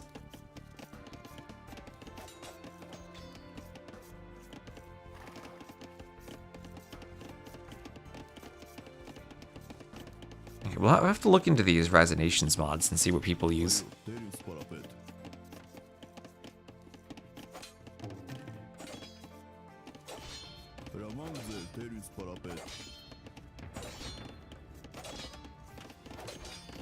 So barracks for Classic Pro. As the militia want to come forward, probably hitting the scout is the most valuable thing at this point. Getting the HP off of the scout. Militia want the villager. I'll force the scout back into the fight. And then same thing, low HP house, you can go for the house again. And Classic Pro will be up slightly first, slightly faster, a bit less idle TC time. Good job grabbing the full HP Vills to pull to the fight.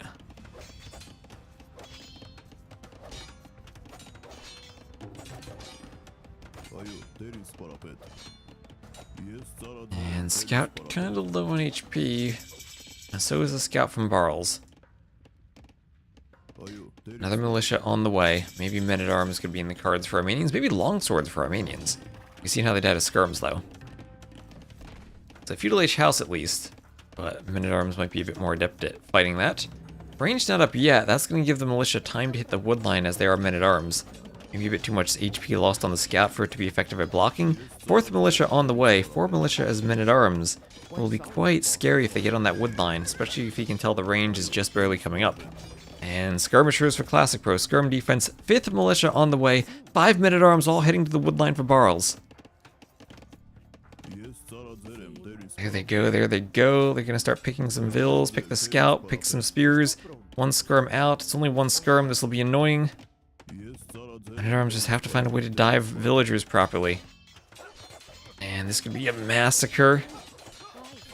Oh, going to be a lot of low HP Vills at least. Some spears coming over. Here's a Vill down, a couple of Vills going down. The Vills are weak. Men-at-arms fighting everything they can. And Vills going down. Will 1 more go down? Yes. So that's now 6-0 on the Eco KD in favor of Barles. All the men-at-arms are cleaned, but it does get 6 villagers. Well, you can't wall there because it's rock terrain. And there's the GG. So Barles wins 3-1. Here's Barles winning 3-1. I joined the set because it looked even 1-1, but maybe not. So I think what we're going to do now, instead of joining an in-progress set, we'll join one of the ones that's going to start at the top of the hour. Well, 6 men-at-arms, and that's all you needed. Early drush into no walling. And Classic Pro just calling it. So 3-1 for Barles. Didn't get to see Chicken Arena, unfortunately. They saved the best for last, and we didn't get there.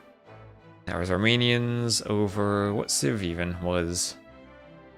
Classic Pro that game. It'd be Portuguese, yeah, Portuguese. And probably Malay Burgundians would have been Arena had we gotten there. Really need more diverse Civ matchups on Arena somehow. Alright. So let me see. What match do we want to have next?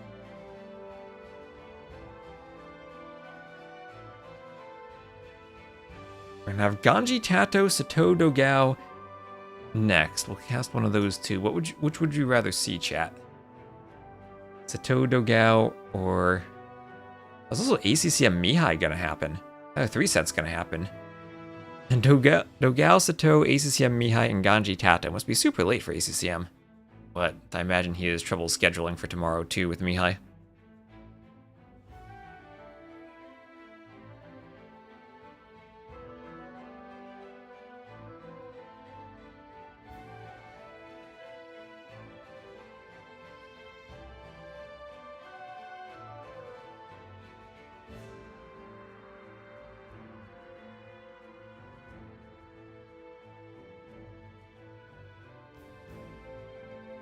On Sato Dogao? Alright, we'll do Sato Dogao.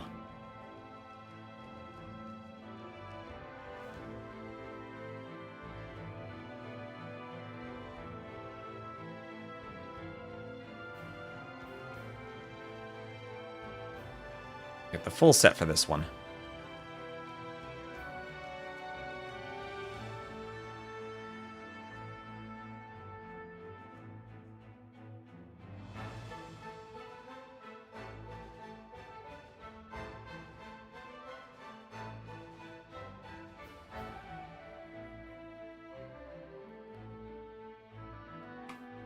See if I can find their YouTube links.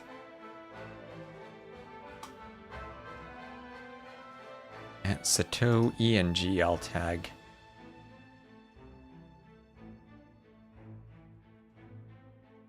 Does Dogao have a YouTube? He does. Dogao AoE.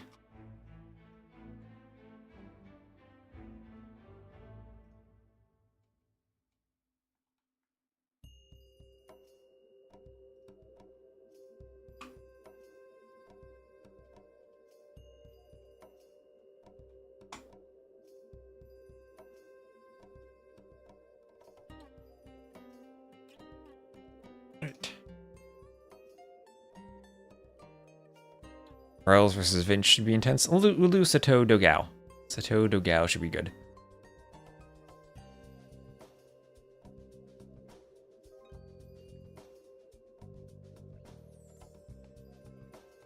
And the round of 12 happening too. Siskan Nikov is live. ACCM, Mihai, Barles, Vinch. I think Sato Dogao will be a good one.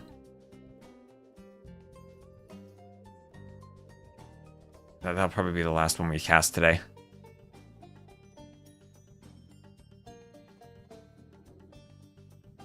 I'll just wait for the draft.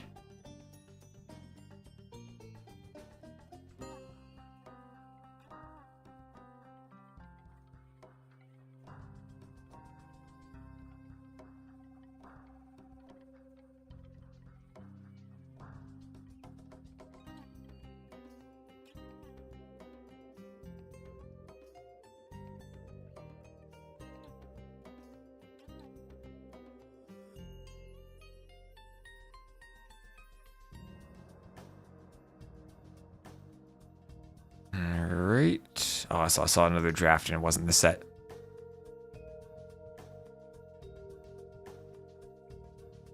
In Rise of Nations, there's a hockey that cycles through buildings where technologies are available.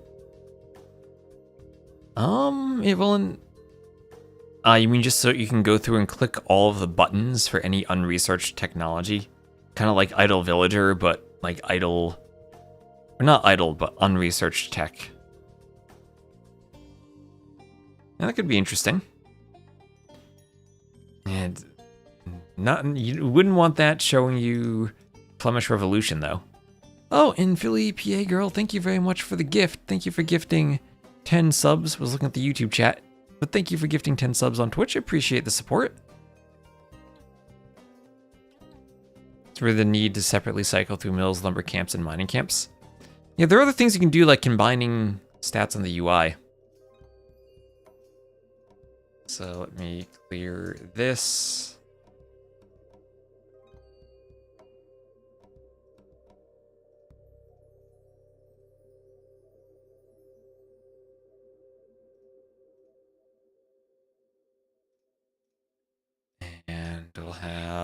Sato against Dogao. I think Sato would be the favorite here, but Dogao should be able to put up a fight. And again, thank you for the gift subs. They do help us keep everything running, and the more we have support from subs, the less I have to rely on ads. So all the subs and memberships are wonderful for helping support me while I keep the ads off as much as I can.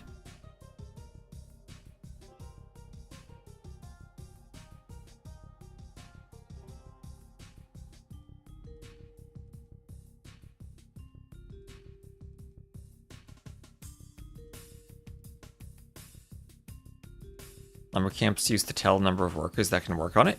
In Rise of Nations, that was the thing though, there were hard limits. It's not like AoE 2, where you're limited by the shape of the wood line. That was a very different system.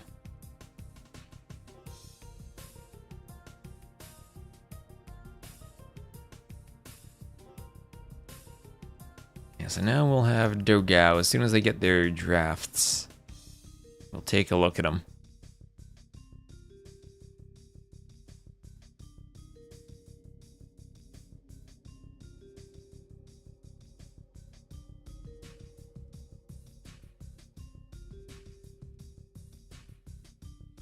Yeah, and also now that we're in August, it's important that we do hit. You have to be a caster to get the recs. These aren't recs; they're live games. You can just look at them on the dashboard. Anyone can watch them. Then anyone can download the recs from the player profiles. Had to look up what Pog means. Oh, that's a Twitch thing. That's an old Twitch thing.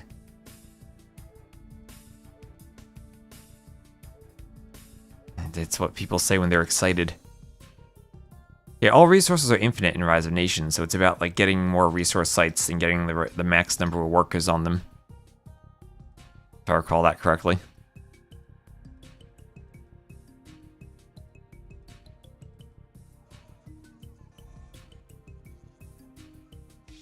It's an 80s toy? I know that, but that's the meaning of what it's like on Twitch these days.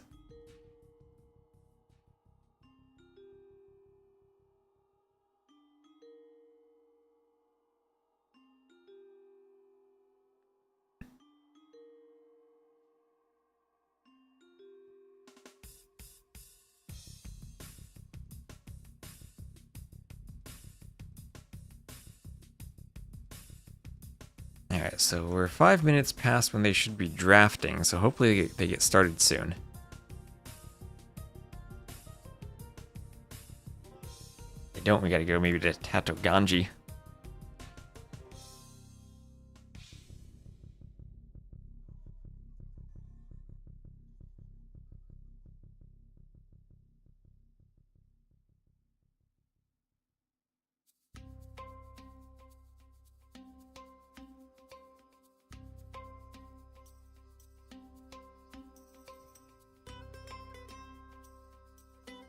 Oh yeah, this is also Onimaru Dogao. I don't think I've actually played Pogs.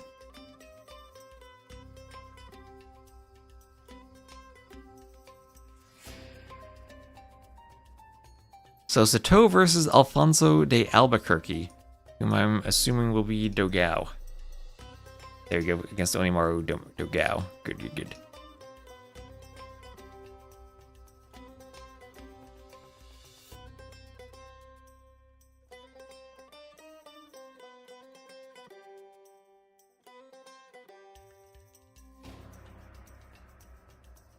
And there we are, lovely draft time. And hello, Hypno, level 37. So I hope you all are enjoying the stream and enjoying the LingYuan Cup. And again, reminder, the winner of these qualifiers will be heading to China for the LAN.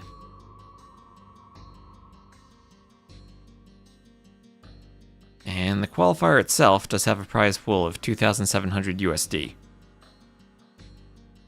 4th to 6th place get $500 each.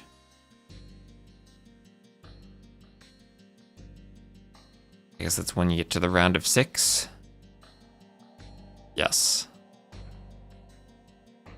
So the winner of this set will go on to play the winner of Tato versus Ganji. Lots of sets playing today.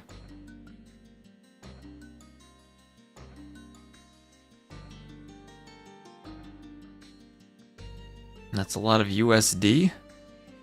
It's a good amount. It's for the entire match. Or the set. They will end up picking 5 maps. The one in the middle will be played first. And then they'll have a big Civ draft.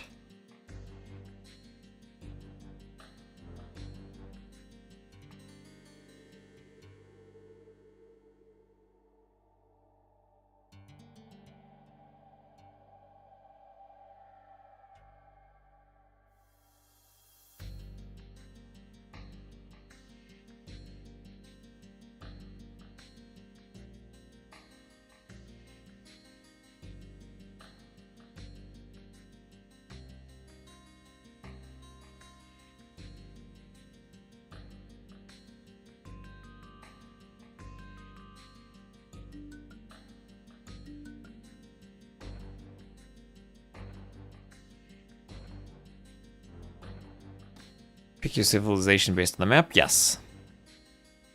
Each player will have 6 civilizations that they can then pick for the 5 maps.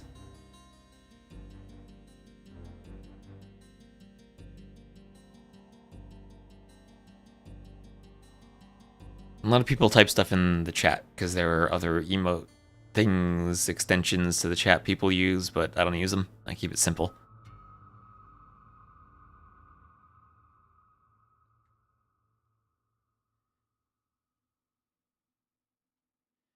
Lots of fish and fish. So not Nomad will be game 1. Water maps for Dogao and Khmer and Seychelles. Aggressive land maps for Sato, Fish and Fish, and Chicken Arabia. So 4 maps have water on them. It's a lot of water. No Chicken Arena, unfortunately.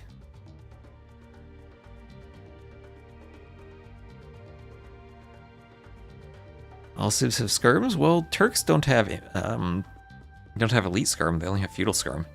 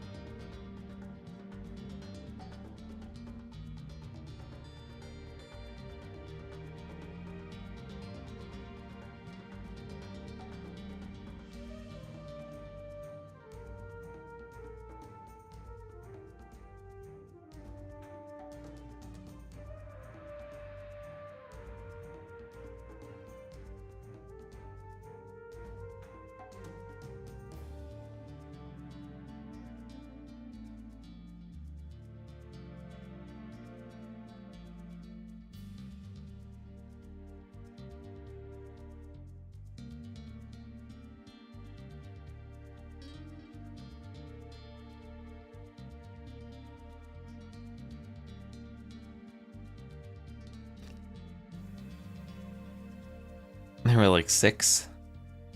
And I'm gonna pick probably lots of hybrid map civs for the water maps. Stuff like Italians, Dravidians, Japanese, Wu, Persians. You see Dogao banning all the good hybrid map civs. Wu, Japanese, Dravidians, Persians. Also Byzantines, Huns, Mongols, Koreans banned. So we're actually gonna have to be maybe creative with what they do. Malay banned in the admin bans. Also Malians. So maybe Lithuanians left.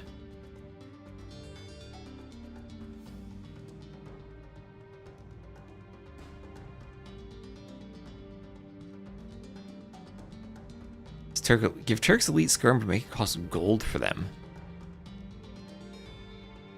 Okay, Lithuanians banned. So they're continuing to ban the hybrid map civs rather than pick them. So they'll have to be kind of creative. Maybe we'll see Celts. Oh no, Celts are banned. Celts are banned. The admin bans. Armenians banned too. Oh gosh, all the good water civs banned. What are we gonna see here? Maybe Spanish. Portuguese, definitely. Okay, there's still a pick.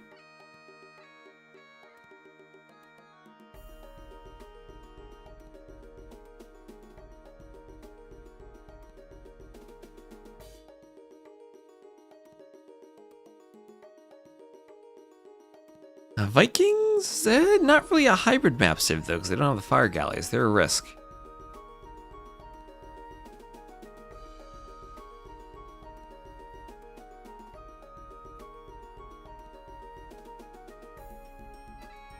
And galleys still available, yes. Italians are picked already. Are Chimeran Vikings, okay. So Sato taking the risk of Vikings.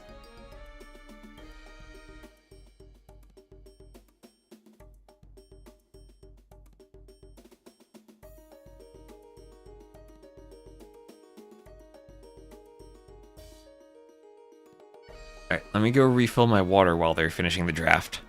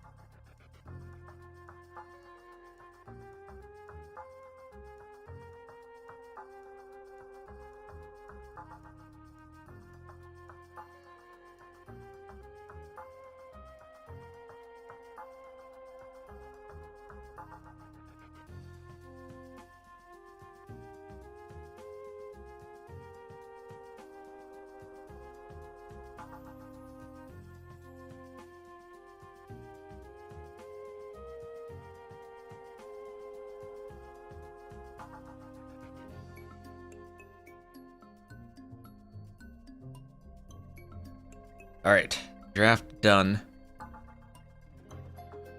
And let's see where we're at. Not Nomad will be the first game. Not Nomad. It's close to Nomad, but not quite there.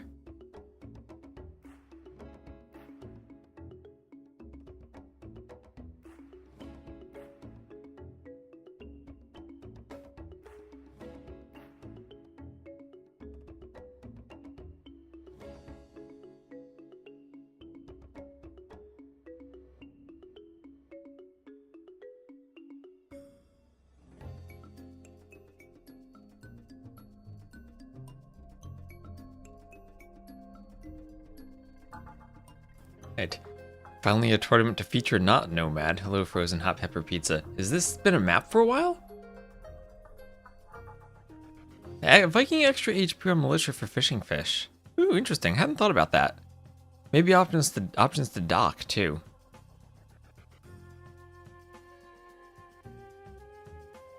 Yeah, this will probably be the last set I cast today. At least we'll get the full set. He won last game, Nikov Lewis. Nikov won that. Swordsman Nikov won that.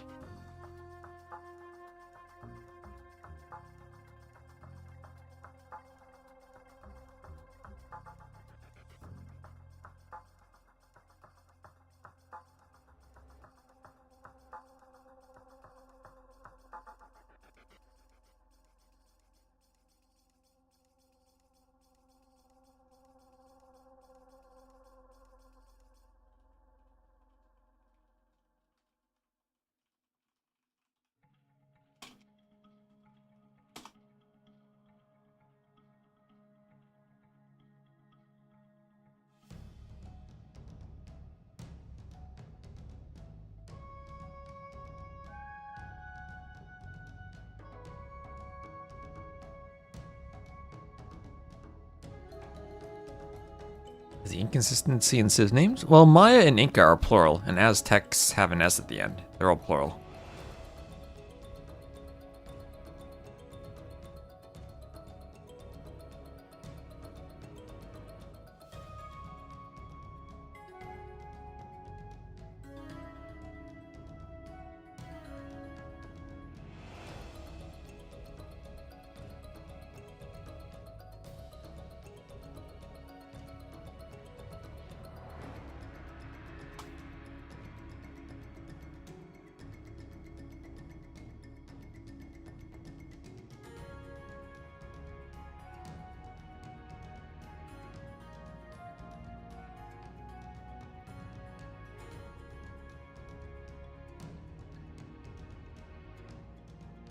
Okay, let's see if they're still in the lobby. I don't know why they're in the lobby so long, but they're just chilling there. Probably having a nice chat with each other. Nice long conversation. About how Nomad and not Nomad differ.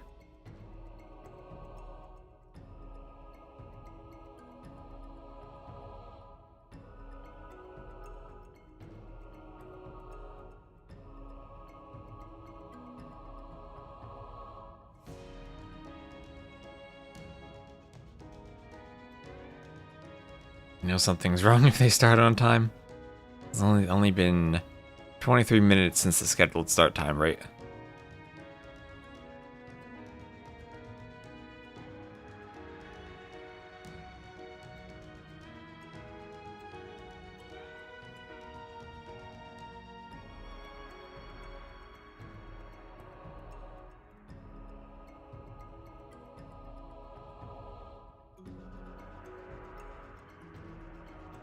Yeah, so both the Dogaz maps are are part of the map contest for this. And custom maps that made it in.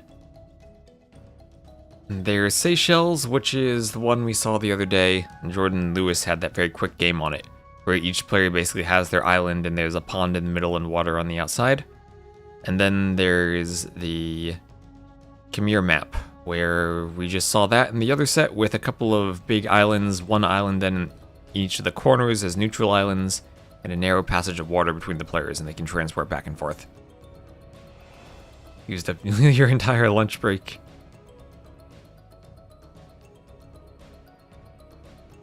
I know, we need them to launch. Need them to 14. Yeah, they have 14'd. This match is played on a non-standard game version. What? Do they play on the pup somehow? What are they doing? Okay, we'll hope that this doesn't go out of sync. What? Let's hope that's correct. Maybe that's just the dashboard being silly. Looks like it's connected all right. So it'll be not Nomad, Chinese for Sato, and Italians for Dogao. It'll be the Taiwan clan versus the Onimaru clan matchup.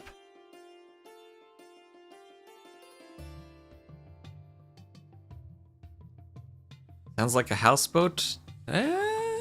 Not really, but I guess they're...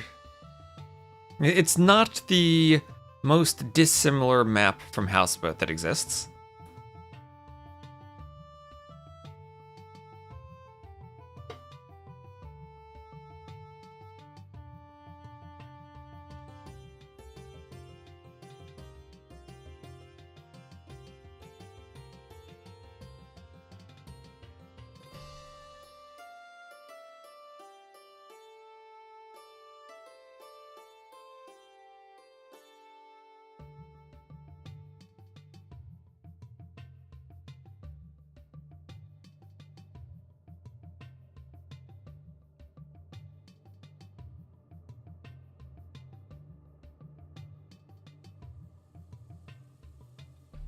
So, again, with all the hybrid maps being banned, they're gonna have to go pretty deep into their bag of tricks for the hybrid maps.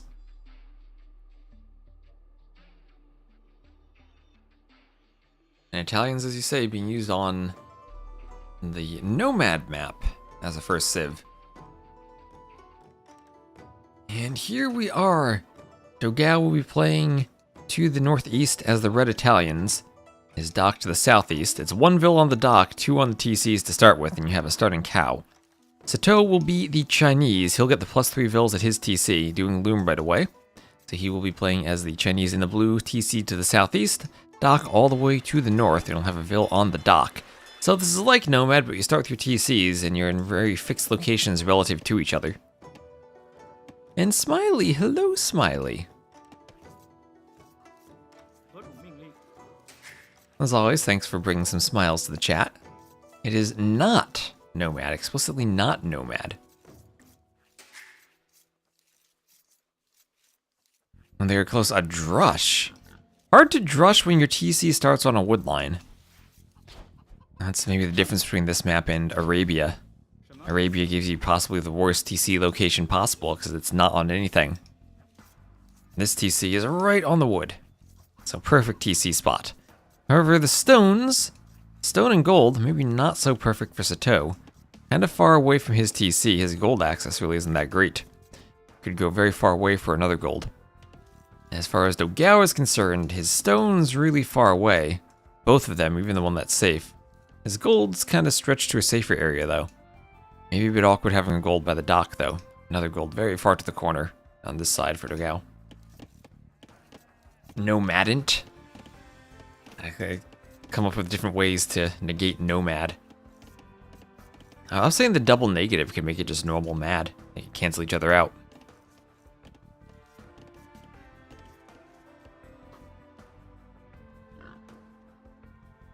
So good boar lore here from Sato. We'll see if he can get that easily.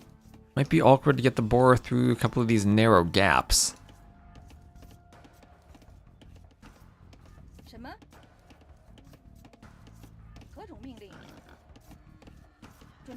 And Vor gets one bite out of the Vil, but he's Loom already. So with Loom, we'll get the lure in no problem. So Dogao, as the Italians, is actually up on fishing ships. Was easier for him to pump them out, since they are cheaper for him. So that'll help even up some of that Chinese eco bonus. Looks like the fish are not too plentiful here. You have to go pretty far from the coastline to grab them. And at that point, they are pretty spaced out. Dolphins, though. Dolphins have a lot of food on them. Hello, Fart of War.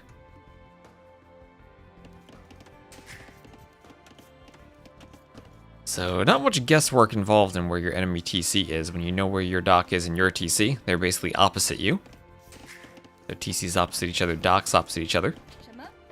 And Sato sees that house there. He's sending Vils forward. We'll just go to the chickens though. Ooh, if he scouted a bit better, he'd have seen the boar here. Unfortunate scouting, missed by a tile. And Gao has seen it. Maybe he'll send a Vil out there, luring a boar first though. This might be the priority though, knowing that it's right next to Sato. And he should have an idea just based on having checked the map where his opponent is. So nice of the Italians' fishing ship to keep pace with the Chinese, and the fact they can skip Loom. And by and large, Dogao sticking with the eco population of Sato. The Chinese only 100 more res collected, some of that varied in drop-offs at this point.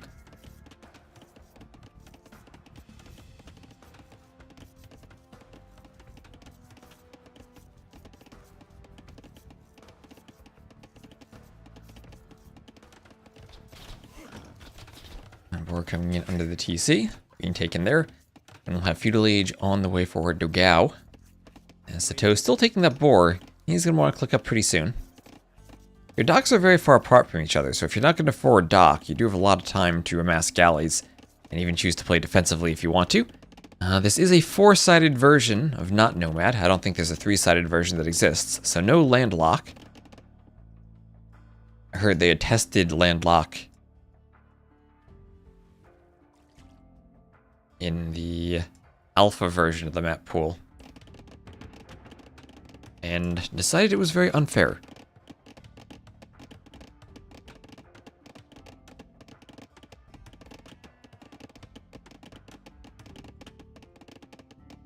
So, yeah, far gold for Sato. Also relic right on top of the gold. And that can maybe make quick walls a bit strange between the hill and the relic. So he'll have 4 Vils out there. Second dock farther up the coastline there from Dogao. Sato going to dock maybe on the opposite side. And we'll have Feudal on the way for both. Sato going up a Vil later. And there's Dogao immediately up. And we go double dock galley production. Do 1 dock galley production. Where's that second? Hasn't quite have the wood for it yet.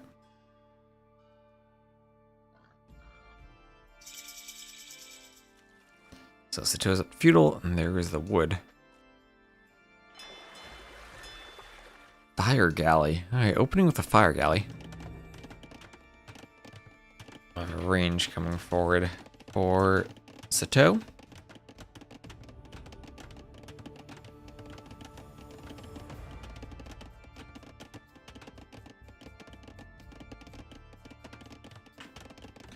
Range forward, then another range there for Dogao.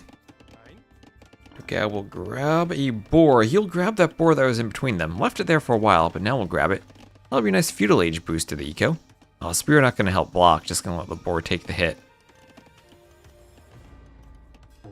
Or a boar get the hit. Vil will take the hit.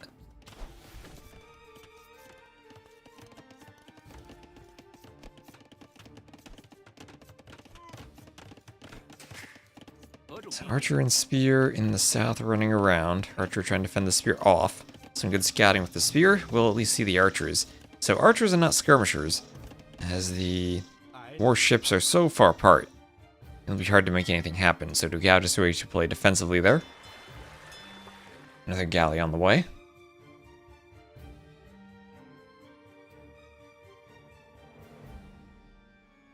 And still with his own fire galley, looking to defend a bit.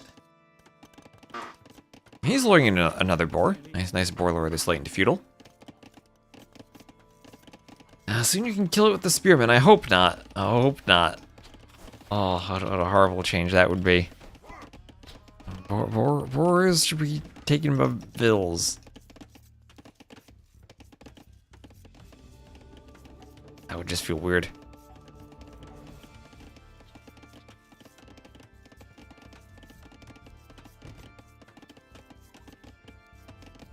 Some more walls going up. Archers coming out. And Sato just looking to be walled, looking to be fully walled. Well, we'll probably go all the way down to the coast. So fully walled on not Nomad. And that one fire galley of Sato's will go down to all the galleys of Dogao. No question about that. Is anyone happy with that change? Certainly among, I think, all the streamers and top players, it's been universally criticized.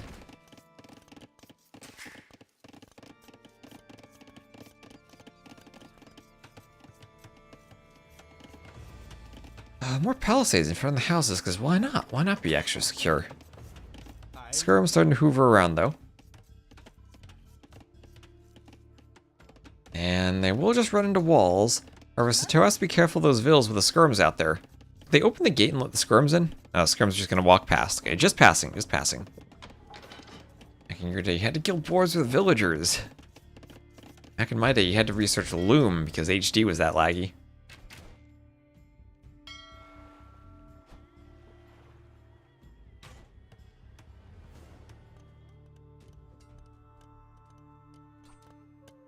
Impero.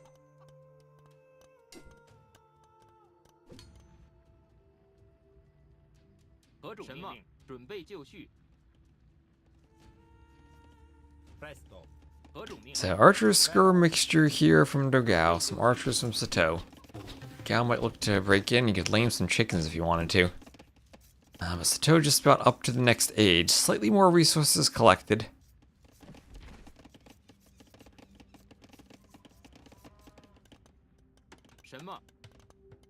Archers coming around. And oh, chop the straggler tree, let the archers in. And rebuild it. So wall going up here for Sato. And okay, he notices that the archers came inside. Left it open. This wall needs to be finished ASAP.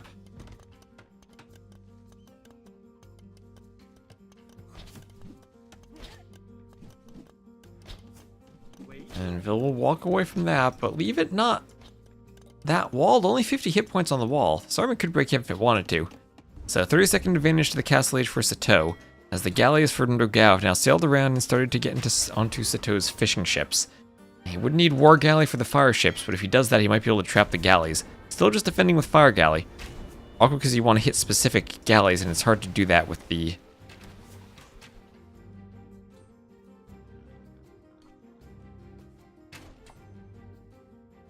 fire there.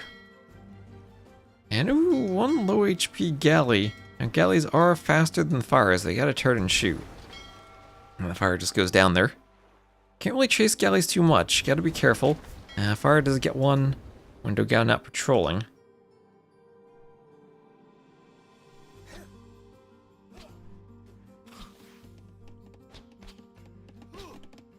So archers. For Sato coming around, gonna try to clean some of Dogao's archers. He's up first. Crossbow on the way. We'll probably see Bodkin right after.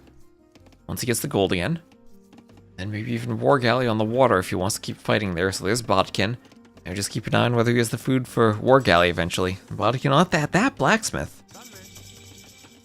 As the archers will come in, if they become crossbows and find that gold mine, that could be really good for Sato.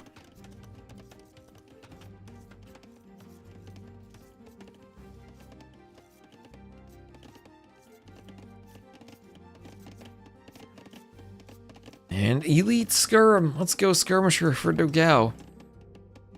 Of course, he's making Skirmishers. This is 2025. It's a fire ship there destroying houses.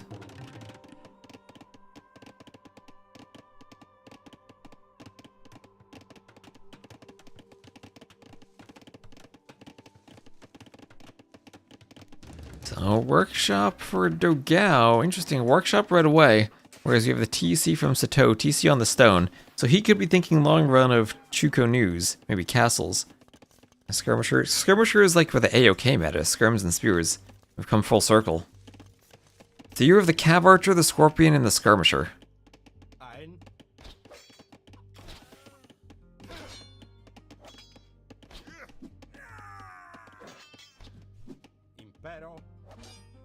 Skirm's going for the knight. I'll try to take out some of these units.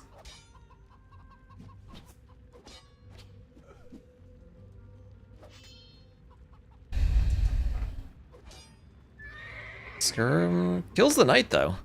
No armor for the knight, so the skirm's still actually pretty scary there. Lots of fire ships now for both players.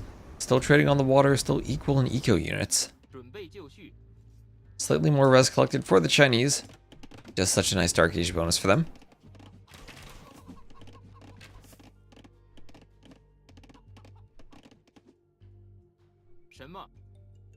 So skirm archers chasing each other around the side, some fire galleys neither player patrolling. Still maybe has to be careful to keep that house up, keep the blacksmith up, as that is on Dogau's side of the map. And as much as you want to use that do them with the dock villager for less idle time, it does sometimes make it an awkward spot. And Sato going forward with 2 TCs, he'll be adding in the forward workshop. If the Vil can ever get off the foundation, there he goes.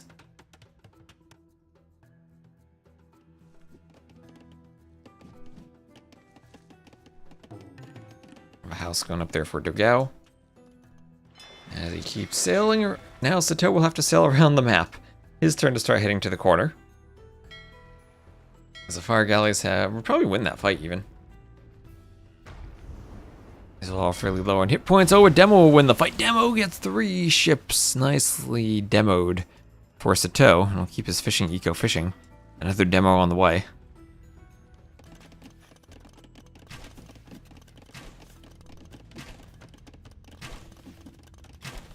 So just pure skirm from Dogao.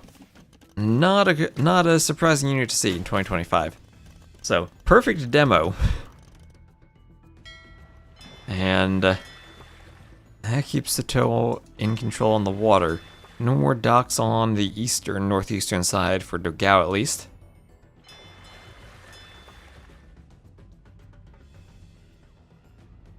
Only this one dock in the west. Crossbow on the way. Rocket cart. We're going to see some rocket carts.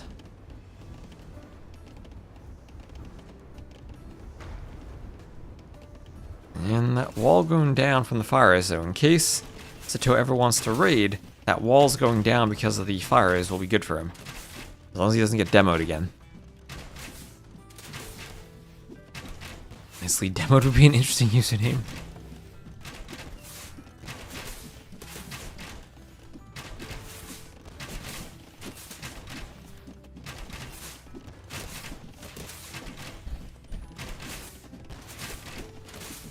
There we have horse collar on the way.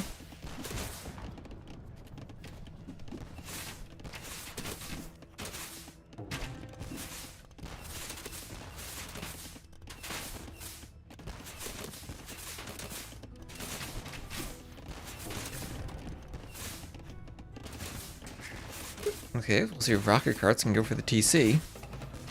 Mangonel here, a rocket cart on Mangonels as they come forward and go back. There's Bosa on the way.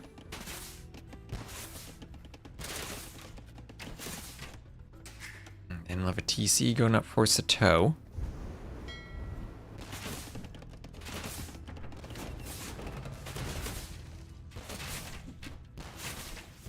So, rocket cart push continuing, and I like how Sato has a boom behind this, not just a pure push, but he has eco too.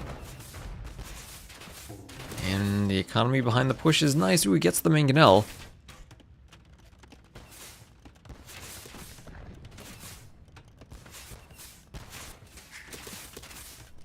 And rocket cart working on the TC, another workshop to the side. And outpost there will be forward for Sato so we can spot the Mangonels from afar. Caravels have to repair that. As the house goes down and the rocket carts continue working through the base. I'll see if they can get a hit on the TC. Or on all those units underneath it.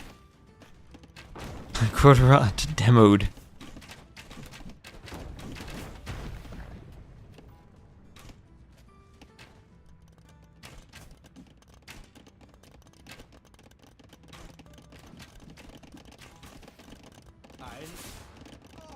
Ooh, nice attack ground. It's a skirm there.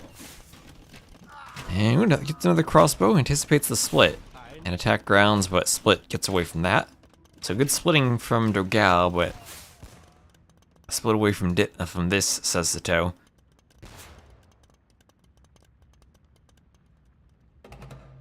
As he's bringing his rocket carts back.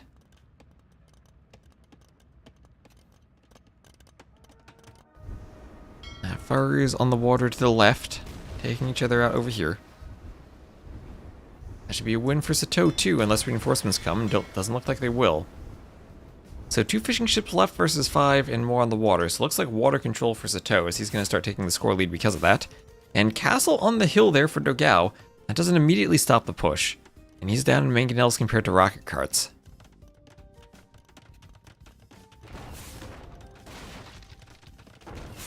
Okay, trading some shots there. Oop, mangonel goes down, so does that one. Alright. Well, as they trade, Sato will have a 20-ville lead. Trades will be good for him as he adds in a university and maybe thinks about going up soon. No bombard cannons for the Chinese, but they will have siege ram. And then they will also have the trebuchet. Feels kind of weird, right? That I gotta point out whether or not a civ has a trebuchet now.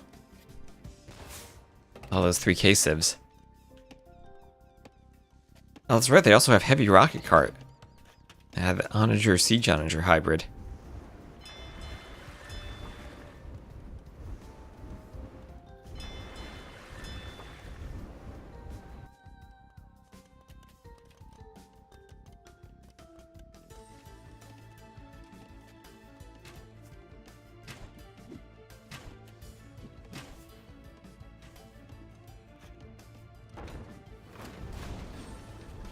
Okay, one fire from Dogao getting to Sato's fish.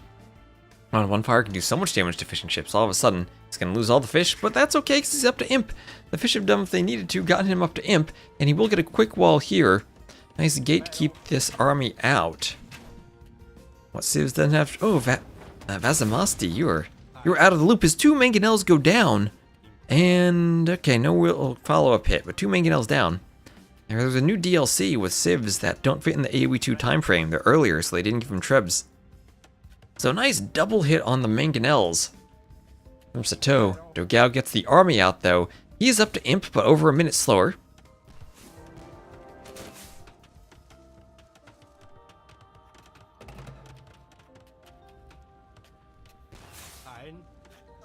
Okay, oh, nice hit there. Nice hit there.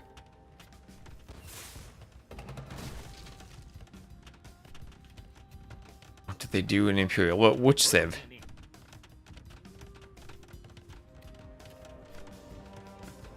Zoomed in. Haven't played in over there. Yeah. So the Chinese now get rocket carts instead of mangonels. They themselves still get trebs, but there are new civs that don't get trebs.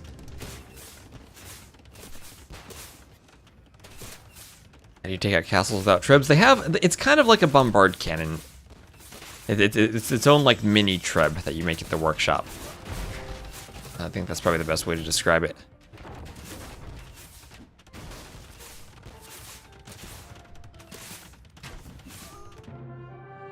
And there's the GG. So Sato takes game number 1. He gets Imp. Nothing Dogao can do at that point. Winning the water, outbooming him, getting the TCs added in along with the siege push. 58 to 39 KD. Better eco for the Chinese. And GG. Faster castle too.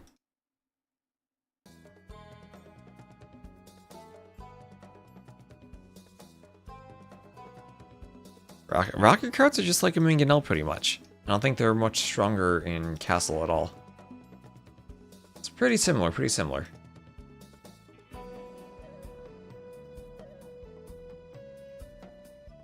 Okay, let's get the scoreboard updated. That's 1-0 Sato. He does win on Not Nomad.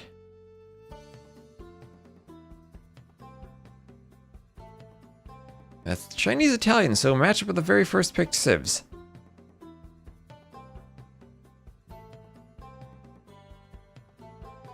Hard to dodge with archers. Yep, that they are. Also, they have to stand still a bit longer, though. That's the trade-off. Their projectiles don't shoot all at once like the mangonels do, so they have to stand slightly. You can't choose that civ aging? What do you mean? There's no like menu that pops up where you have to click a button when you're aging up. It's not like an Age of Mythology god. You get the civ, you click on it at the start. Oh, you can't choose the civ again. Oh, I thought you said like when aging. You can't choose the civ again. Yep, they can't. They use the civ once and then it's done. That's why it's checked off. So next map will be Khmer.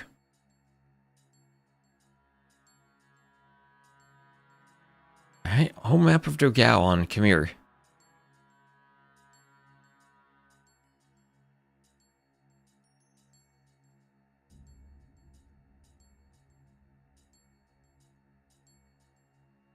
I'll see if they go for a landing this time. It'll be Vikings for Sato and Sicilians for Dogao, so Sicilians definitely want to do a landing. I think that's why you picked them. Transport ship landing, Donjon, what I expect from Dogao. As the map will be Khmer again. This is where each player has their own island. And you start the transport ship in a very thin passage between the islands. For good sleeping? I think just the opposite.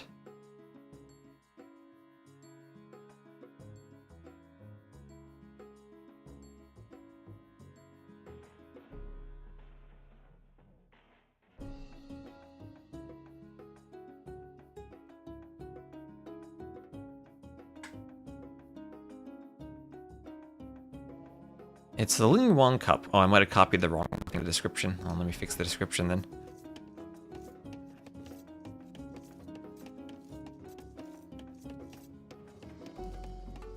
Also looks like it's a capital Y in the Wikipedia link, so I'll just put a capital Y there. I'm gonna do my Twitch title too with a capital Y. Alright. Thank you for pointing that out to me. My typo is fixed. So, Khmer. It's the words "come here" being pushed together, and that's what the author came up with as a map name. You start out on an island. You have 3 wood lines, 2 golds, 2 stones, berries, and then a small passage between you and your opponent who has the same setup. Wood lines can be very random, and resources all are in the back for Dogao.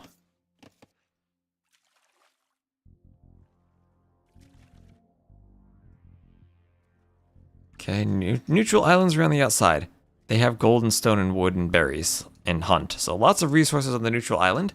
And of course you also do have the oysters. Oysters have gold on them. So not just food on the fish, also gold on the oysters. And your fishing ships can gather from them. And if they are next to the coast, the villas can gather from them too. And any relation between this and the Linghi Cup? Not that I know of. Linghi Cup was just its own thing. Again, it is also a Chinese tournament. This is the international qualifier where anyone can play, and that is not the best deer push I've ever seen from Sato there. He's just gonna kill it out there and leave it. So ashamed of himself for shooting it so far away. So Vikings with longboats probably win the water in the Castle Age. Sicilians though are probably the most aggressive landing civ AoE2 has, with the donjons and sergeants being able repeatedly to construct donjons.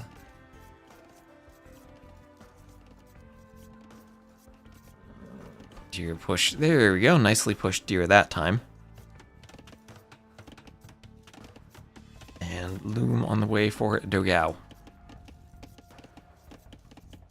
Vinch did something interesting with Sicilians here. So Sicilian's one of the better landing civs because they can do that donjon. You could even do a Dark Age donjon if you wanted to. Dogao could.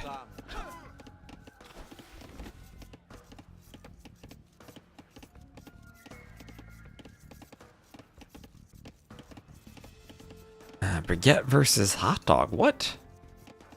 I guess because he's a dog. So there's feudal first being clicked for Sato. Oh, could Dogao. I mean, he's on 18 vills. I guess that's still... He can do more vills and go up for feudal.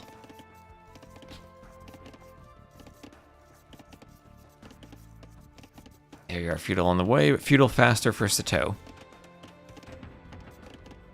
And he's doing a barracks with some militia, so maybe thinking of going for that French rush. Maybe for some transport men-at-arms. Or even just transport militia. He has another boar left still. We'll hunt that with villagers, the old-fashioned way it looks like. Scout has to be careful to run away from the enemy scout.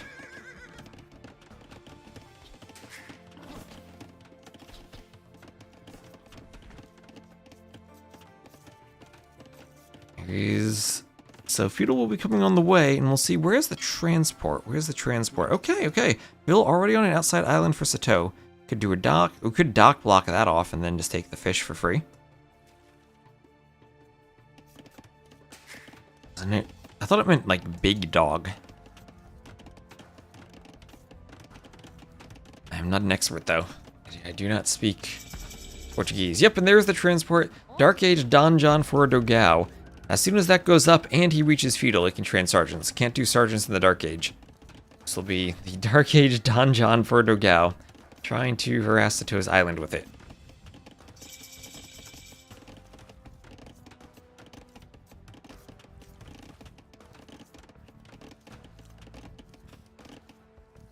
A scout comes out, and there are the sergeants. Remember, sergeants also can build donjons. So defensive tower, this will be outside the range of the donjon there. Attacking that palisade will force some garrisons.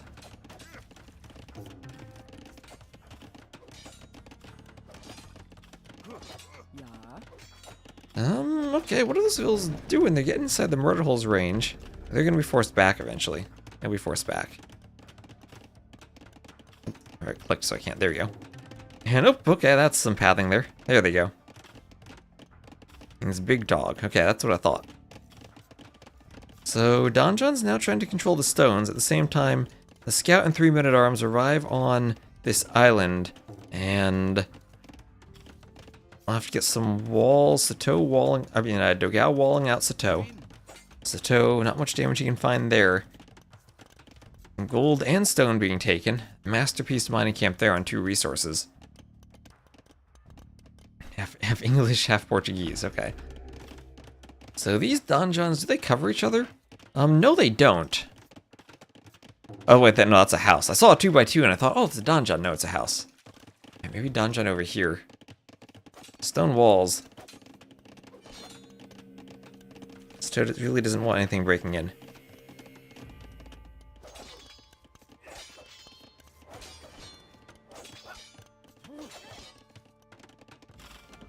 TC gets some fires on the sergeants.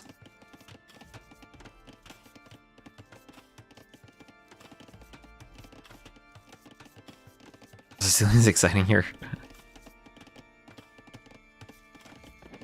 You don't think they're normally exciting? You could bring the sergeants back to deal with the forward men-at-arms, I suppose. He doesn't feel like he can hit anything.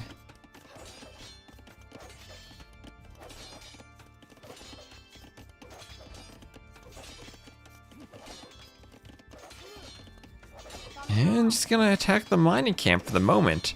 Attack the mining camp, try to break through, at least force repairs, slow down the gold wherever he can.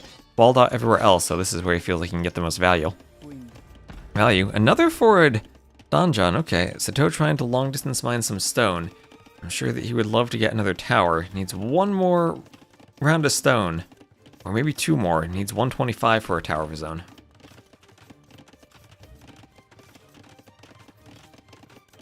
Spent some stone on the stone wall in the back. And yep, he did. Oh, he is doing it. He's dock blocking the corner to have safe fish if he wants it. And he's going to go for galleys out on the map. Okay, okay. Nice dock setup there from Sato.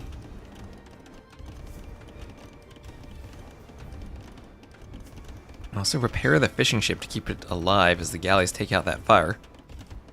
So no micro there. And Vils will now start getting loaded onto the transport for Sato. See where he goes.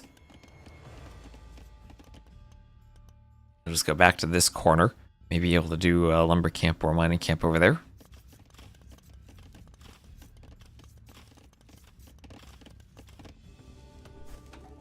Okay, archers have to clean up the men-at-arms. That will take time. That's time they're cleaning here and not being forward.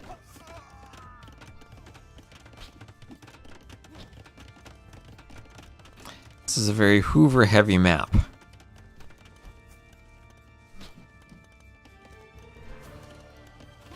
Okay, men-at-arms goes down. This one will run. Down he goes.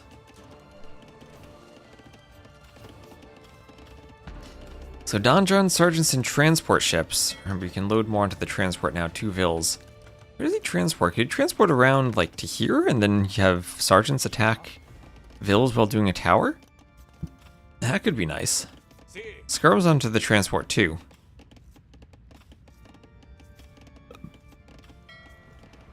And see, do they get on? Nope. Everything just getting off on one side. He can't transport around that wall.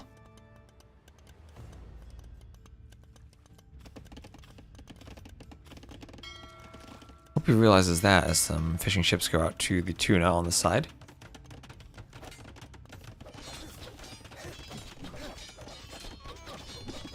And palisade stone walls start going down over here.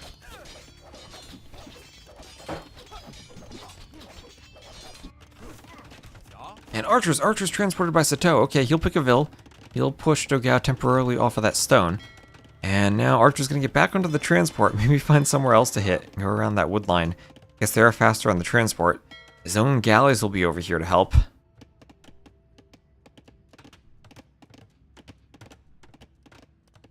And the transport will get around the side of the dock and drop off the archers over here. Donjon's still there. We'll have a transport. Whatever happened, this army got around the side here. And yeah, that probably was the transport. Okay, so the transport's from both players. There's another Donjon being queued, this time from the sergeants. And meanwhile, these archers still around the gold, idling it, but harassed by the skirms. I might just get back right onto the transport and then run away. Sail away to freedom and safety. Okay, but he's microing 2 spots as well because he has to deal with these Donjons. And he's going to do a market. Will the market be enough to get him up? Probably not. He's up by 8 Vils now. 5 fishing ships and 3 Vils. No one really has much fish left. But I guess 5 fishing ships is good for Sato still. And archers there firing on, or shooting at the blacksmith. Vil tries to build it. And Sato still preoccupied cleaning this donjon in the back. Some sergeants inside. Does his own counter tower. And will send the entire village out there to raise it. Some probably want to hop in the tower for support against the sergeants. Yep. Galleys on the other side too. And that donjon goes down.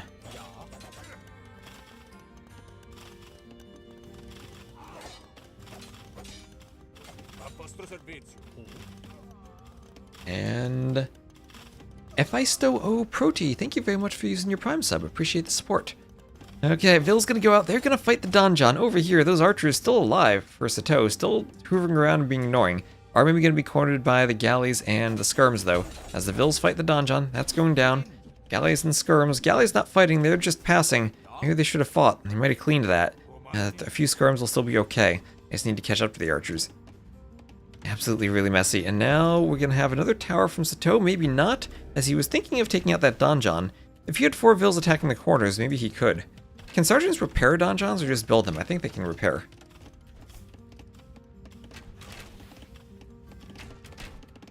Don't understand the sergeant change with the +1 armor, -1 pierce armor. I don't know that either. I don't understand that one.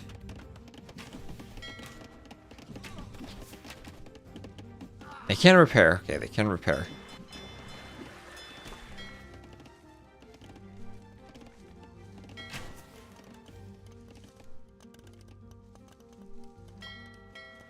Galleys chasing other galleys around. And okay, delete on some of the walls to get a sergeant out. Only need to delete 1, but that does create more surface area for Vils. Probably deleting the side opposite the tower, so when the units pop out, they pop out over here.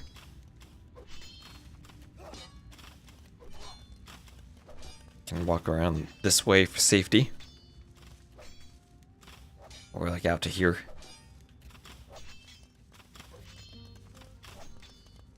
Now repair with the sergeant while the Vils do the arrows. Okay, that makes sense. So big galley war, and this is where I guess Vikings make sense in the galley war. And remember, they have had wheelbarrow this entire time. So that free wheelbarrow is a great feudal age eco upgrade. Saw it even mining the stones, right? Or long distance mining the stone, where you get extra stone. And Sato just about able to click up to the castle age. Dogao not up yet.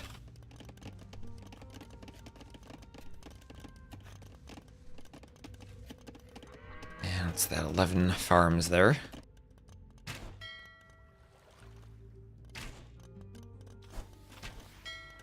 And nice fight for Sato as he corners the galleys. He's going to take all of them out and still be up first. So Sato looking really strong this set so far. Even on Dogao's home map, he feels very prepared for it, even when Dogao had some Sicilian's cheese planned. Sato remains unrattled. He's cleared this entire naval area.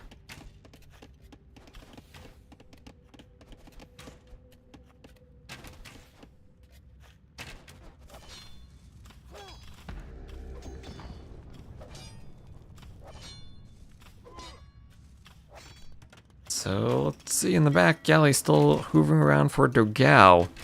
Sato almost up. Maybe he wants to wait for War Galley to take the fight? Maybe just Bodkin to take the fight? He would win. Is Sato French? Indeed, he is. He is French and Dogao is Brazilian. A big fish boom in the back for Sato. Might need another dock soon just to keep the fish drop-off distance shorter.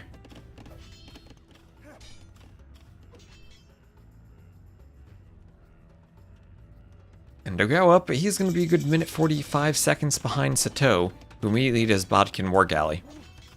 Okay, he's looking to hunt this down.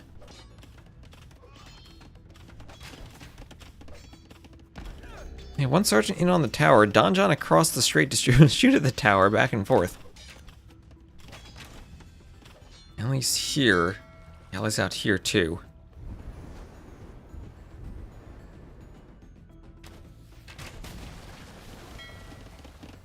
It goes down. That's a lot of galleys that are going to turn into War Galley. There they go. There they go.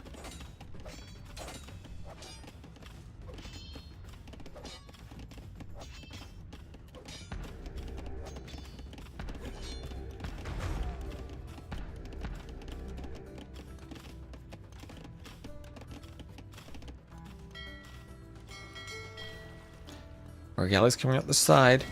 Big hunt down here with a lot of War Galleys, but now...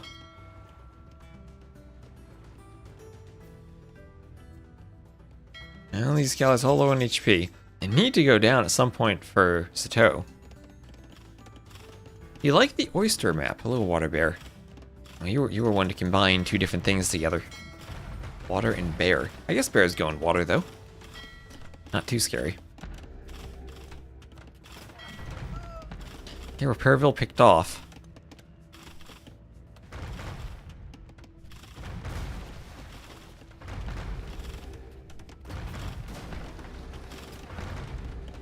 And then repairs for Sato. He'll keep the castle standing and destroy this donjon. Maybe lose a ship or two.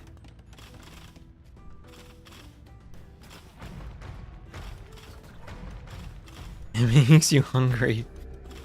You have all those great, like, food prep Instagram posts, though. You can give us advice for how to prep meals for chat. Antiquity mode enabling is no longer required, Alicog. No longer required for him, you can just use them.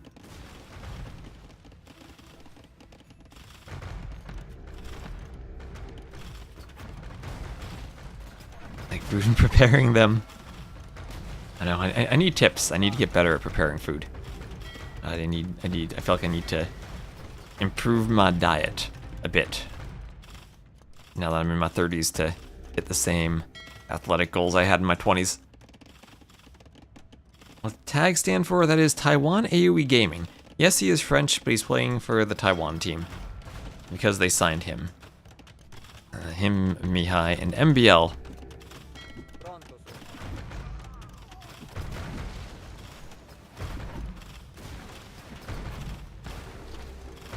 Okay, Donjon had been repaired, but will be doing some damage to the War Galleys.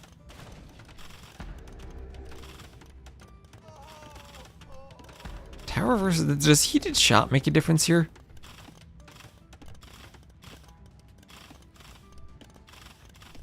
Yeah, no, it's not against ships. But guard tower will make a difference.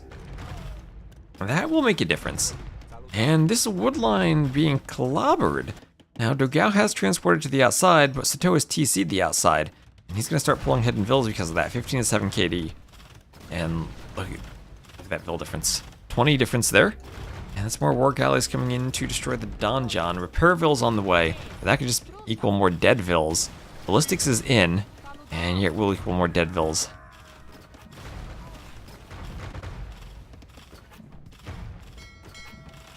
Okay. So, Dogao trying to return the favor, but Sato pretty good at dodging. Yeah, Smiley says tag is Taiwan AoE gamer. So, whatever Donjon shenanigans had been cooked up did not work from Dogao. They were repelled by villager fighting.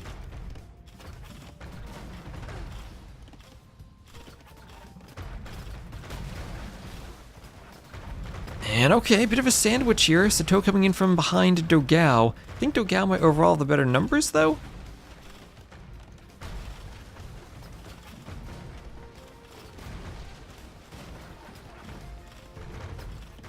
Okay, this donjon has been up for a while, maybe on the brink of destruction. Said that before, though, and it's been repaired.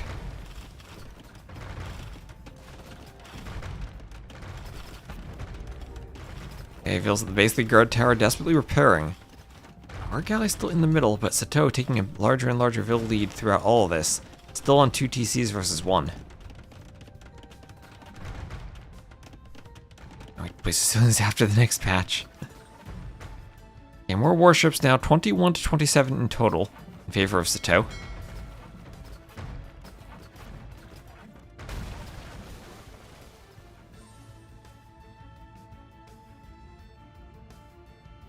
And now these war galleys going to group up for Sato before fighting Dogao. I also had some longboats in if he's worried about fires, but those are more of an anti-fire thing.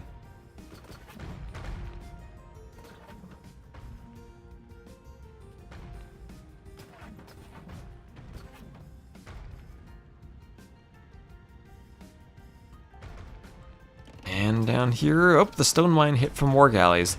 Nothing on Dogao's main base will be safe from those war galleys. Sato just taking a huge eco lead. More war galleys on the side.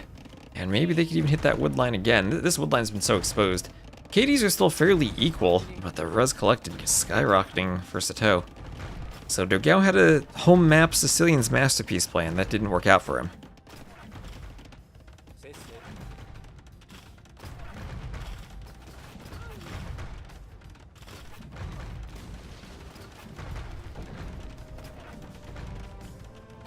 Okay, that goes down. War galley's still in that straight. Ballistics on the way. But Sato not really floating much in the way of resources. I guess both players probably very low on res.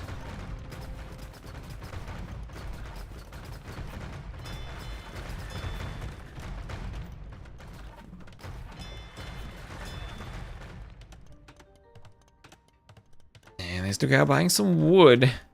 What's he spending that on? More war galleys. And okay, this is good. 30 to 38. Around 25 of those 30 are here. On the other side, the remaining galleys will come in and crush the docks down here.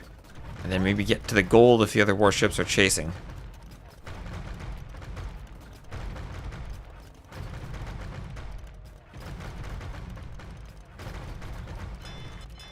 And these docks at risk of going down. As this palisade's still just remnants of a landing. Oh, we have actually another TC. I have two lands claimed by Sato, the southern land unclaimed. Only the eastern in favor of Dogao. So this is like the opposite of when we say triple pond domination, or cross triple land domination. It does have 3 islands.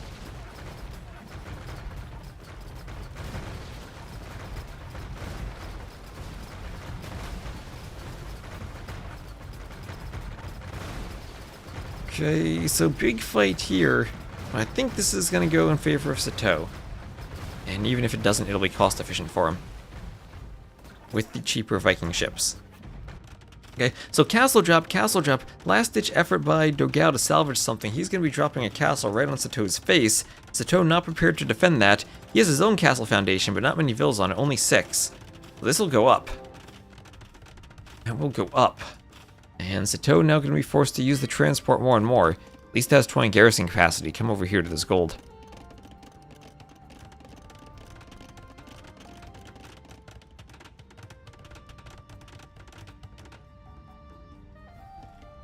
So, castle up. Defensive castle on the way. So Sato has the gold for Imp, but Dogao, even with the castle, He's going to be losing another fight over here, and that will call it for him, and Sato goes up 2-0. So very dominant performance so far from Sato. Dogao falling behind 105 to 48 Vils, the perfect eco unit for your opponent to resign at 105. He just wanted to get the castle up, but then 105 Vils is maybe that should taunt your opponent every time you get to 105. Like if you remember those old names where players would start their name with a number and the game would taunt, that's what that could have been.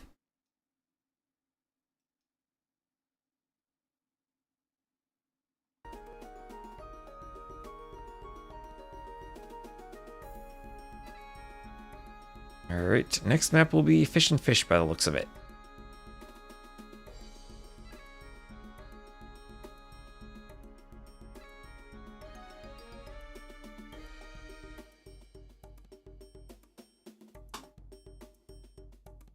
Okay, let's get this updated. It's 2-0.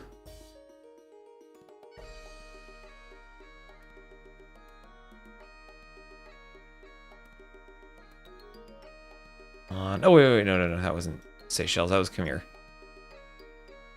So Fish and Fish will be next. Got my custom maps mixed up for a moment.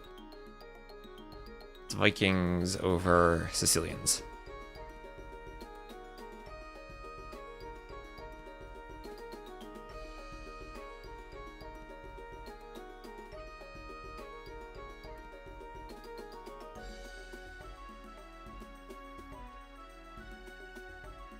And the Civ matchup will be Khmer for Sato and Inca for Dogao. Alright, maybe we saw something similar with Aztecs Romans earlier today. Eagles versus Knights, potentially. Khmer, I think, would have a better early game eco than Romans, though.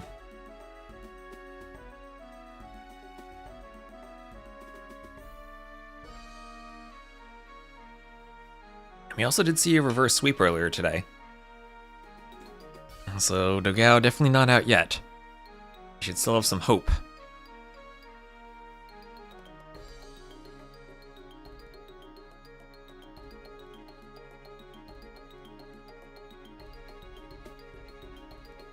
As we're loading in.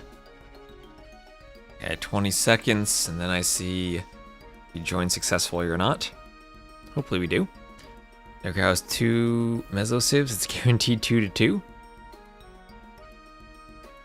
Remember though, on the technicality, Inca are a South American, they're not Mesoamerican. He has 2 Eagle Civs, or 2 American Civs as people have been calling them. I think Eagle Civs is a nice way to put it.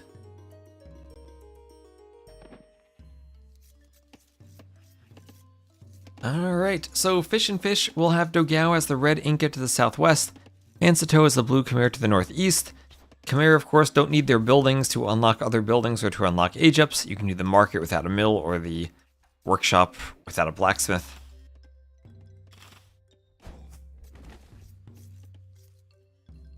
And neither player going straight for the middle. So this map has a ton of box turtles in the middle, a couple of crocodiles on the outside, a relic in the middle too.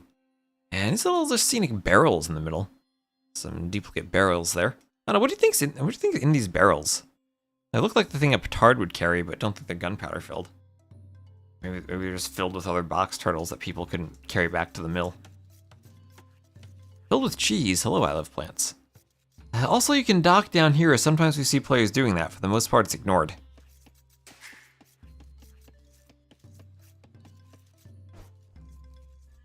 And turtles all the way down. So Rhino pulled in there from Dogao. One more Rhino for Sato. Salt for the fish.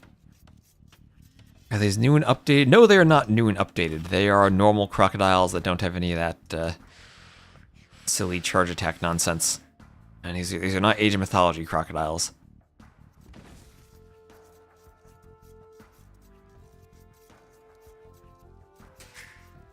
So Bill's out of the TC.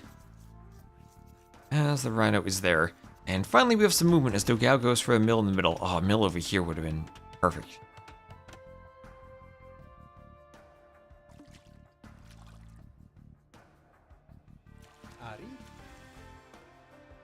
Bill's taking the box turtle.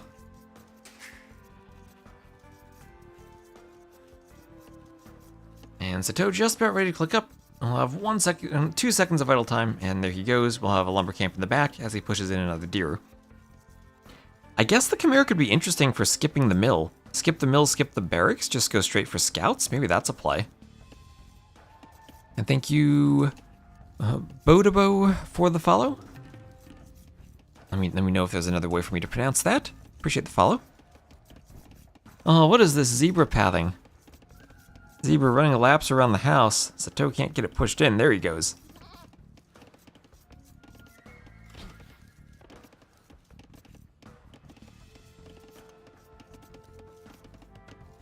And mining camp on the way, a couple of vills on gold. Still don't know what Sato is doing or why he's avoiding all the shorefish. But he's not in the middle so far. Did not want to be disrupted by a drush or a tower or anything, I guess. Maybe he wants map control before securing the middle. Oh, there's a barracks for Dogao.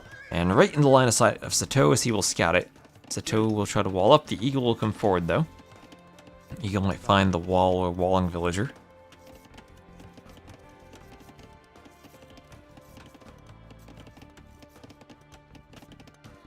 Maps are created for this tournament. Yeah, this one has been used in a few other tournaments, but the one we just saw was a map contest winner that was created specifically for this.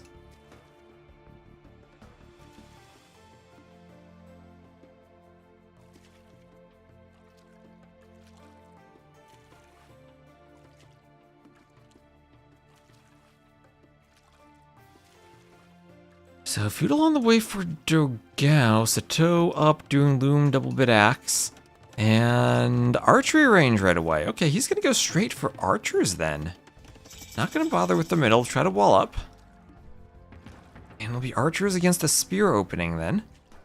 Dogao, what did he scout? Didn't quite scout the opening, but did see the mining camp, so probably an idea that they're archers. Eagle's just checking for a dock, of which it'll find none. Looks like barriers forward for both players. Back, gold and stone, and some easy walling for both.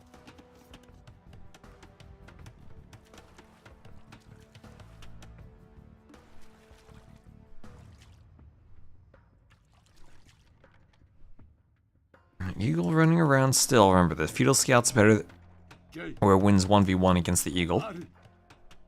As the spears come forward, castle eagle then gets +3 and again wins against the scout. So it swaps dark to feudal to castle, which is better. Archers now for Sato. Maybe not able to do much damage thanks to that tower. And now the skirms. At least they're kind of forcing the skirm opening if he's thinking maybe he just goes knights eventually.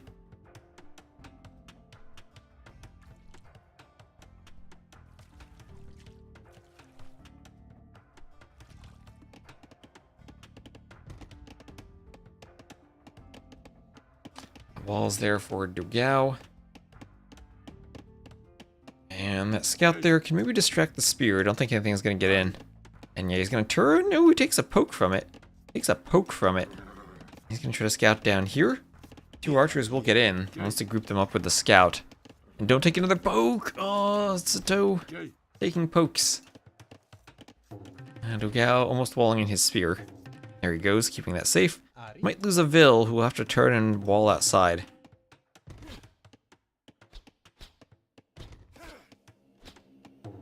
Didn't get all that much HP on it.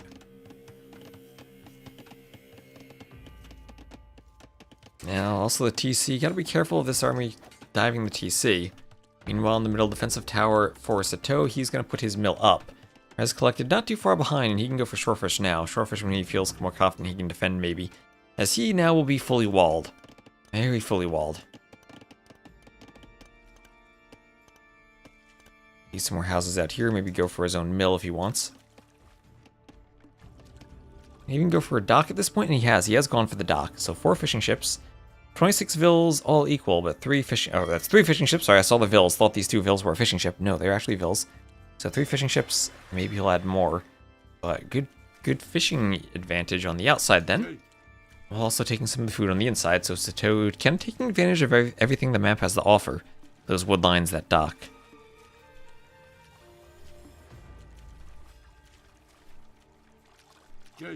The skirmisher in all of his glory will go forward. Or back. We're just patrol. We're just gonna patrol. So no real fighting so far, only a 3-2 KD, no eco deaths.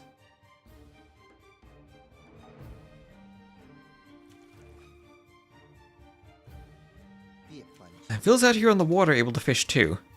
I have 4 fishing ships now, a 4th one added in. Outpost there as the crocodile going to fight the Vil. Crocodile does get engaged, but it will be helped from the side by the friendly tower.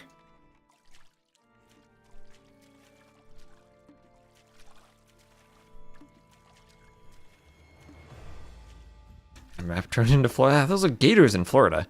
Although I've heard Florida also has crocodiles. Fully committed to skirms, fully committed to the best unit in the game. Gotta move the Vils around, keep them safe.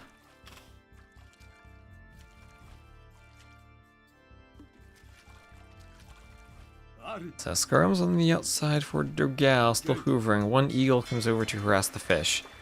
No big deal though, 2 Vils could probably fight off 1 feudal eagle, maybe?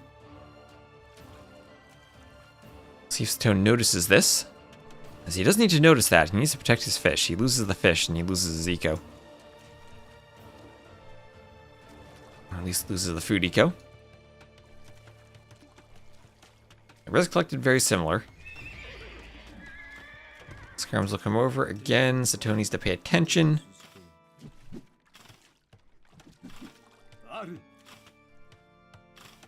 And the skirms won't care too much about about tower fire, as Castle Age is on the way for Sato. He's the first one to click. Dogao almost there, won't be too far behind him. But now Sato has to be careful, he might lose a Vil here, getting pushed off of that shorefish, off of the mill. Not what you usually want to see after the tower, but oh, there's a house. He hops into the house instead of needing to go all the way back to the TC. He is safe. He is very, very safe.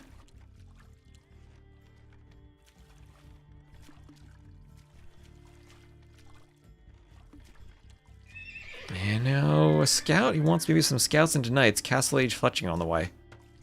I think he'll want to go maybe knight crossbow to deal with the Inca.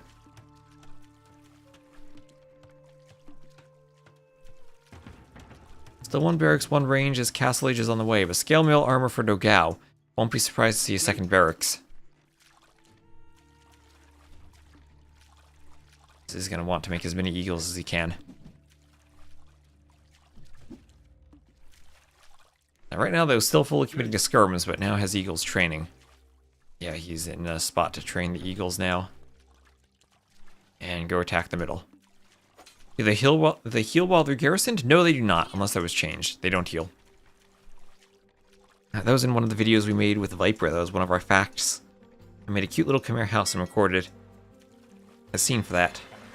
So now we have Dogao docking, finally. Sato should be able to win with a defensive fire galley, though. Maybe with some repairs. Oop, ooh, what is that? Okay, fire there.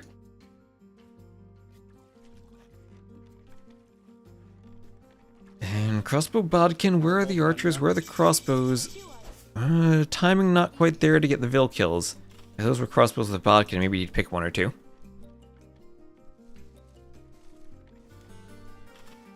Going Elefantos. Don't think so. That's not what bodkin arrow is for. He's going. Oh, crossbows are not patrolling.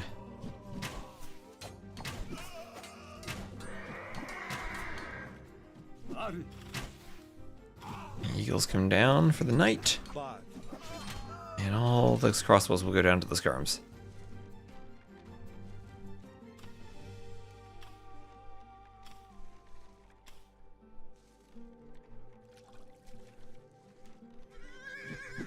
Knights with only +1. I always say knights with +1 can't fight skirms. They need +2 armor.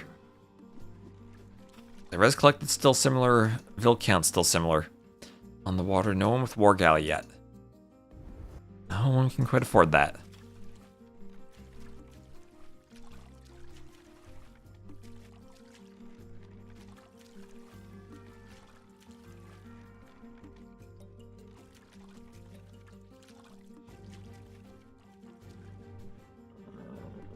That's a nice keep running around. Qualifiers on the way for Dogao. Eagle's gonna jump some of Sato's Vills. Finally get a couple of kills. They'll head back to the tower. So the first Vill kills of the game there, 2-0. On the water, though, a couple of Knights coming over for Sato. That's gonna help him against the fires. Knights versus fire ships, let's go. Help him particularly against the repair Vills. Those Knights will then merge together and run back to be healed.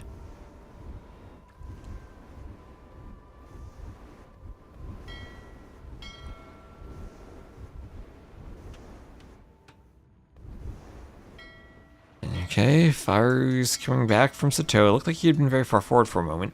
Now some monks coming out. Sato might need to be devoted soon. He's not devoted yet. No sanctity for the monks, but they are picking up relics. I'll pick up the relic in the middle. There's a nice elephant in the stable.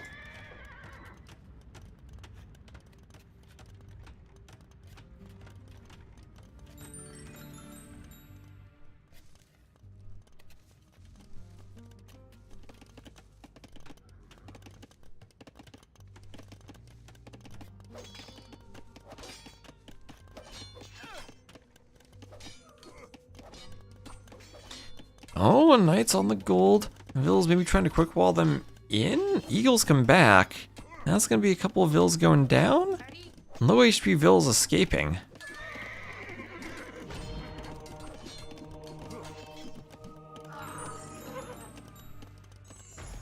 Okay, Eagles kind of stabilizing a bit. Now this is what we always say about those American saves. It's hard to catch up in numbers against them once they start pouring out. Here's Eagle Warrior. I'll probably see some more blacksmith upgrades there for Dogao.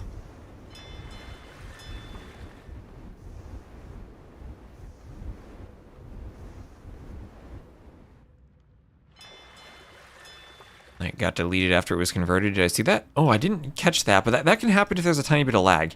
It's like you issue the delete command just as it gets converted, and then it gets to the unit after the conversion finishes due to the lag, and it still gets deleted. So yeah, that can definitely happen. I haven't reproduced that consistently, but I've seen it happen enough that I'm pretty sure that's what's going on.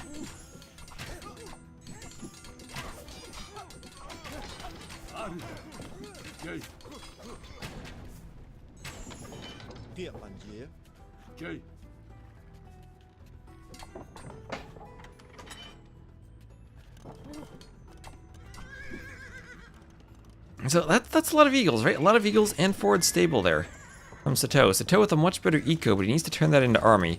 He's going to do a workshop, and maybe that's some Scorpions then. Not completely stone-walled, he's just palisade-walled in a lot of locations.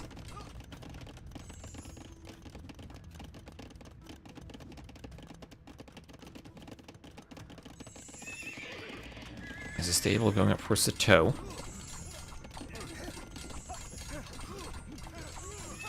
Stable will go down. Horse collar on the way for Dogao. And a mangonel. Interesting. We're not seeing scorpions, we're seeing a mangonel. Not that useful against the eagles, and this is going to have to be an emergency set of back walls here for Sato. Careful with elite skirms and getting these walls up. Knights are going to come around to Hoover. There will be a hole there. Not right now, but if one palisade goes down. Mangonel in defense. Now I can probably delete a house to go back up here and re-wall. Delete that and start house walling.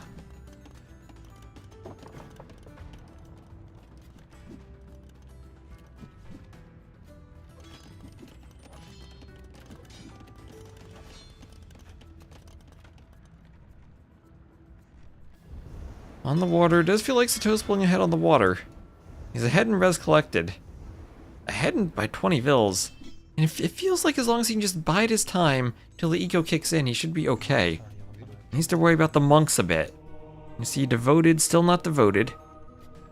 He's going to jump the monks. One conversion is there, he doesn't care.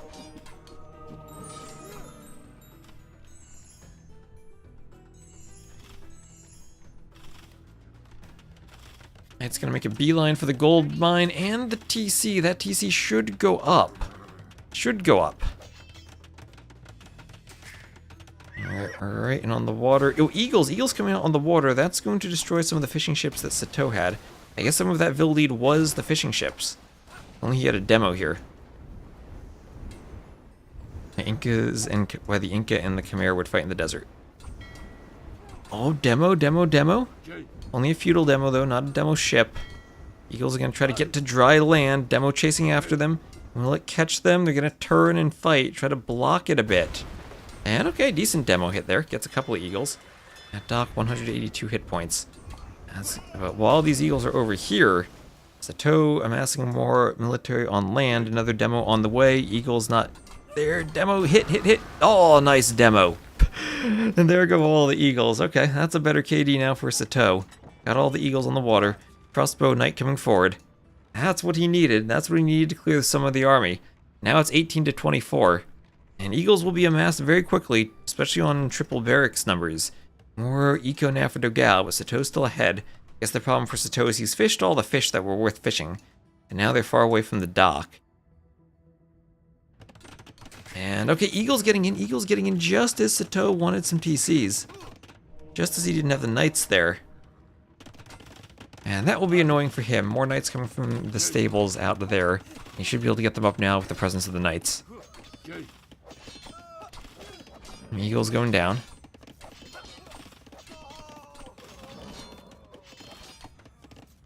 Oh, relic victory. We have a pause as Dogao has 5 relics. Okay. He says, I take it out, don't worry. Yes, I'll try to remind you, go. Yes. Okay. So it's supposed to be Conquest. They left it on Standard, probably swapping a different game mode like Sudden Death or Regicide. And we'll have a relic victory counter. It'll be obscured by the LingYuan logo, but that's fine. Because it's not supposed to be there anyway. The logo serving a dual purpose on the overlay. Alright, so TC going up now for Sato. Still has a good Vil lead, but now maybe struggling with army numbers against the Inca. If he only had another demo here. Only fires now.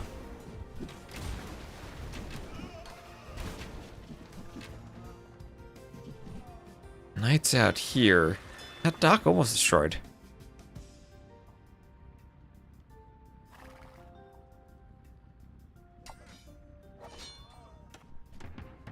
And another barracks, so Dogao going full barracks. Husbandry on the way for Sato. Has to be careful in case piping or Kamuyuks come out that he is a transition. Dogao almost on a castle. Still with the score lead. Res collected, still kind of similar. Sato slightly in the lead, but Dogao's evened it up.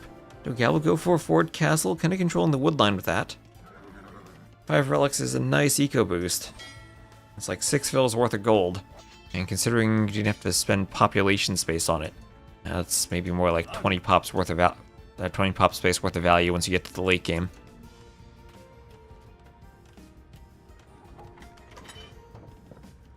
Sato's still with the eco lead. He needs to find a way to turn that into army that actually can fight. He's trying to get a raid, but never gets a big raid. It's always small groups of units that get cleaned up after a while. DCs with Bodkin, especially when the knights don't have +2. Just eat them. Just eat the knights. That's pikemen now. Gorging on the way, some light cav find the Vils who are doing the castle, and don't think this will be enough to deny it, but it will be a good set of Vil picks for those light cav. Actually not committing to any Vils. Swapping between all of them, and most of the Vils are surviving. More knights on the way. Lots of low HP Vils there. The knight's not going to take that fight. And the castle will go up. That F-tier Inca castle.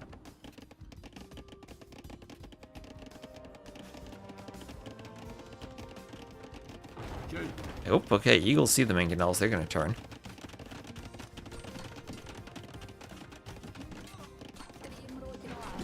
Market there for Sato. And Imperial Age on the way for Dogao. Sato up in res collected, but the KD starting to turn in Dogao's favor as he has a much higher military count, and so much easier to keep that count higher with Eagles. They're so much cheaper, especially the Inca ones now. Why no Chimera Scorps? Scorps? I mean, maybe it could have been an option, sure. Not as effective against the Eagles, though, as they are against other infantry. Lots of pierce armor and fast to chase them down. Eagles might deny this castle, though. Sato trying to do under the TC.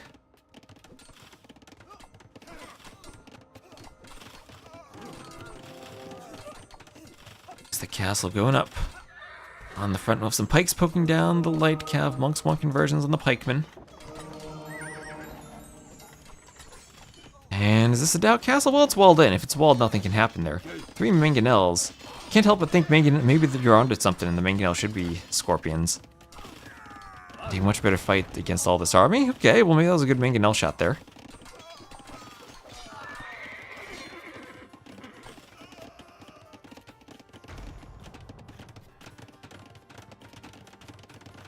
I'm sure Sato would not want the reverse sweep, but Imp about to come in.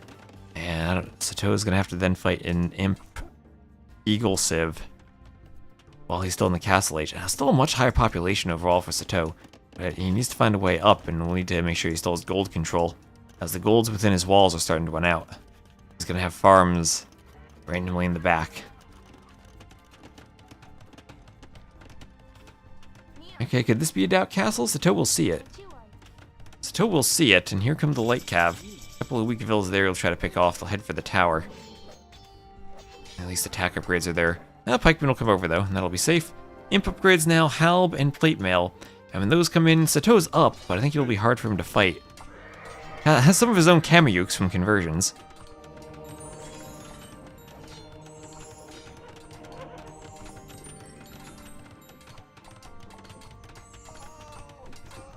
And with the pikemen there, I don't think he can dive that castle anymore. There's halb just about to come in. When that comes in, that'll cause even more trouble for all the cav.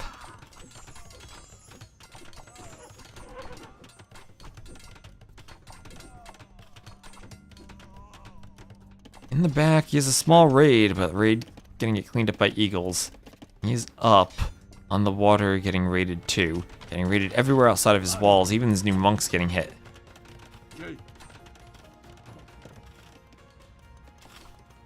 Inca Imp with, Imp Imperial Age for the Incas with 5 relics. Or for the Inca with 5 relics. That'll be a good relic set for them. Oh, okay, he's gonna ungarrison a relic though. Just reset the timer. Make sure he doesn't get the relic victory. I'll have to pick that back up.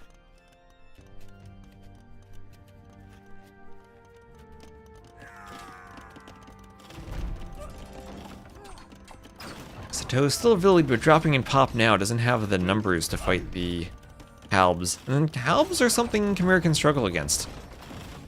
It's the final armor upgraded, and they don't have champions, so no good infantry themselves. They're really a cav civ, and the halbs counter their cav.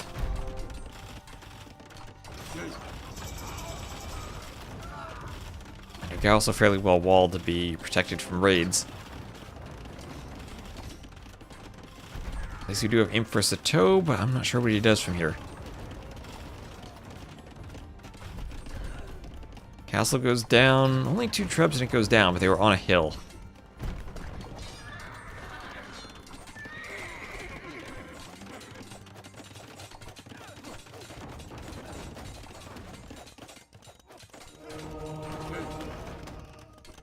Okay, that'll be a 4 castle for Dogao. Oh, Bosaw! No Bosaw for Sato this whole game. He's floating a ton of res that he can't figure out how to spend. How do you spend that res to fight halbs? It's like Ballista Ellies or Scorpions are your only choices.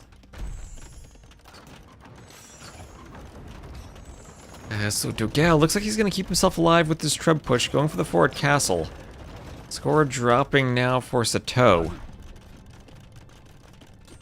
Elite Eagle there for Dogao, and that might be the death blow if Elite Eagle comes in. There's Hussar, but still no way to fight the halbs.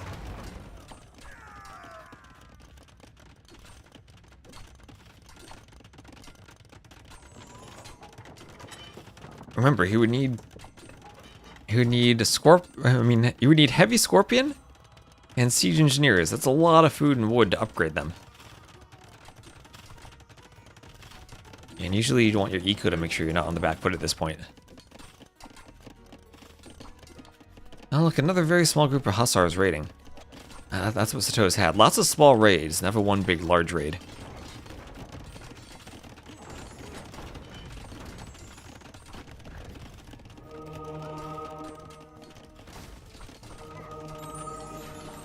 And this is going HC. He does have access to hand cannoneers. I always forget that about the Khmer. Well, hand cannoneers, maybe they'll deal with the Eagles. I totally forgot they had hand cannoneers. They don't have Arb anymore, right? Oh, they do. Never mind, that was the Hindustanis that had Arb back when they were the Indians, and that got removed. That's what I was thinking of.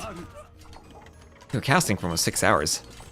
Yeah, full Eagle's very hard to deal with. Hand cannoneer is one of the better units for dealing with them. Walls and hand cannoneers, that's what you can do. I'll have a back castle there for Sato.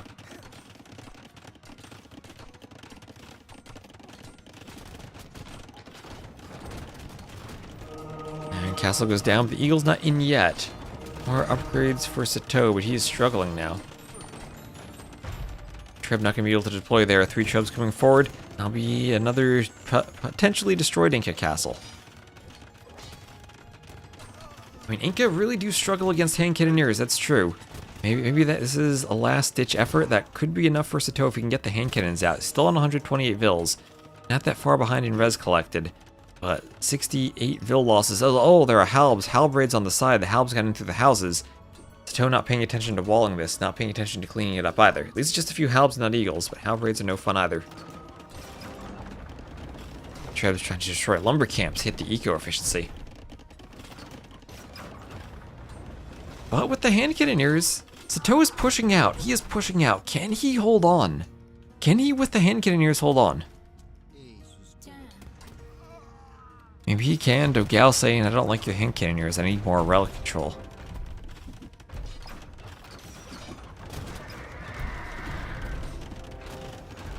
Market being tribbed down as Trebs go for this castle. More Trebs on the way. Mangonel there. Eagle's trying to rush the hand cannoneers. Some skirms coming out. I don't know if skirms are the best unit in the game. But that'll now be hand cannoneer Hussar against skirm Eagle. And the Eagles have gotten through. The Eagles have broken through the house and they will be destroying the Trebs. They will be destroying the Trebs. And that's going to mean that castle stays up. So KD is still very close. But the Eagles are going to get a third Treb. There's a gap there. Oh, they're going to get all the Trebs. And with those Trebs down, that'll mean that Dogao can push forward. Right now on the hand cannon, Sato can't take them out, and Dogao will extend the series and potentially start a reverse sweep. With a win on Fish and Fish, Inca versus Khmer. What a crazy game. There were times it felt like Sato was just ahead in eco, but could never really do anything with it. But I guess that's what happens when you play the American civs, and they have so many Eagles. Gallo's OP. Hoovering a Gallo's OP. GG. And hello, Garlic Witch. How are you doing? Lovely to see you.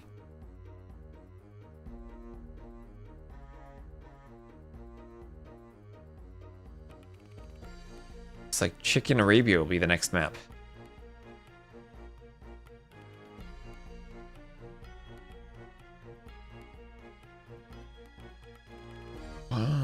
There. 2-1, Dogao. Starting a swap, or starting a rush to a reverse sweep. With Khmer losing against the Inca.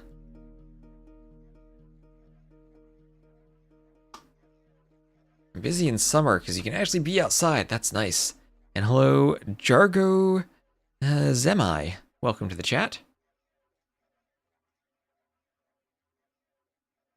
Masonry into GG.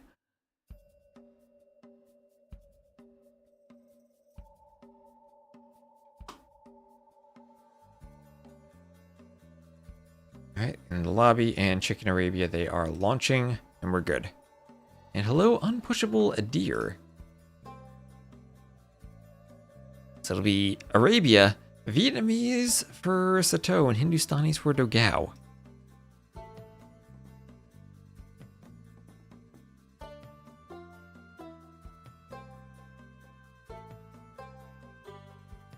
Well, chickens are funnelable, super skinny. You can kind of push them around the funnel.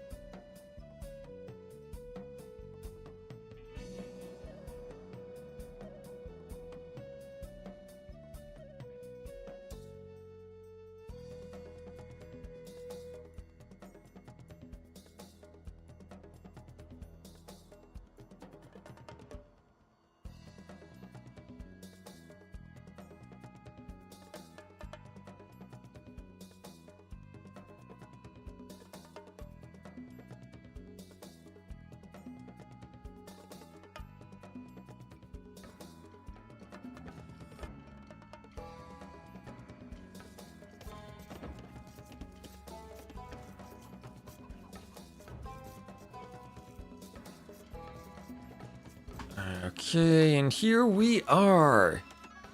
Capture age is loaded in, and it will be Chicken Arabia, where the players begin with chickens, 7 chickens. And will we see a funnel? Probably not on Arabia, unfortunately. This could be a nice way to funneling the boar, too. Boar spawning right next to the chickens.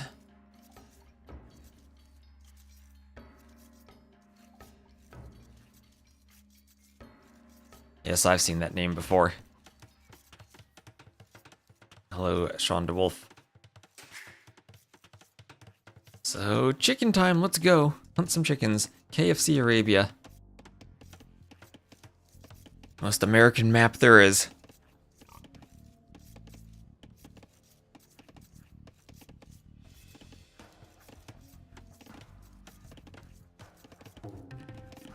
And a house there for Sato. He'll try to chop one of those peach blossom trees. Looking at the map, Sato will have a nice back gold. He can wall using this wood line. All of his resources will then be to the north of his base, his extra golds. His stone will be to the south there. He'll have another very forward stone on the front. His berries will be kind of forward. So other than that gold, kind of a tricky map to play. Why did he only have one pig there? That's weird. Maybe he picked up the other one. They just didn't both capture. And not even half-built gates, just unbuilt gates. Maybe it's just a sign that deer were the right decision all along.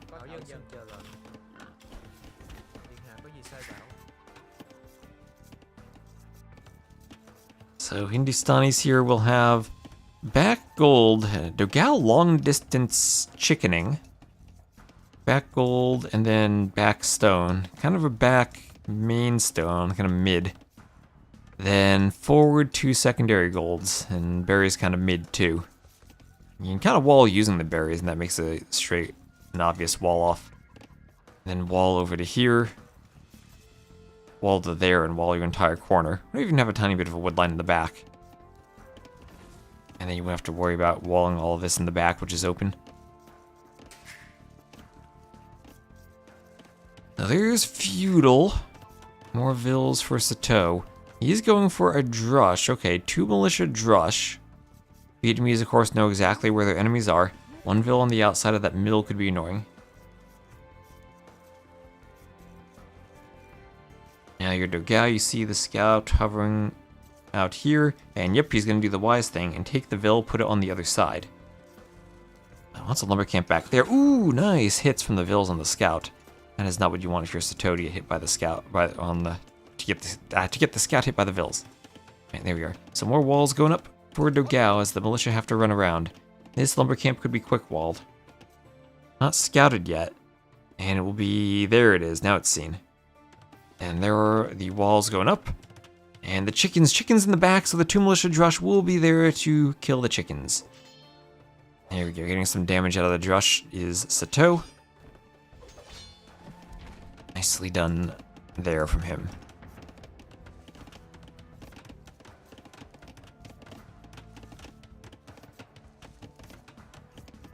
More walls up on the lumber camp too. So 2 militia drush being a bit annoying, but nothing too bad caused from it so far. We have more walls going up for Sato. He's up by 5 vills. But he hasn't clicked up yet. Is this just going to be a drush FC? What is this? Wait, I mean, he's up on 24 vills. That's a lot of vills.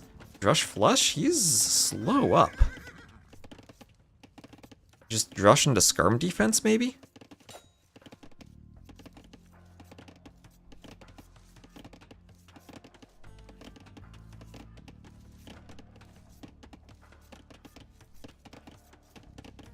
Maybe.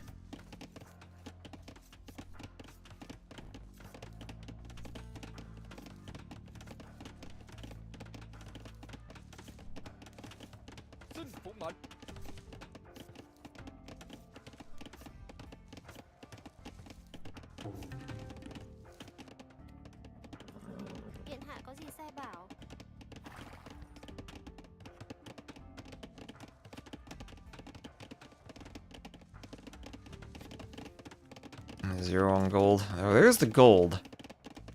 Mining gold a bit for Sato. And yeah, okay, so this is just Drush into skirm defense. Or you'll see, yeah, he sees the range, so it just has to be skirms then. Alright, and yeah, spear coming forward. Archer after that. Skirm will deal with this. He's gonna get the range up over here. Where's that Vil going? There's the range. Nothing to hurt that Vil yet until the archer gets there. That wolf will be a bit distracting for the spear and for the scout. Now, Sato needs to make sure he gets the range up. That is a bit far forward with the archer coming forward. But if Dogao doesn't see it, then he doesn't see it. Archer gonna harass the berries instead. Wall in front of the berries. So kind of annoying that the berries are so far forward. As Drush still hoovering, trying to find something and overchop anything that's weak. Maybe just going for the palisade by the middle could be a play. Has to keep an eye on it so it doesn't get surprised. Okay, so spear goes down to the archer there. Although the spear did get the scout, so no more scout for Dogao. Losing the scout hurts. It really hurts.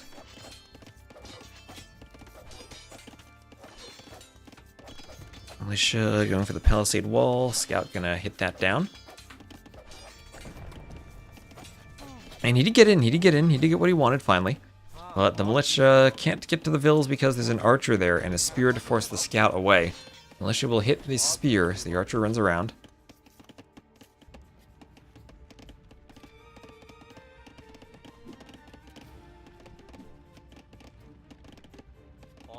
Archer's going for the spear.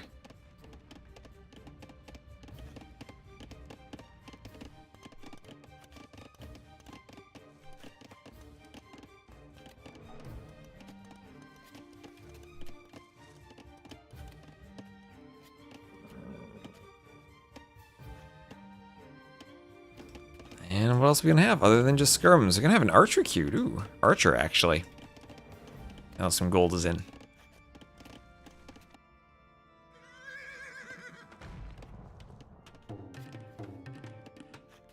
Houses up there for Dogao.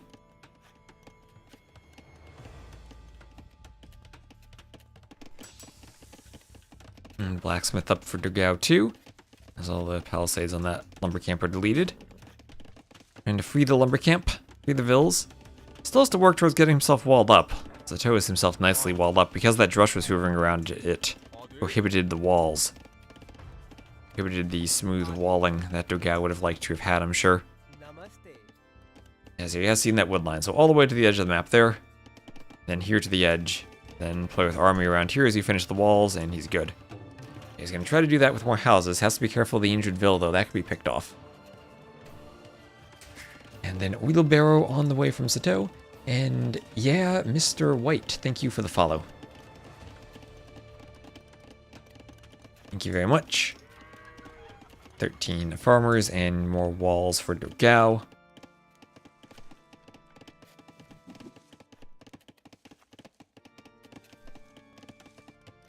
And Vils can start building the palisade around here.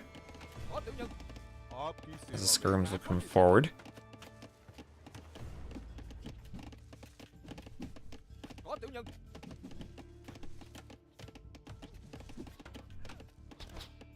Here, archer fight. So no skirms here, but archers nevertheless will kill Sato's scout. Yeah, up by a Vil. Skirmore, the Vietnamese will have the extra hit points in the Skirmore. And they'll have the hill bonus too.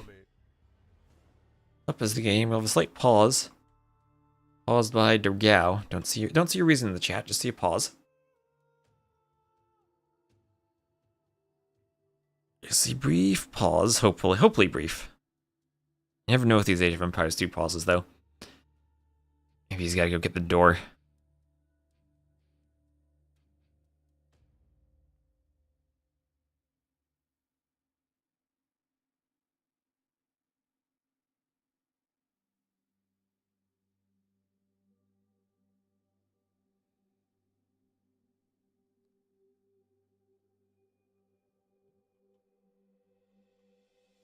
Ooh, 6-hour stream so far. Streaming since 8 a.m. Maybe someone hoovering near Dogao IRL? That's what you did there. Yes.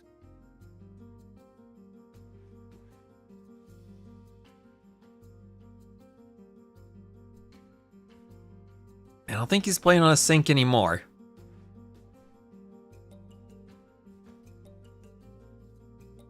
Would be an amazing pause, though, if he has to pause so someone can use the sink with his ironing board laptop setup.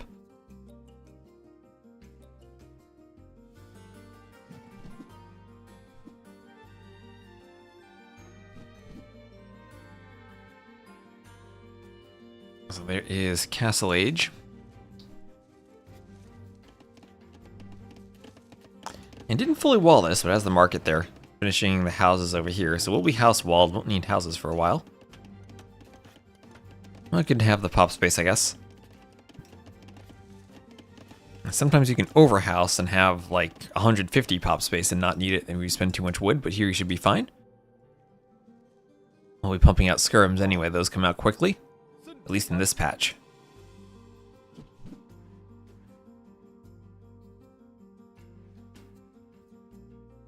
This wall is always so satisfying to watch.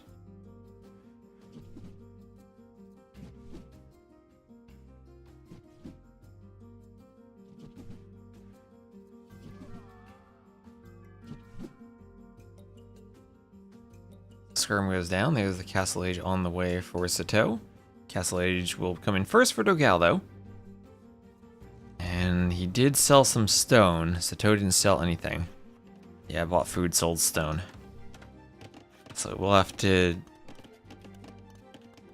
buy more stone if he wants to set the second and the third TC. Looks like Yo going for the house walls, really. And Tim walled everything. All the time. Tim would stonewall. That's what I remember from him, the stone walls. Stone walls and night play. Did he finish those walls? He is finishing that now. I think there's a hole between the house and the edge of the map. Some weird hill here. I'm sure Dogal will check that with some palisades and finish it. Yeah, there we go. That's probably you can zigzag through there somehow, but he's trying to be walled. So Skirm War in the middle. Elite Skirm Bodkin will come in first for Dogal. Sato brave to push this far forward with his Skirms before upgrades. And there is Dogal's army with all the upgrades coming in. Bodkin and Elite Skirm.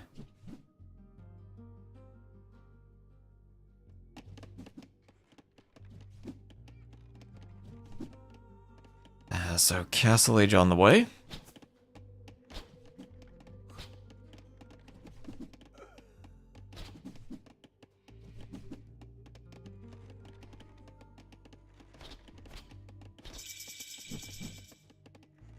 And Elite Skirm Bodkin. Okay, so not what many Skirms lost. And Sato actually with the Skirm numbers advantage, and with the numbers and the upgrades on the way, he's going to try to stay close to this army, and then take a fight once the upgrades come in. Even as that has the hills, so 10 seconds from Bodkin, 15 from Skirm. Gotta wait for Elite Skirm at least. On the other side, a few archers with Bodkin harassing the wood line. Hills will run away though. Ballistics on the way. Ballistics coming into for Sato, so it's in first for Dogal though. And Sato kind of needs to wait for Ballistics then to take the fight. Yeah, Ballistics is in. And you're seeing how deadly Ballistics is versus non-Ballistics. Well, only 25 seconds until that evens up. And even Ballistics making up for the unit number difference there. More than making up for it. Okay, there we go. Some splits, some timed micro. And Dogal dodges everything. Ballistics no hit. And there we go, now Ballistics is in. Now Dogal will start to lose units. Now Ballistics is there. And Dogal has to get back. So there's a defensive workshop behind this. Let's see if Sato is able to add TCs.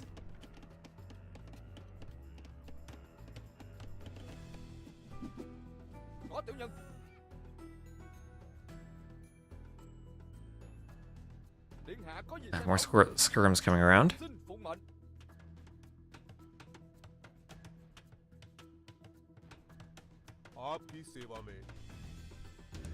Workshop is up. Scorps and Mangonels. Mangonel for Dogal. Kind of old school. These days I'd expect the Scorpion. You have Ballistics already, so I think Scorpion works out very well. Especially if you're not anticipating enemy Mangonels. Just Scorp. Nowadays, Skirms with split micro might even beat Mangonels. Does Skirm counter Mangonel these days? It counters everything else.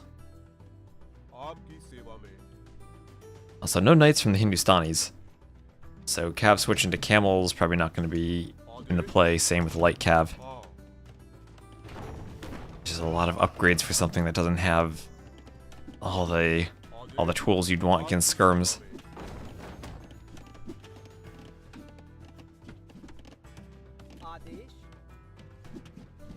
Double Mangonel. Skirms have to split. Mangonel gets a bit of them.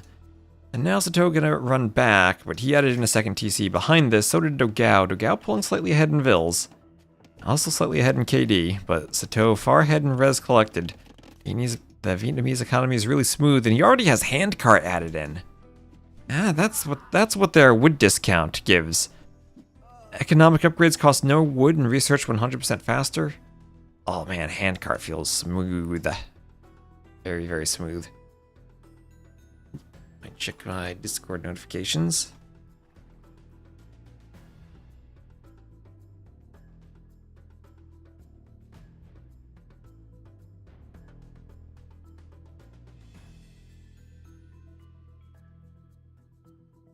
Ah, too many windows.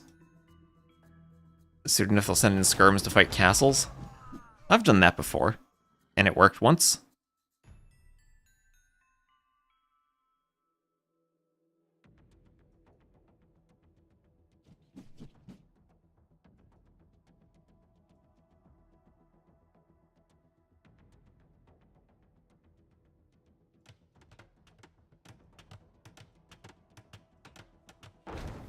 That was so ahead of the time with the skirms. Well, skirms were the meta back in like 2000, 2001, right?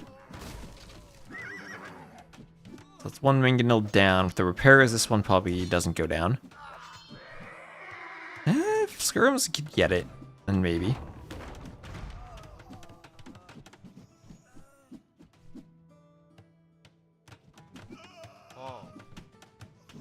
Skirms taking the other skirms. This TC will go up.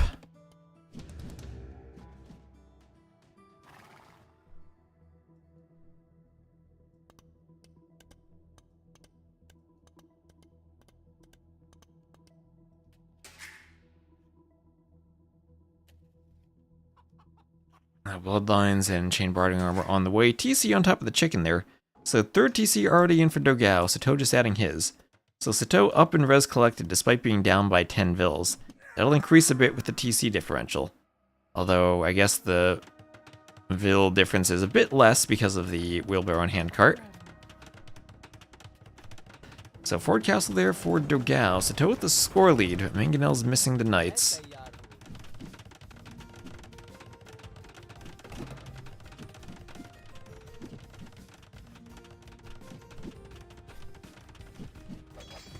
Knight's trying to break through. Dogao just saying, I'm going to delete these walls so I can get to you. No real point in destroying that for Sato. Don't think he's going to get a raid there with the Mangonels. Has +2 armor for the knights.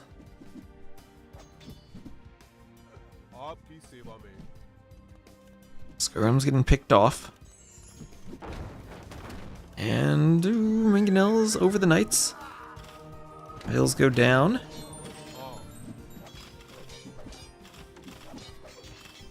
And Mangonels go down. Okay, under the castle, one Mangonel down. Skirm's still raiding. The Skirm's gonna go in? Okay, the Skirm's gonna go in. I'll idle some farms a bit. He can pick Vils, which maybe he can. He's not going for him. He's trying to get into the back of the eco. There's a Vil. Oh, wow, how to capture age select those farms. It's such a weird capture age thing. Like, if my mouse is moving while the unit that's selected is killed, sometimes it, like, selects stuff. Yeah, like that, like that. That Vil was killed and it selected 3 farms. And I do that over here. Which of these Vils is a prime target?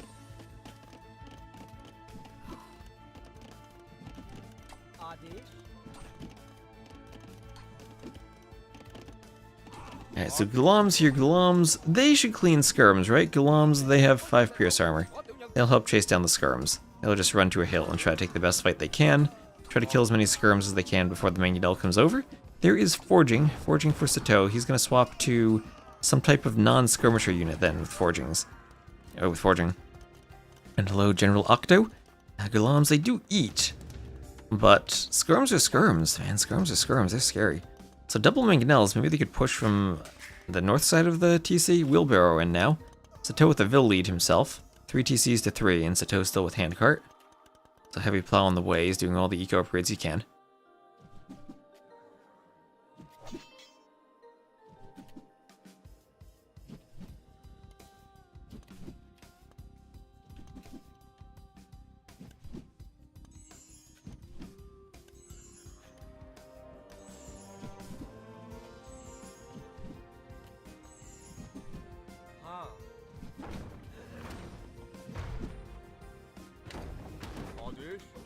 And Mangonel hits the Gulams.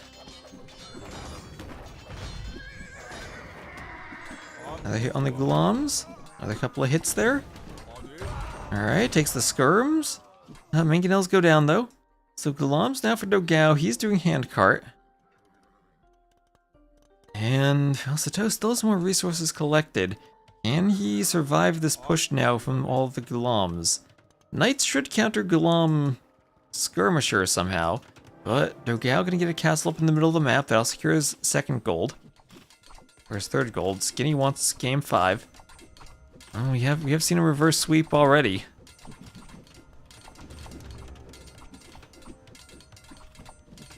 Oh, I see another one.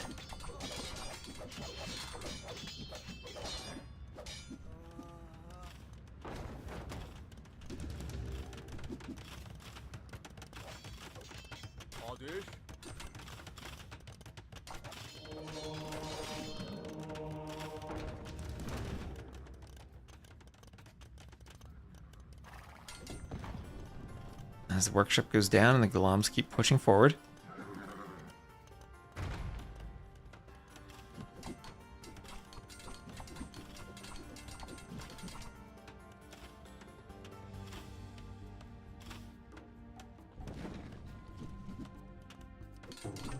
And Gulams surround the house. Mangonel will go for the Vil on that house.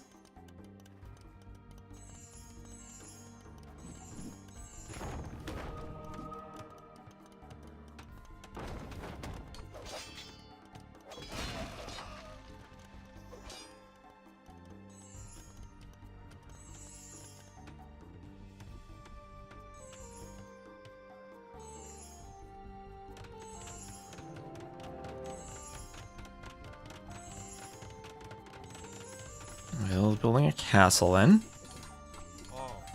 As Gulams keep pushing forward into these houses. An Imperial Age on the way for both, slightly faster for Sato. And then we get to Imp. What do we think about, Vietnamese Cav, but what do we think about this unit composition now? I think the Gulams are going to fall off in Imp. And the Vietnamese probably don't want to stay on Cav too much longer. I mean, maybe it's the right option though. Yeah, elephants definitely better than the knights usually, but they need a lot of upgrades, and that's very expensive. What did Sato just click? Chatras.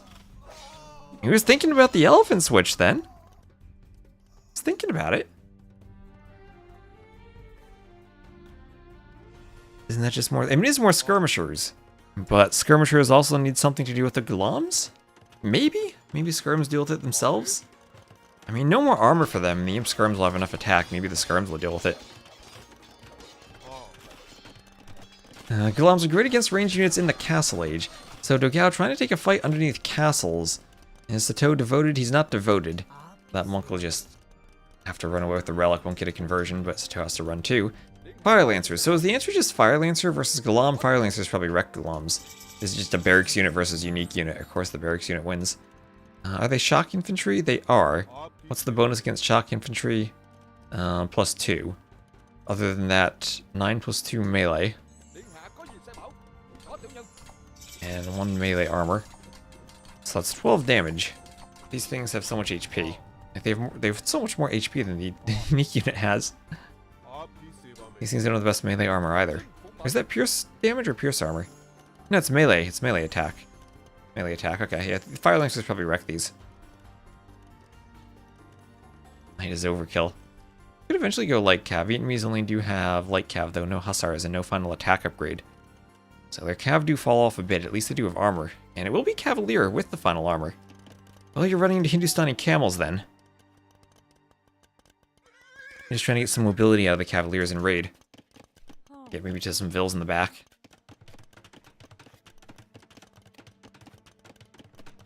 Force some quick walls as Dogao's trying to get a TC by the extra gold.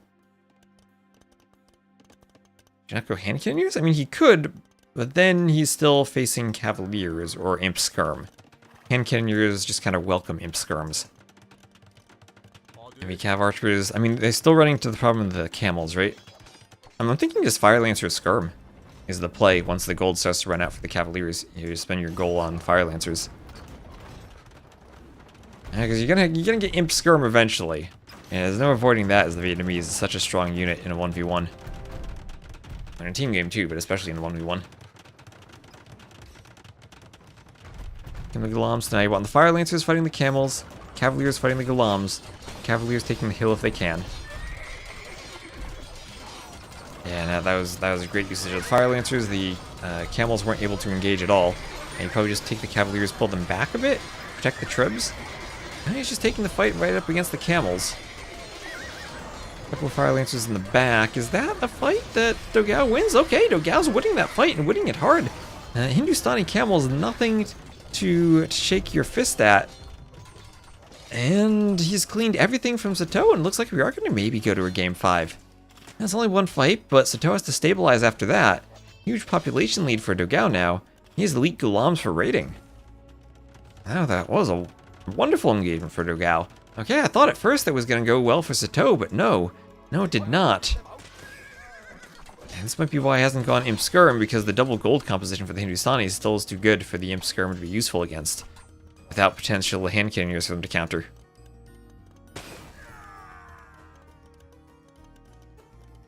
Okay, Dogao still needs to pull back now. He's ahead in KD, but Sato's still more res collected. And I still think Imp Skirm in the long run is scary.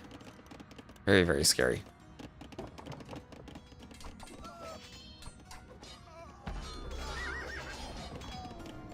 Camel's going for the Trib.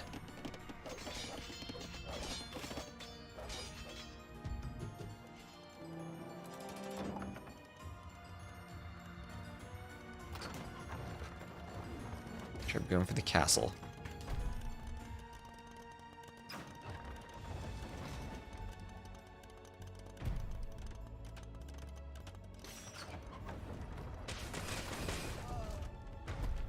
Alright, Fire Lancers take out the Gulam there.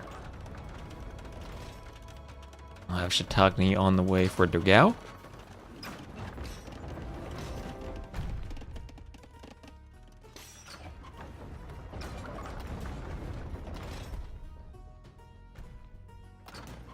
Logo is the tournament name in English? Yes, it is. I've been trying to point that out. It's a cool logo. Yeah, you have to look at it for a while, and then you realize the letters are kind of like squished together, smushed together in some places. Okay, this is where the Fire Lancers start to come here, but now hand cannoneers for countering Fire Lancers. Okay, lots of Fire Lancers now. Hand cannoneers, Chattagni in, Chattagni is in. So great Hindustani hand cannoneers now. Trib still going for the castle. Hand cannoneers forcing the Fire Lancers away.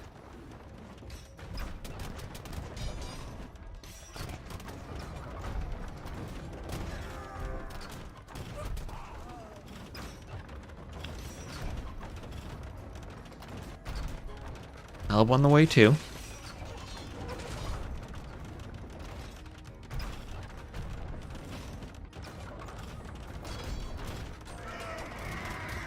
Tow back up so fast, his army is very cheap to add in, right? I mean, both up to 200 pop now. A few more vills for Dogao. Those cheap Hindustani vills may be leading to an overboom. Trying to push Trebs in the south, trying to go for a Treb push. Vills fighting, let's go. Vills need to repair the Trebs. Vills need to repair the Trebs. Treb goes down. Cavaliers come in. That castle not going to go down. At least Toe took some damage there. Dogao losing Trebs. You don't want to be losing Trebs all that much. KD actually better for Dogao so far. We will be losing a castle. Cannon going for the Trebs. Not enough to destroy him though. Can't believe he's going Hussar hand cannon. Gotta be stream sniping you. Can he get to Hussar? Yeah, he can. He can't get to fully upgraded Hussars, but it's gonna take him a bit of an expense to get there.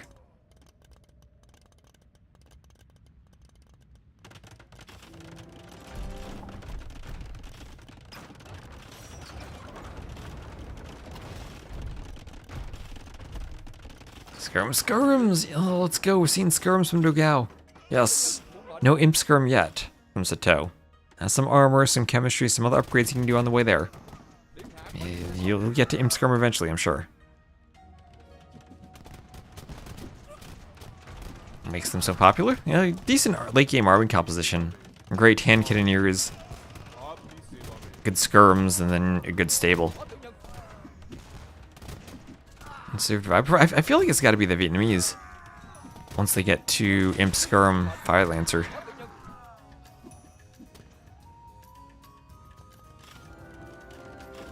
Sato out of stone. That's going to affect his trubbing ability. Gao has a bit more stone still. So Sato trying to control the map with castles has meant he hasn't had castles in the back.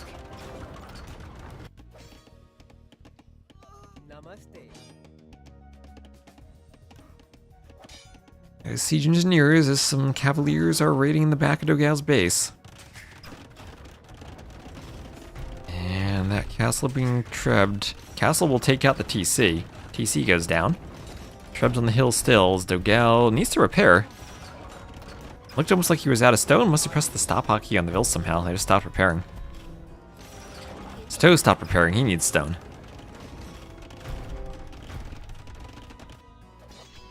Cavalier raids in the back of Dogao's base. That'll give him more space for army, though. Right now, those hand cannoneers with the cannons are forming an unstoppable combo down here. They're massacring Halbs. Dogao's KD continues to climb. And this is going to be another castle destroyed for Sato. So both players losing castles. Dogao climbing even farther ahead in score, and he's going to be researching Hussar. And still no Imp Skirm. Paper money now for Sato. He never really got his techs in early enough to do anything with them. Cannon's going to get some hits on the Skirms.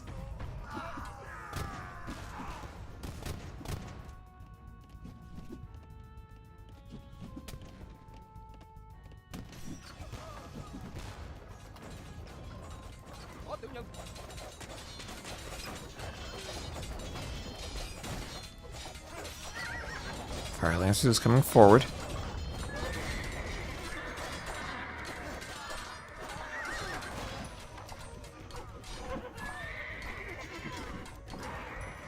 And this is still hard for Dogao to deal with. I mean, he needs hand cannoneers, he needs gold to deal with the Fire Lancers. I don't think anything else kills them. I mean, they should win against Halb, Skirm, and Hussar all, right? So none of the trash units do anything to them.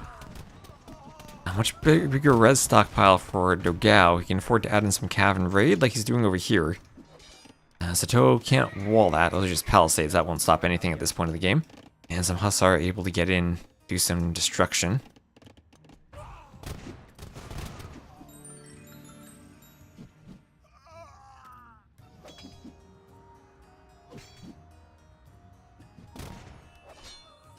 Hussar's coming forward, surrounding the Skirms. Still a bit of a raid in the eco. Still a bit of a raid. Sato's population dropping. Doesn't have the same resource stockpile that Dogao has, and he's down to just one last castle.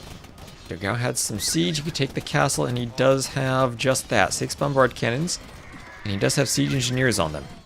So this castle at great risk of going down, and still Imp Skirm not affordable for Sato. There go the cannons. There go the cannons working on the castle. Will's repairing the cannons too. He does not Sultans now anymore, Grand Trunk Road. For the market's better now.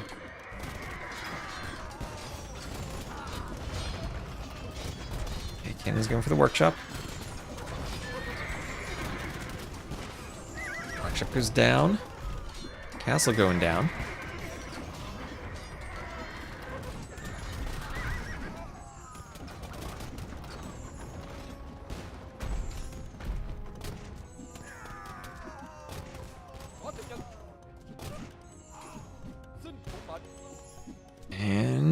Okay, some splashes on those units. Castle goes down. So that'll open up raids once this army is a bit more cleared. But the cannons have to be protected now. Trebs have to go back. The cannon plus Treb combo deadly. Gal getting whatever stone he can, as he's stonewalled himself. Trying to stay stonewalled, not let raids get in. Hussars there need to be moving to raid. So, almost at 5k score, lead for Dogal, thanks to that KD lead. Oh, the cannon's killing skirms. Cannon's killing skirms. Okay, that first shot was the most impressive. Alright, and there's a GG from Sato, as Dogal will tie it 2-2, and we're headed to a game number 5. Game number 5. That'll probably be the last one I cast today, but there we go. 426 kills to 325 deaths. More eco, and I was thinking that the Vietnamese army composition would be better, but that one fight early on with the Gulams just kind of gave Dogal the lead, and he hung on since then. Oh boy.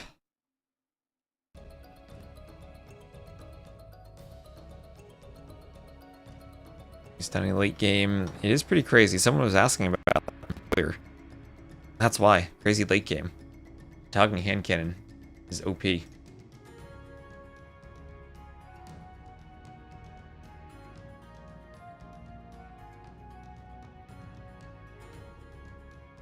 Alright, 2-2. And that'll be...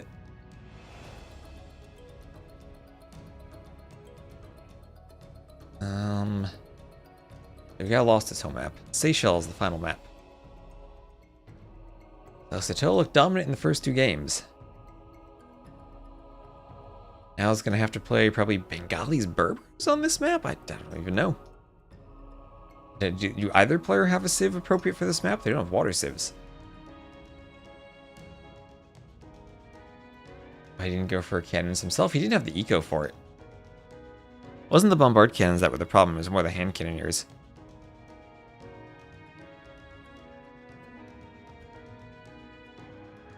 Game 5 in the lobby.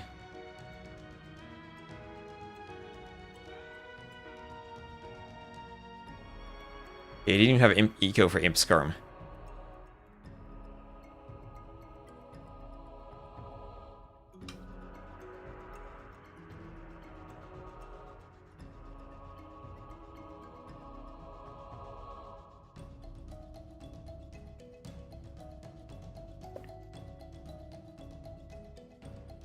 Okay, one more game. I think there's even more sets after this in the tournament today. Yeah, everyone's still playing right now. Round of 12 sets even.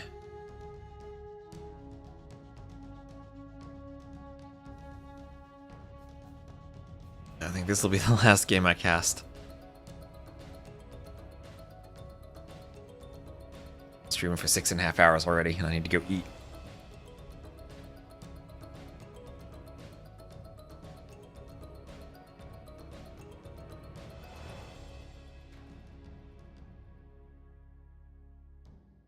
Does anyone know, can I raid a stream on YouTube?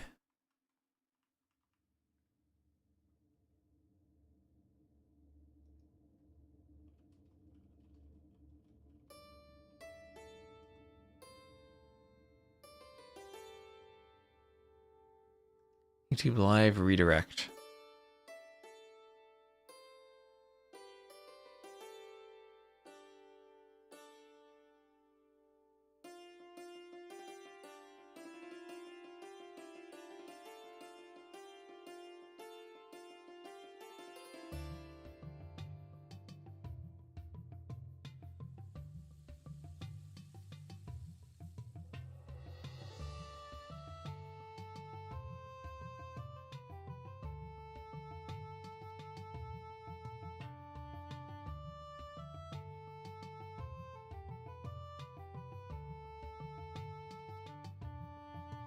Yeah, spoilers are allowed. This is all live stuff. There's no real spoiling that can happen. Okay, where are we? He's in the lobby still. Okay, in the lobby still.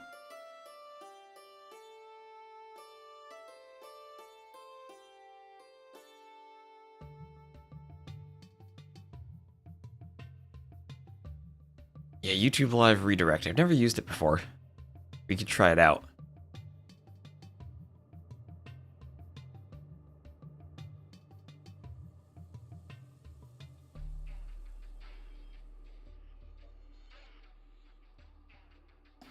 How do I do it, though? Channel level settings.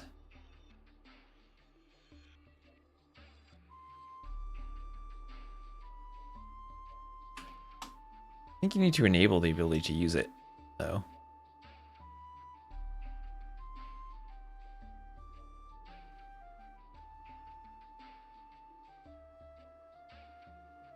I'm going to attempt this.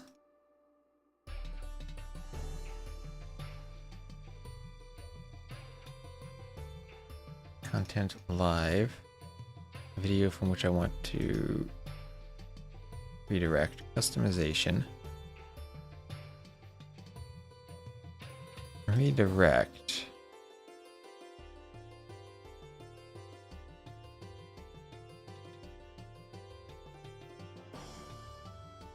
Oh yeah, I can redirect you to Ornlu. I need to. Oh, I need permissions though. Oh, that sucks. That should be on by default. What? No, YouTube, no.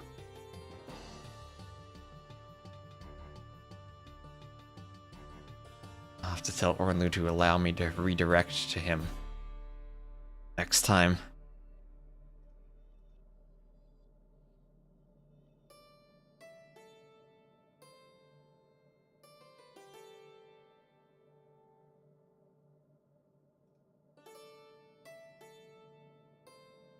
I can see the button, but it's grayed out. Okay, have they launched? They have. Failed to download match content. Get your thanks DEs in the chat. We went a whole day. The final game of the day we're casting, we get failed to download match content.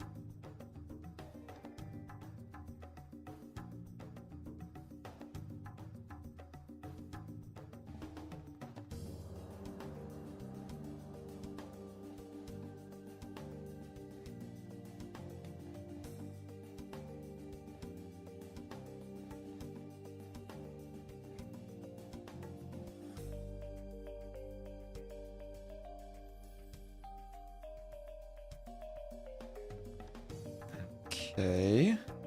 And now we attempt to join again. Now the game is restarted. Second time's the charm. Yes, it is. All right. Thanks, DE. Alright, so here we are. It'll be Seychelles. We'll have Dogao as the red Berbers to the southwest, and Sato as the blue Bengalis to the northeast, luring in that rhino, and scouting with the transports. So we'll miss 3 minutes thanks to that failed to download match content. But we'll have the players docking on opposite sides of each other, right next to a deep fish, right next to a big dolphin there, right next to a tuna. Dolphins, they have 350. They should have more food. Yeah, tuna 225. Where are the dolphins? Hey, give me another dolphin, DE. Where are the dolphins? You put one dolphin on the whole map? There's got to be another dolphin somewhere. Where do we go? They should have 350. Oh, no, it's not a dolphin. There's only one dolphin on the whole map? Yeah, I'm not just blind, am I? I'm not seeing any other dolphins. Okay, did Dogao dock the single dolphin on the... Wait, yeah, he must have. Oh, wow. Almost extinct. I guess so. Wow. Oh, wait, no? Is this it? There we go, another dolphin. Oh, it only has 225 food, though. Usually they have 350. Okay. Dogao cheated out of some extra food. Like 10 times in under a minute. Perfect. Oh, that we gotta summon them, right? You gotta say it over and over. You're just promoting your the Dolphin emulator for playing Nintendo games.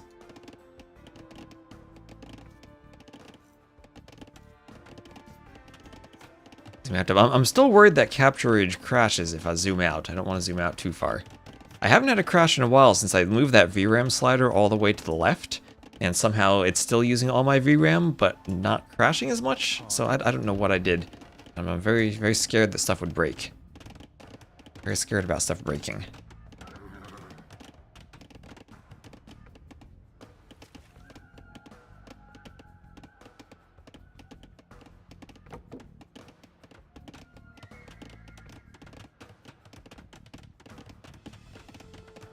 So, feudal for both, slightly faster for Sato, and these look like fast castle timings. Remember when we saw Jordan play the map, he had played it as a fast castle build.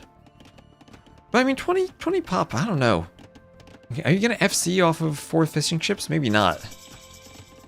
Maybe not, maybe not. Maybe it's just...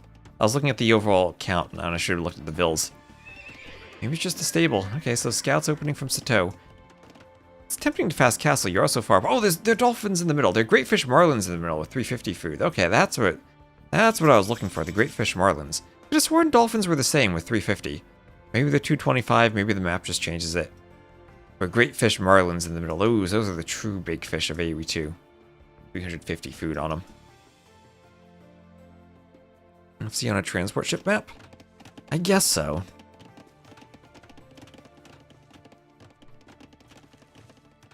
Feels like you're kind of far apart to FC Phosphoro 2, so it'd be like FC Boom. But anyway, this is game number 5. Game number 5, and Dogao, with that initial dolphin, will now try to wall himself. Oh, there, we found another dolphin. Dogao just keeps finding all the dolphins. He's the dolphin magnet. They are big, longer than you are tall. Well, how tall are you then?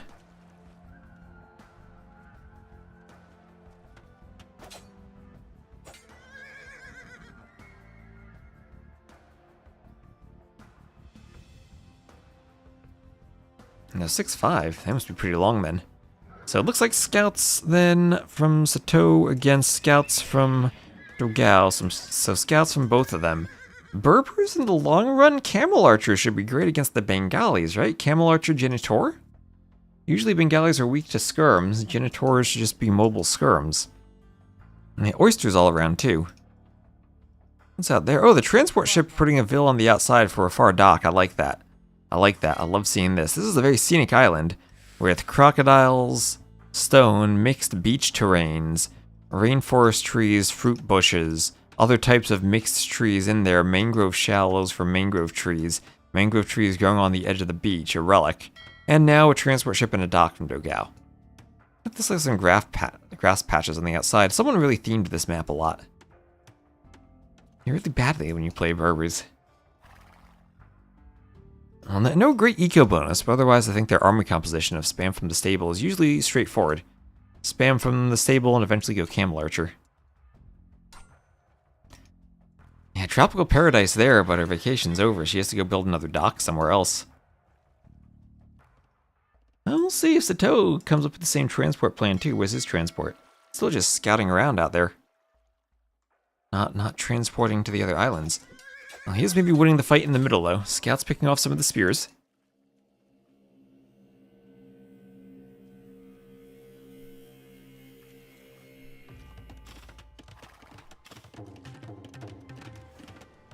This is going up for Sato.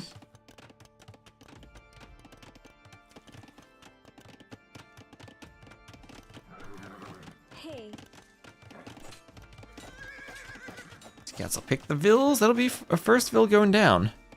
And is Dogao about to pull off a reverse sweep? He's getting another vill, getting poked there, but that's 2 vills down.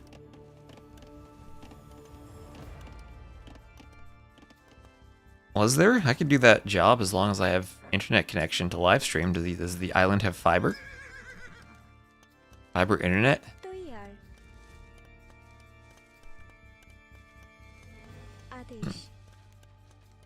Alright, all the vills on one side to fight off scouts if need be. One farm for Sato, diversifying his economy.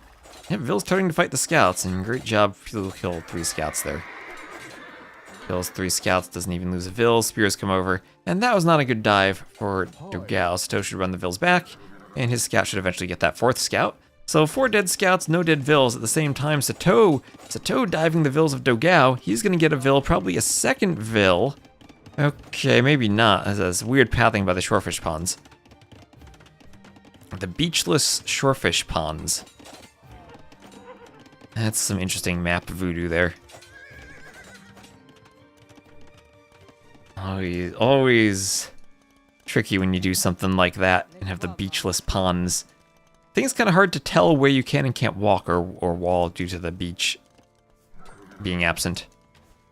This is pathing. It's DE pathing. So Castle Age clicked first for Sato.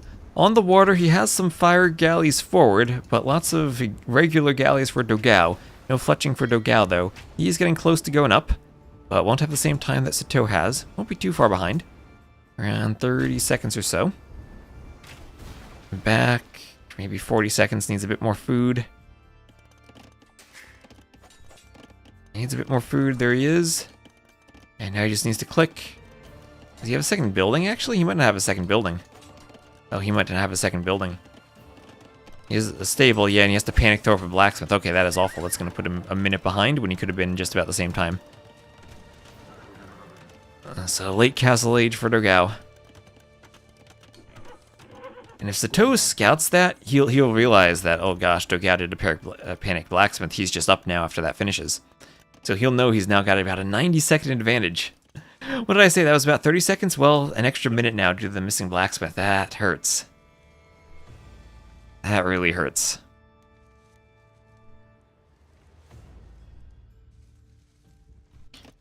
And Bloodlines on the way for Sato.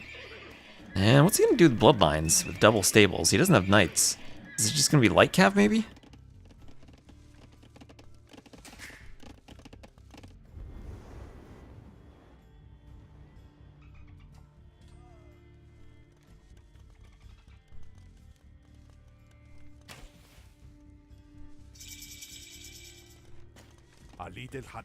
Fate of an Empire turns on the fact he didn't have a blacksmith.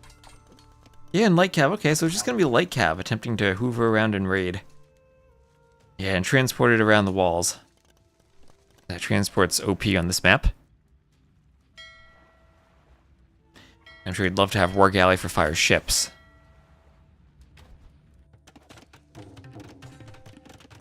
Oh, and Monaspa, thank you very much for the sub.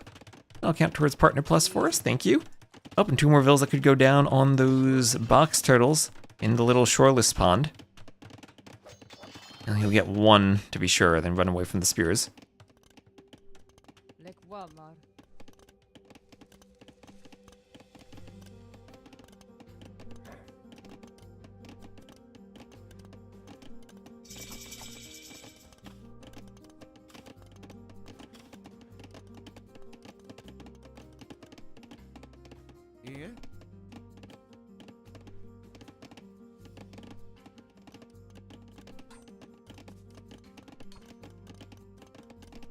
Spear gonna poke some vills.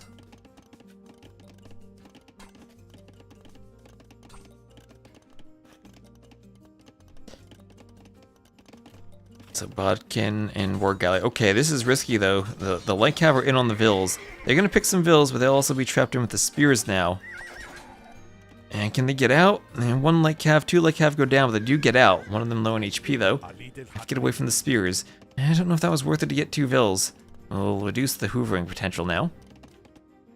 What do we have out here? Just fishing ships far out to sea. Sato not realizing he needs to go out and dock, maybe. And Light Cav, ooh, tempted to get 1 more Vill. Probably targeting the low HP scout, though. No low HP scout down, but another Vill goes down. Another scout now takes a few pokes. That was greedy, but picks a Vill. So 92 Vill KD in favor of Sato.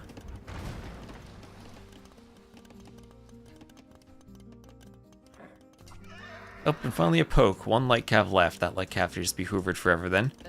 At Look for the low HP vills. Don't think they're any low enough to snipe, though.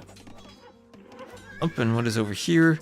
Scouts versus Light Cav. Light Cav will win that. Dogao doesn't micro back. There he goes, and Sato now up 14 vills. Or 14 eco units. 52 vills to 39. And he's going to add in a third TC. He set a second TC behind all that hoovering. And the third TC will be added in as Dogao is just doing his second. So great eco advantage now for Sato. Over 1k more resources collected. And he's just going to keep running around with the scout as his fires come down. And the fires are going to come from the side and find more fishing ships. Not patrolling them.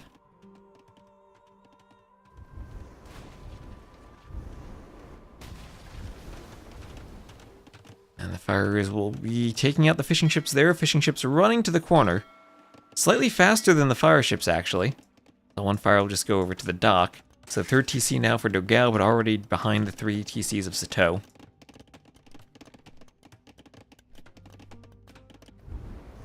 And fire going for the dock in the south. Spears trying to poke the fire. Spears do have an attack bonus. And oh, a transport ship again. Transport ship again. That'll idle the TC a bit, but Light Cav not able to stop it. They don't have armor either, so they don't want to stay underneath it. And some camels now from Dogao should be able to clean this up. One farm and then auto farm somehow? That's a weird T90 farm placement there. Sato also getting relics. Oh, we have some war galleys in the back. That'll harass a wood line. 14 to 4 KD so far. Some fire galleys can come in and try to push this away. Not that many fire galleys, though. Still has to watch out for his fish, too. Galley should be better late game? I don't know. Personally, I'm thinking Berbers. Some type of Genitor, Camel Archer combo. But maybe I'm wrong about that.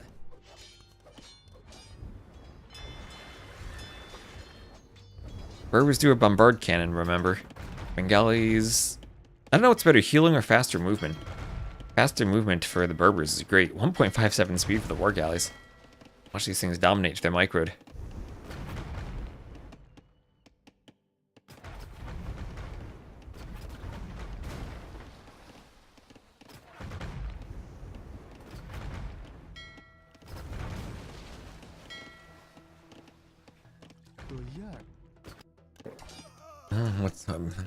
Late game might not matter though, as the Light Cav are in, and they're still hoovering. Even the camels they're willing to fight. They have bloodlines and oh, those vills on the gold, not walled in. They're gonna have to run. Light Cav will snipe them off. Not the best micro to pick off vills though. Only a couple vills go down. Light Cav for getting to here on the wood line. That'd be nice again too. Gonna look over here. No more vills out there. Fourth TC though being added for Dogao. I'll try to catch up in vills, but still down quite a bit. Or, ooh, maybe he won't. That's a Light Cav getting in on the TC, targeting the weak vills. It's 2 vills down. We'll see if a third goes down. Alright, so that is a sacrificial TC as well. And Fire is still trying to keep the war galleys away. 24 to 12 eco KD. Light Cav doing work, but being chased by camels. Slightly faster than the camels so they can run. Do we have husbandry in? No husbandry in yet. Not in for Dogao either. Both players need husbandry then. Dogao floating lots of wood. Wasn't able to place down farms like he wanted to with those Light Cav in the middle of his eco. Neither player with fishing ships. Both have lost all their fish.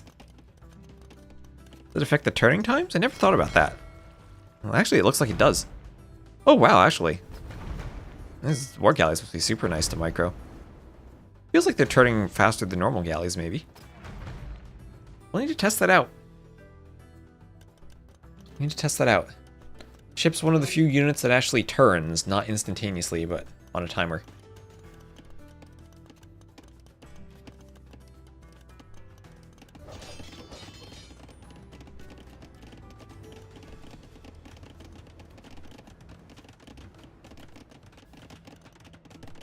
So monk, where are the monks? Do you have a forward monk somewhere? Oh, he has a monk in this base. Look at him go. How'd he get there? He just needs to swap to that scout and convert the scout. Oh, don't lose the monk. No sanctity. Oh, gets the vill at least. Gets the vill. He's going for a relic heist. Well, he gets a villager heist. That vill could just do a stable here. It's over there, a workshop. Who needs a workshop out there when you can do a stable in here? Where'd the vill go? Oh, picked off there. Probably gotten by the TC. Not active enough with the Vil. Okay, so Dogao trying to redock and get back on the water. Light Cav will see those Vils and try to disrupt them.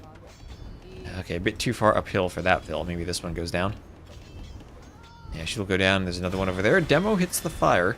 But 5 HP fire survives. Okay, and on the water, again, neither player with fish, but warship advantage, I think, for Sato. Does have more presence with the ships, and will clean that out. With his fires finally doing their job. And there's another monk going forward. I don't know what Vil's going to build that workshop. I don't see a Vil anywhere nearby going forward. Maybe he needs to convert some, like Cav on the transport. So 105 to 76 Vils, huge eco lead for Sato, 5k res collected ahead.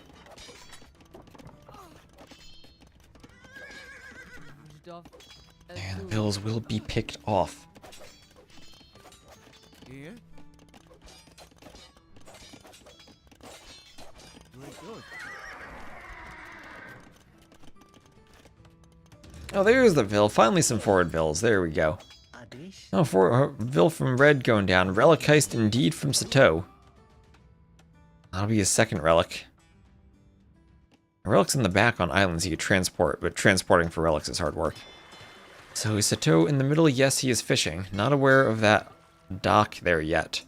He can do fires and take the middle at any point. He also can click up to Imp at any point when he wants to. Has the monastery. He'll have that workshop, so at least these two buildings. And we'll use the market, buy some food, sell a tiny bit of wood if he needs to, and then he will be up. And there it is. There is Imperial Age. That TC should be pretty safe. He's on 4 TCs. Huge villager lead. 35 Vils. Light Cav's still hoovering around. And he's going to get an extra 8 plus Vils. Maybe he'll add a 5th TC. He'll get 8 Vils right now once he hits Imp. So he's got about all the Vils he need. He'll need.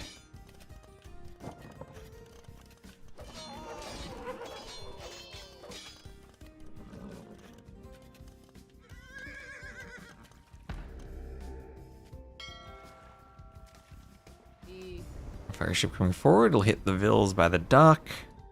Here.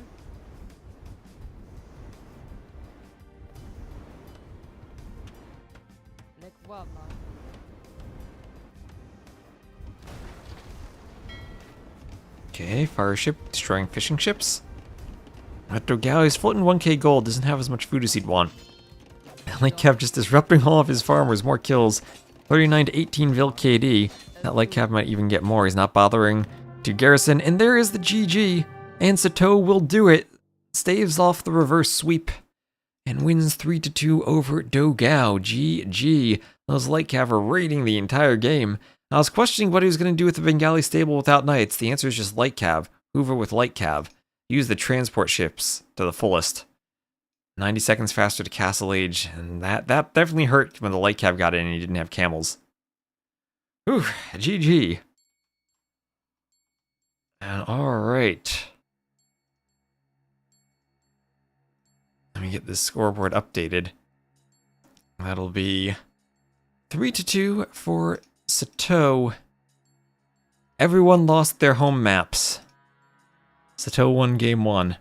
Bengalis over Berbers. I even went into that thinking I preferred Berbers, but I guess the Bengalis are just too strong.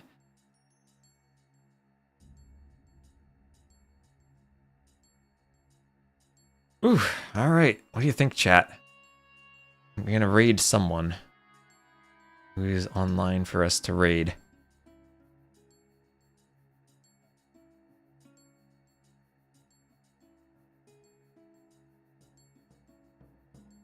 You know, someone said they wanted to see Niaz. We can raid Ornlu, he'll be casting that. Thanks, well thanks for being a great chatter, Smiley. Thanks for bringing smiles to the chat. So we're gonna raid Ornlu, he'll be casting Freaky Andy versus Ornlu. I raid him on YouTube, but YouTube requires him to enable that manually. So go to his chat and remind him to enable that. I guess, on Twitch. So, goodbye YouTube, and I'll see you again tomorrow. I think it starts at the same time, around 12 GMT tomorrow. Now, it starts at 0 GMT in 5 hours, ACCM Sebastian. No. Well, whenever it starts tomorrow, I'll cast.